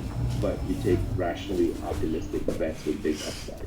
I think there's people that will try and build up your ideas and build on your ideas, no matter how far-fetched they might seem, and then there are people who will list out all the obvious exceptions, no matter how obvious they are. And fortunately, in the startup world, I don't even really get exposed to the people that are giving you the obvious exceptions and all the reasons it's not going to work. I barely get exposed to that anymore. That's what Twitter is for. Scott Adams got so annoyed by this, he came with the phrase, an acronym, which is, but of course there are obvious exceptions, BOCTAOE, and he used to pin that acronym at the end of his articles for a while. But Twitter is just overrun with nitpickers.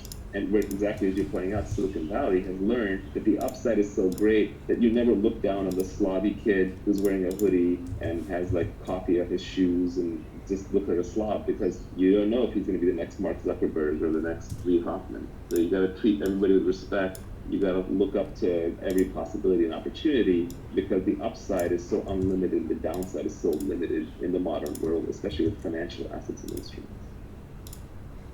Do you want to talk a little bit about the skills that you need, in particular specific knowledge, accountability, leverage, and judgment? So the first tweet in this area is arm yourself with specific knowledge, accountability, and leverage. And I'll throw in judgment as well. I don't think you covered that in that particular tweet. If you want to make money, you have to get paid at scale. And why you, that's accountability.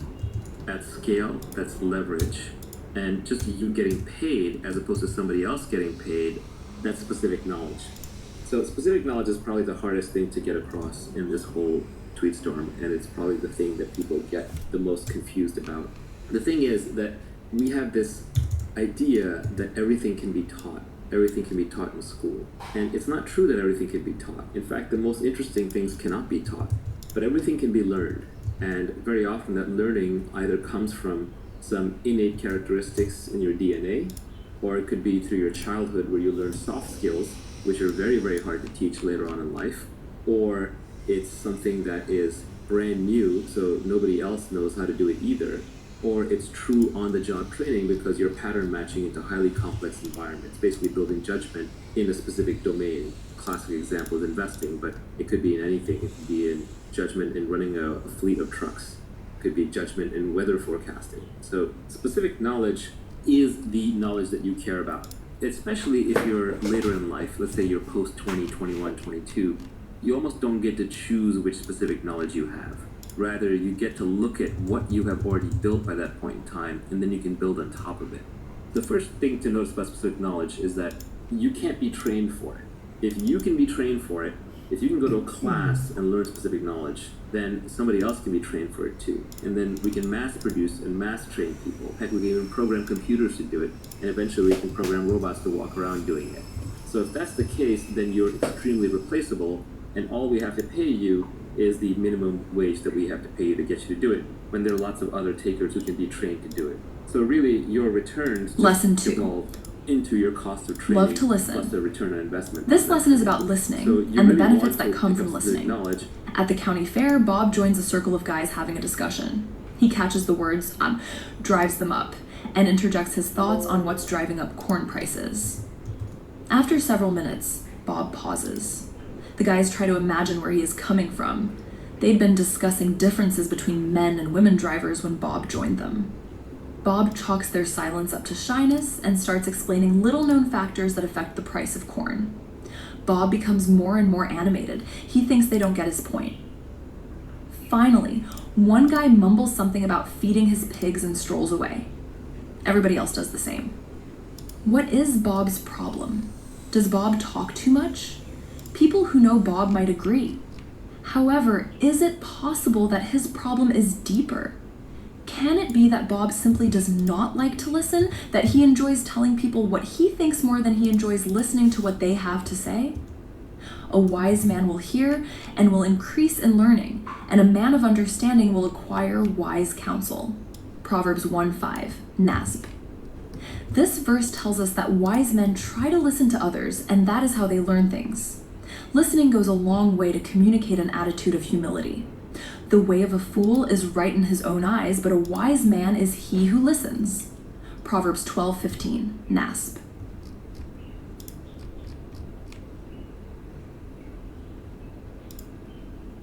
You need your schooling, you need your training to be able to capitalize on the best specific knowledge, but the part of it that you get paid for is the specific knowledge. For example, someone who goes and gets a degree in psychology and then becomes a salesperson. Well, if they were already a formidable salesperson and had great salesmanship to begin with, then the psychology degree is leverage. It arms them and they do much better at sales. But if they were always an introvert, never very good at sales, and they're trying to use psychology to learn sales, they're just not going to get that great at it. Specific knowledge is found much more by pursuing your innate talents, your genuine curiosity, and your passion. It's not by going to school for whatever is the hottest job.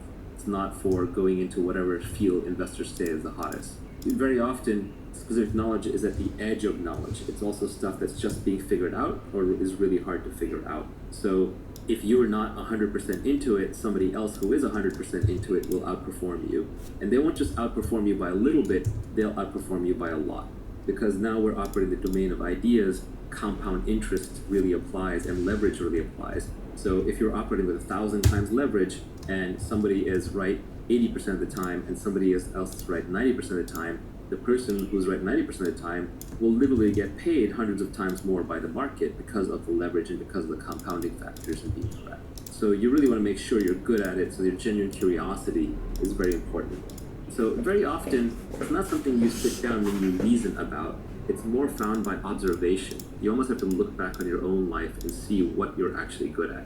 For example, I wanted to be a scientist, and that is where a lot of my moral hierarchy comes from. I view scientists sort of at the top of the production chain for humanity, and the group of scientists who have made real breakthroughs and contributions have probably added more to human society, I think, than any single other class of human beings. Not to take away anything from art or politics or engineering or business, but without the science, we'd still be scrabbling in the dirt, fighting with sticks and trying to start fires.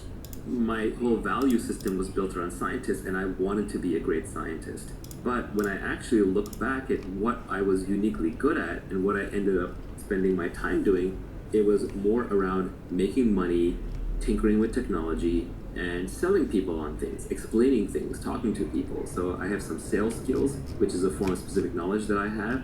I have some analytical skills around how to make money, and I have this ability to absorb data, obsess about it, and break it down, and that is a specific skill that I have. I also just love tinkering with technology, and all of this stuff feels like play to me, but it looks like work to others. So there are other people to whom these things would be hard. They say like, well, how do I get good at being pithy and selling ideas? Well, if you're not already good at it, or if you're not really into it, maybe it's not your thing. Focus on the thing that you are really into. This is ironic, but the first person to actually point out my real specific knowledge was my mother. And she did it as an aside, talking from the kitchen, and she said it when I was like 15 or 16 years old. I was telling a friend of mine that I wanted to be an astrophysicist, and she said, no, you're going to go into business. And I was like, what?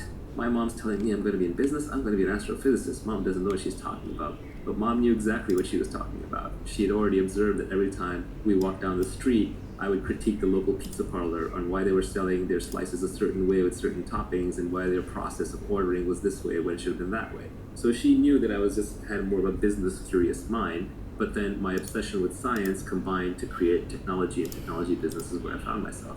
So very often, Your specific knowledge is observed and often observed by other people who know you well and revealed in situations rather than something that you come up with. To the extent that specific knowledge is taught, it's on the job, it's through apprenticeships, and that's why the best businesses, the best careers are the apprenticeship careers, because those are things that society still has not figured out how to train and automate yet.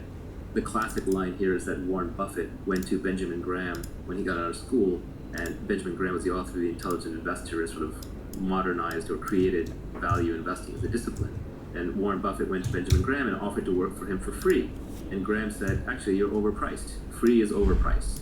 And Graham was absolutely right, that when it comes to a very valuable apprenticeship, like the type that Graham was going to give Buffett, Buffett should have been paying him a lot of money. And that right there tells you that those are skills worth knowing. Specific knowledge also tends to be technical and creative. So on the bleeding edge of technology, on the bleeding edge of art, on the bleeding edge of communication. Even today, for example, there are probably meme lords out there on the internet who can create incredible memes that will spread the idea to millions of people, or are very persuasive. Like, for example, Scott Adams is a good example of this. He's essentially becoming one of the most credible people in the world by making accurate predictions through. In the following examples, A, showing that they love to listen. A person who loves to listen is another ingredient in an inquiring mind. Exercises are the people in the following examples. A. Exercises are the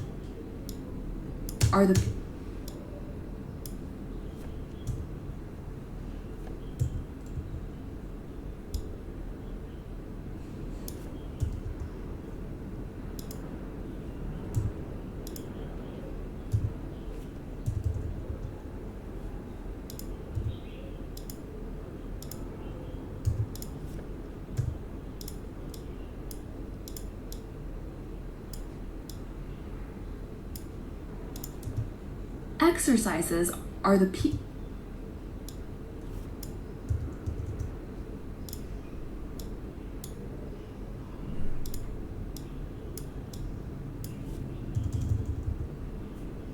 in an inquiring mind. Exercises are the people in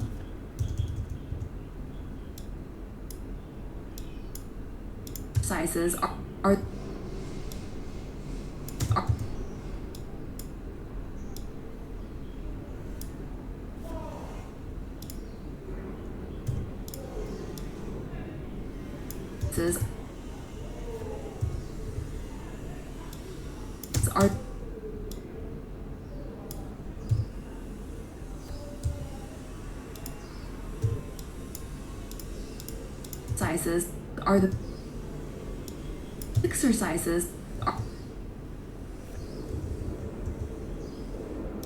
in an inquiring mind. Exercises are the people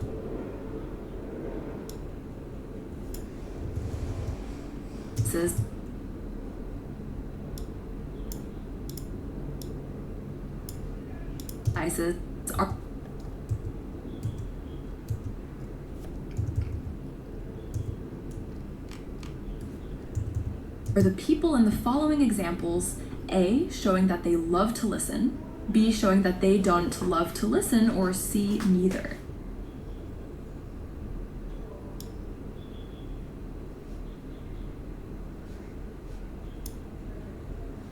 Half an hour non-stop to his co-worker Webster. He now says, Webb, I don't mean to monopolize our discussion. Do you have anything to say? 3. Byron has been talking for half an hour non-stop to his co-worker Webster. He now says, Webb, I don't mean to monopolize our discussion. Do you have anything to say? But be quick. I've only got a few seconds. Answers to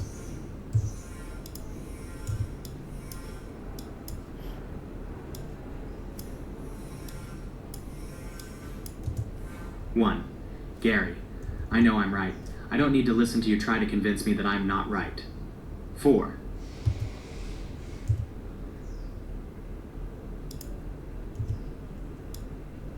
One, Gary, I know.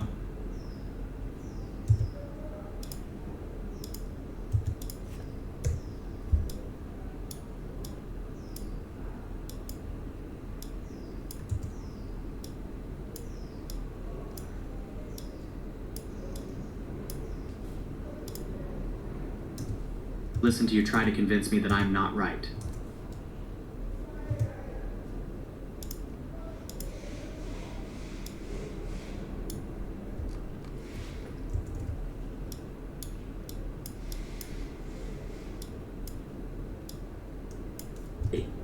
Jack. 2. Betty.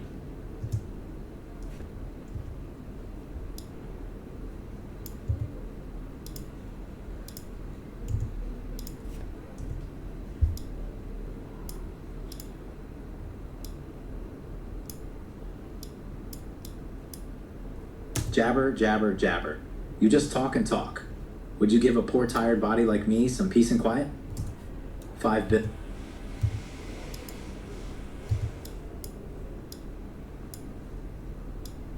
One.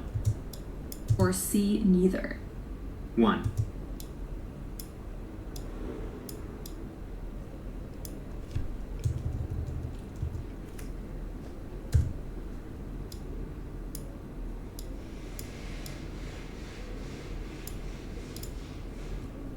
One.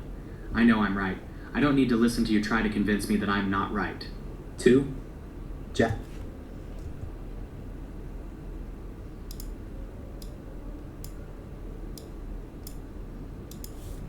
Try to convince me that I'm not right. 2. Jabber, jabber.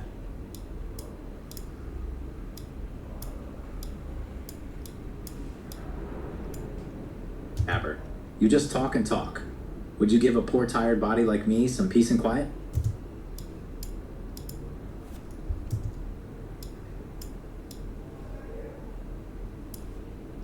Poor tired body like me some peace and quiet?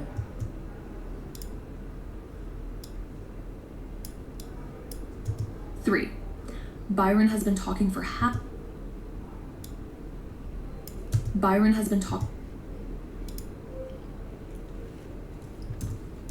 half an hour non-stop to his co-worker Webster.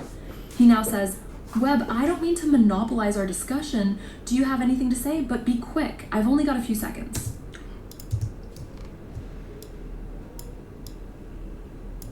4. Jerry.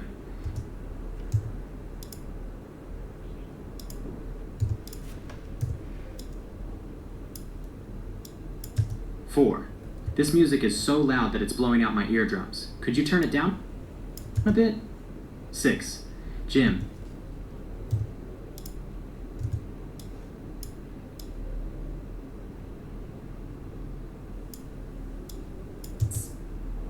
Four.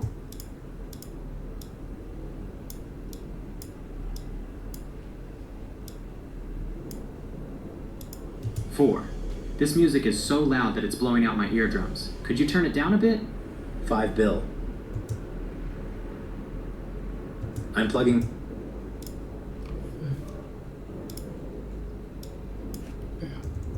5 Bill.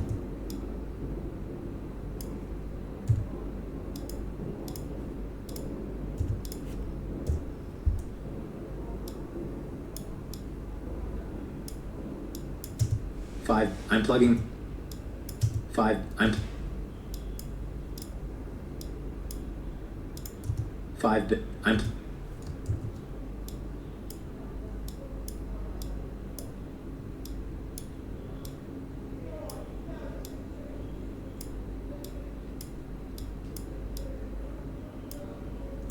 Could you turn it down a bit? 5. I'm plugging my ears. I don't want to hear another one of your critical statements about me. 7.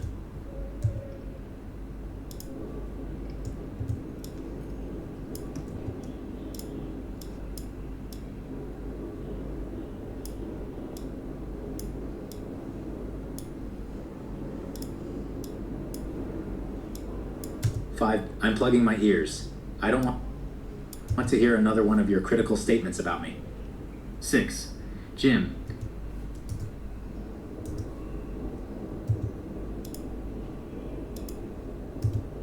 King.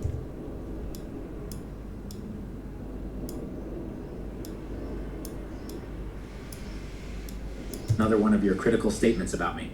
6. I need to hear another one of your critical statements about me. 6. I need to stop listening to my friend Nat. I'm beginning to care too much about what he thinks. I'm a real man. I have a right to my own ideas. What do I care? I need to make my own decisions in life. 7.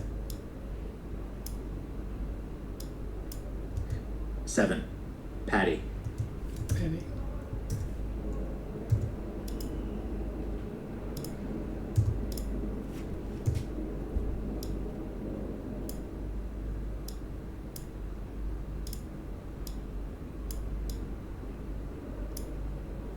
Real man. I have a right to my own ideas. What do I care? I need to make my own decisions in life. 7. I just have too many opinions.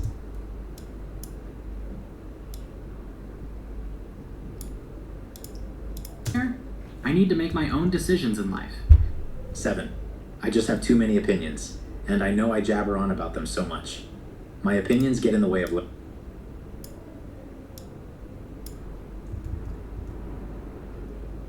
to accept other people's ideas. Answers to Lesson 2. Love to listen.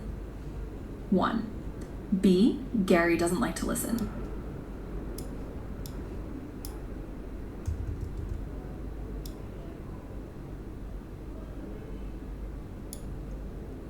He knows he likes to learn things. 8. C. Lesson 2. Love to listen. B. Lesson 2. Love to listen.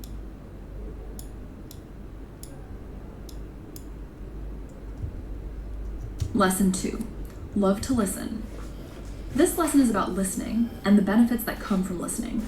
At the county fair, Bob joins a circle of guys having a discussion. He catches the words, drives them up, and interjects his thoughts on what's driving up corn prices. After several minutes, Bob pauses. The guys try to imagine where he is coming from. They'd been discussing differences between men and women drivers when Bob joined them.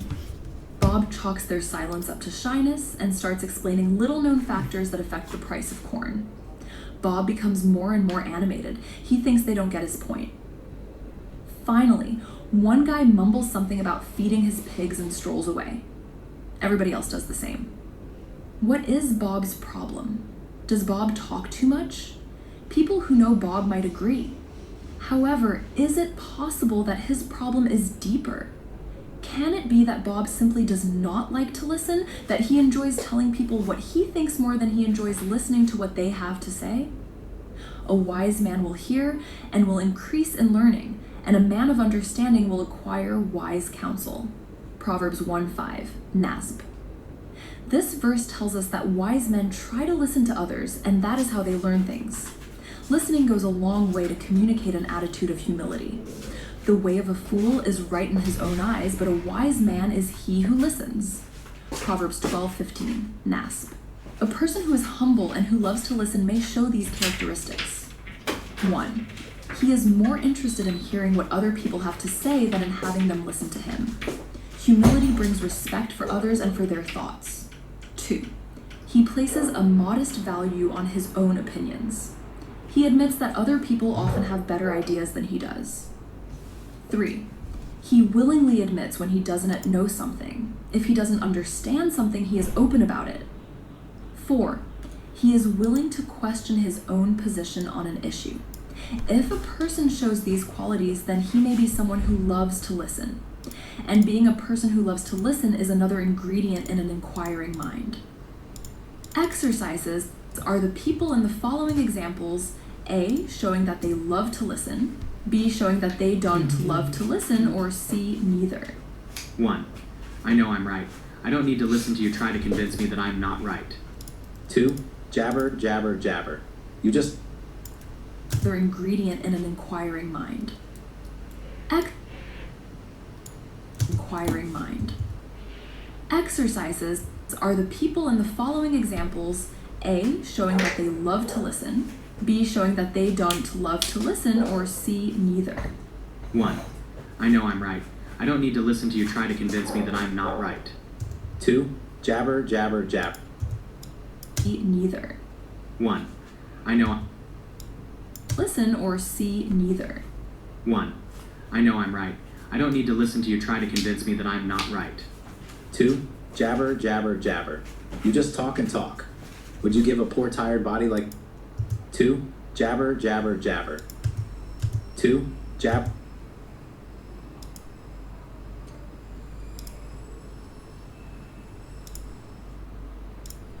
2. Betty. Wait. 1. I know I'm right. I don't need to listen to you try to convince me that I'm not right. 2. Jabber, jabber, jabber. You just talk and talk. Would you give a poor tired body like me some peace and quiet? 3. Byron has been talking for half an hour non-stop to his co-worker Webster. He now says, Webb, I don't mean to monopolize our discussion. Do you have anything to say? But be quick. I've only got a few seconds. 4. This music is so loud that it's blowing out my eardrums. Could you turn it down a bit? 5. I'm plugging my ears. I don't want to hear another one of your critical statements about me. 6. I need to stop listening to my friend Nat. I'm beginning to care too much about what he thinks. I'm a real man. I have a right to my own ideas. What do I care? I need to make my own decisions in life. 7. I just have too many opinions, and I know I jabber on about them so much. My opinions get in the way of learning. I need to just listen more and be more willing to accept other people's ideas. Answers to lesson 2. Love to listen. 1. B. Gary doesn't like to listen. He doesn't want to hear people give their side of the issue. 2. Can't decide. Betty might just be tired. 3. B. Byron doesn't like to listen. He just made Webster listen for half an hour, but he will only listen to Webster for a few seconds. 4. C. Jerry doesn't love to listen to loud music, which is understandable. 5. Depends. Generally, it's good to listen to criticisms people have for you, but sometimes it can be too much. 6. B. It doesn't sound like Jim is actually worried that Nat is controlling his life. He sounds more like he doesn't want to hear other people criticize his decisions. 7. A. Patty might think she talks too much, but she genuinely wants to listen more. Okay.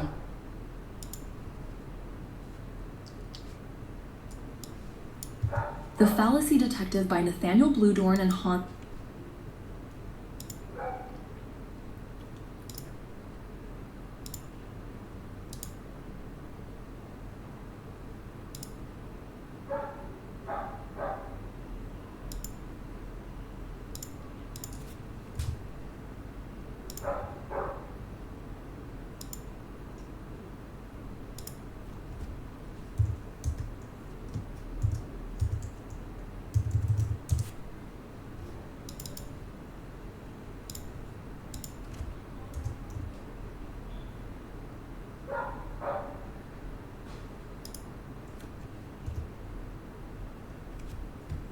Listen. Nice.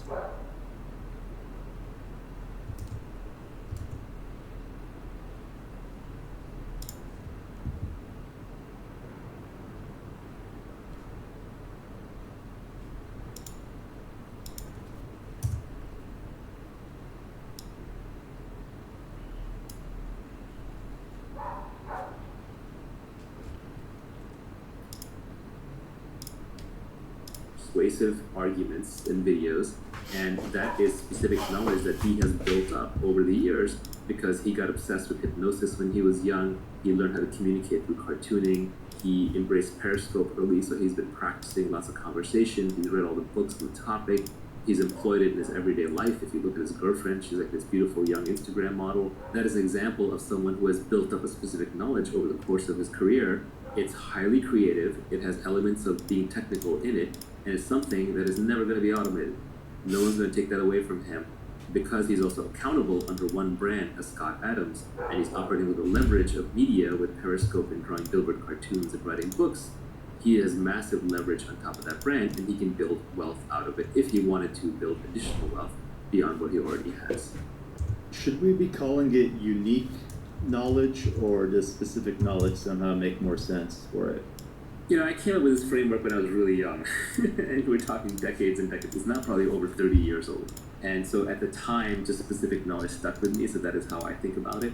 The reason I didn't try and change it is because every other term that I found for it was overloaded in a different way.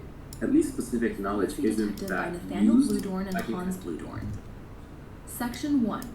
The Fallacy Detective by Nathaniel Bluedorn and Hans Bluedorn. Section 1. Introduction. What is a fallacy? A fallacy is an error in logic, a place where someone has made a mistake in his thinking. People just don't use their heads anymore. I don't know about that, Dad. I use my head a lot playing soccer. Dad and Johnny are talking about two different ways of using heads. This book is for Preamble. Are you the kind of person who skims the beginning just to see whether to read the entire thing? You're in luck. We've prepared one sentence, one image, 1,000 word, and one essay summaries of the concepts behind startup societies and network states. Just click those links if you're impatient. And of course, for the full experience, you can read it one page at a time. Speaking of pages, every section of this book is online and The Fallacy Detective by Nathaniel Bluedorn and Hans Bluedorn. Section 1. Introduction. What is a fallacy? A fallacy is an error in logic, a place where someone has made a mistake in his thinking. People just don't use their heads anymore. I don't know about that, Dad. I use my head a lot playing soccer. Dad and Johnny are talking about two different ways of using heads. This book is for detectives, fallacy detectives. We've designed this book to be a handy manual for spotting the fallacies you meet in the street, in the newspaper, or in yourself. The goal of this book is to help answer the question, what is bad reasoning? We also hope you will find that using your head is fun. To begin this book, we first show why it is important to stretch and exercise your mind.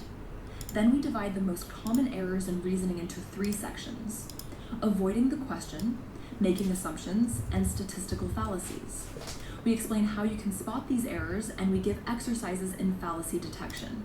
This is followed by a section on the propaganda techniques used by advertisers and politicians. The book ends with the fallacy detective game, where you can have fun with your friends who have been learning logic with you. When you complete this book, you should 1. Know how to spot bad reasoning. 2. Put a higher value on good reasoning. 3. Know how to avoid fallacies in your own reasoning. Thousands of years ago, the Greek philosopher Aristotle began to study and categorize the errors in reasoning he saw. People have found logical fallacies to be the most interesting. The Fallacy Detective by Nathaniel Bluedorn and Hans Bluedorn. Section 1. Introduction. What is a fallacy? A fallacy is an error in logic, a place where someone has made a mistake in his thinking. People just don't use their heads anymore. I don't know about that, Dad. I use my head a lot playing soccer. Dad and Johnny are talking about two different ways of using heads. This book is for detectives, fallacy detectives. We've designed this book to be a handy manual for spotting the fallacies you meet in the street, in the newspaper, or in yourself. The goal of this book is to help answer the question, what is bad reasoning? We also hope you will find that using your head is fun. To begin this book, we first show why it is important to stretch and exercise your mind. Then we divide the most common errors in reasoning into 3 sections: avoiding the question, making assumptions, and statistical fallacies. We explain how you can spot these errors, and we give exercises in fallacy detection. This is followed by a section on the propaganda techniques used by advertisers and politicians. The book ends with the fallacy detective game, where you can have fun with your friends who have been learning part of logic. As you can see by the circle in this diagram, are all branches of logic in this book. All of the other branches, including syllogisms, scientific reasoning, argumentation, etc., are very useful, but we chose informal logical fallacies as the focus of this book. Lessons. This book is for students aged 12 and up. Adults can use this book too. We designed the lesson format for both private and classroom use, with exercises for many levels of difficulty. Each lesson begins with a section to read and ends with exercises. There are different ways you can use our book. We recommend that you work through this book in a group of 2 or more people.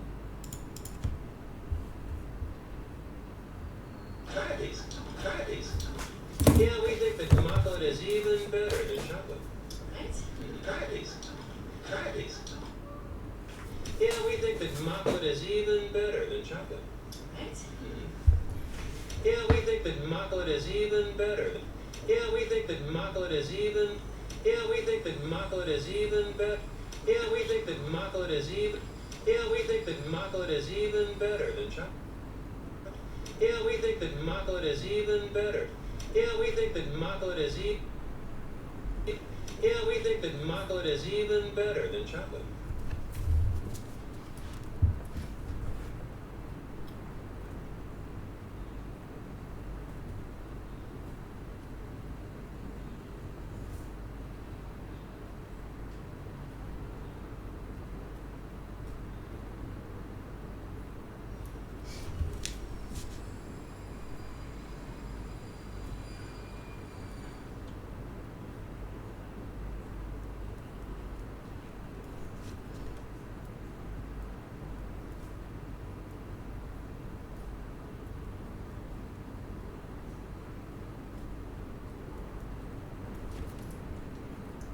Yeah, we think that chocolate is even. Yeah, we think that chocolate is even better. Yeah, we think that chocolate is even. Yeah, we think that chocolate is even better than chocolate. Yeah, we think that chocolate is even better than chocolate.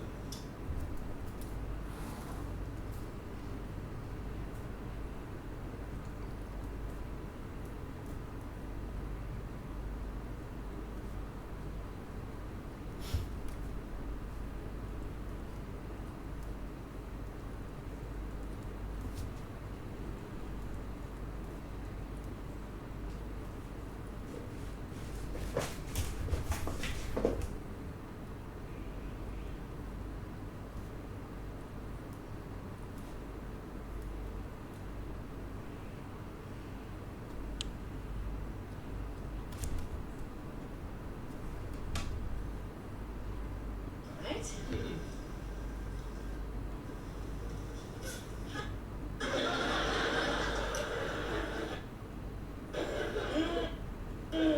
Yeah.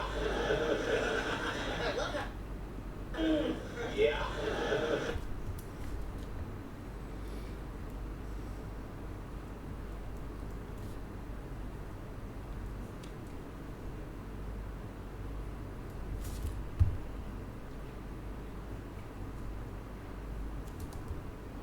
I love how it crumbles.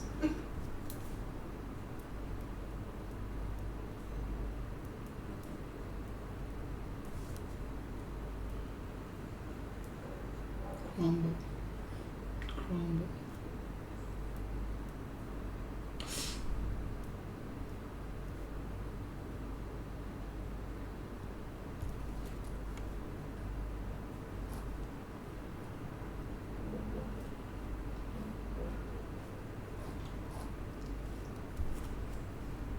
I love how it crumbles. I love how it crumbles. I love how it crumbles. I love how it crumbles. I love how it crumbles.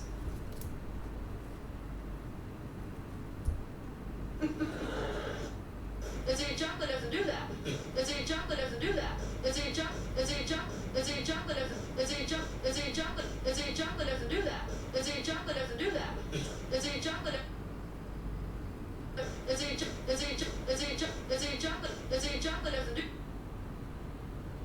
that. And see, chocolate doesn't do. And see, chocolate doesn't. And see, chocolate doesn't. And see, chocolate doesn't do that. And see, chocolate doesn't do that. And see, chocolate doesn't do that. And see, chocolate doesn't. And see, chocolate doesn't do. And see, chocolate doesn't do that. And see, chocolate doesn't do that. And see, chocolate doesn't do that.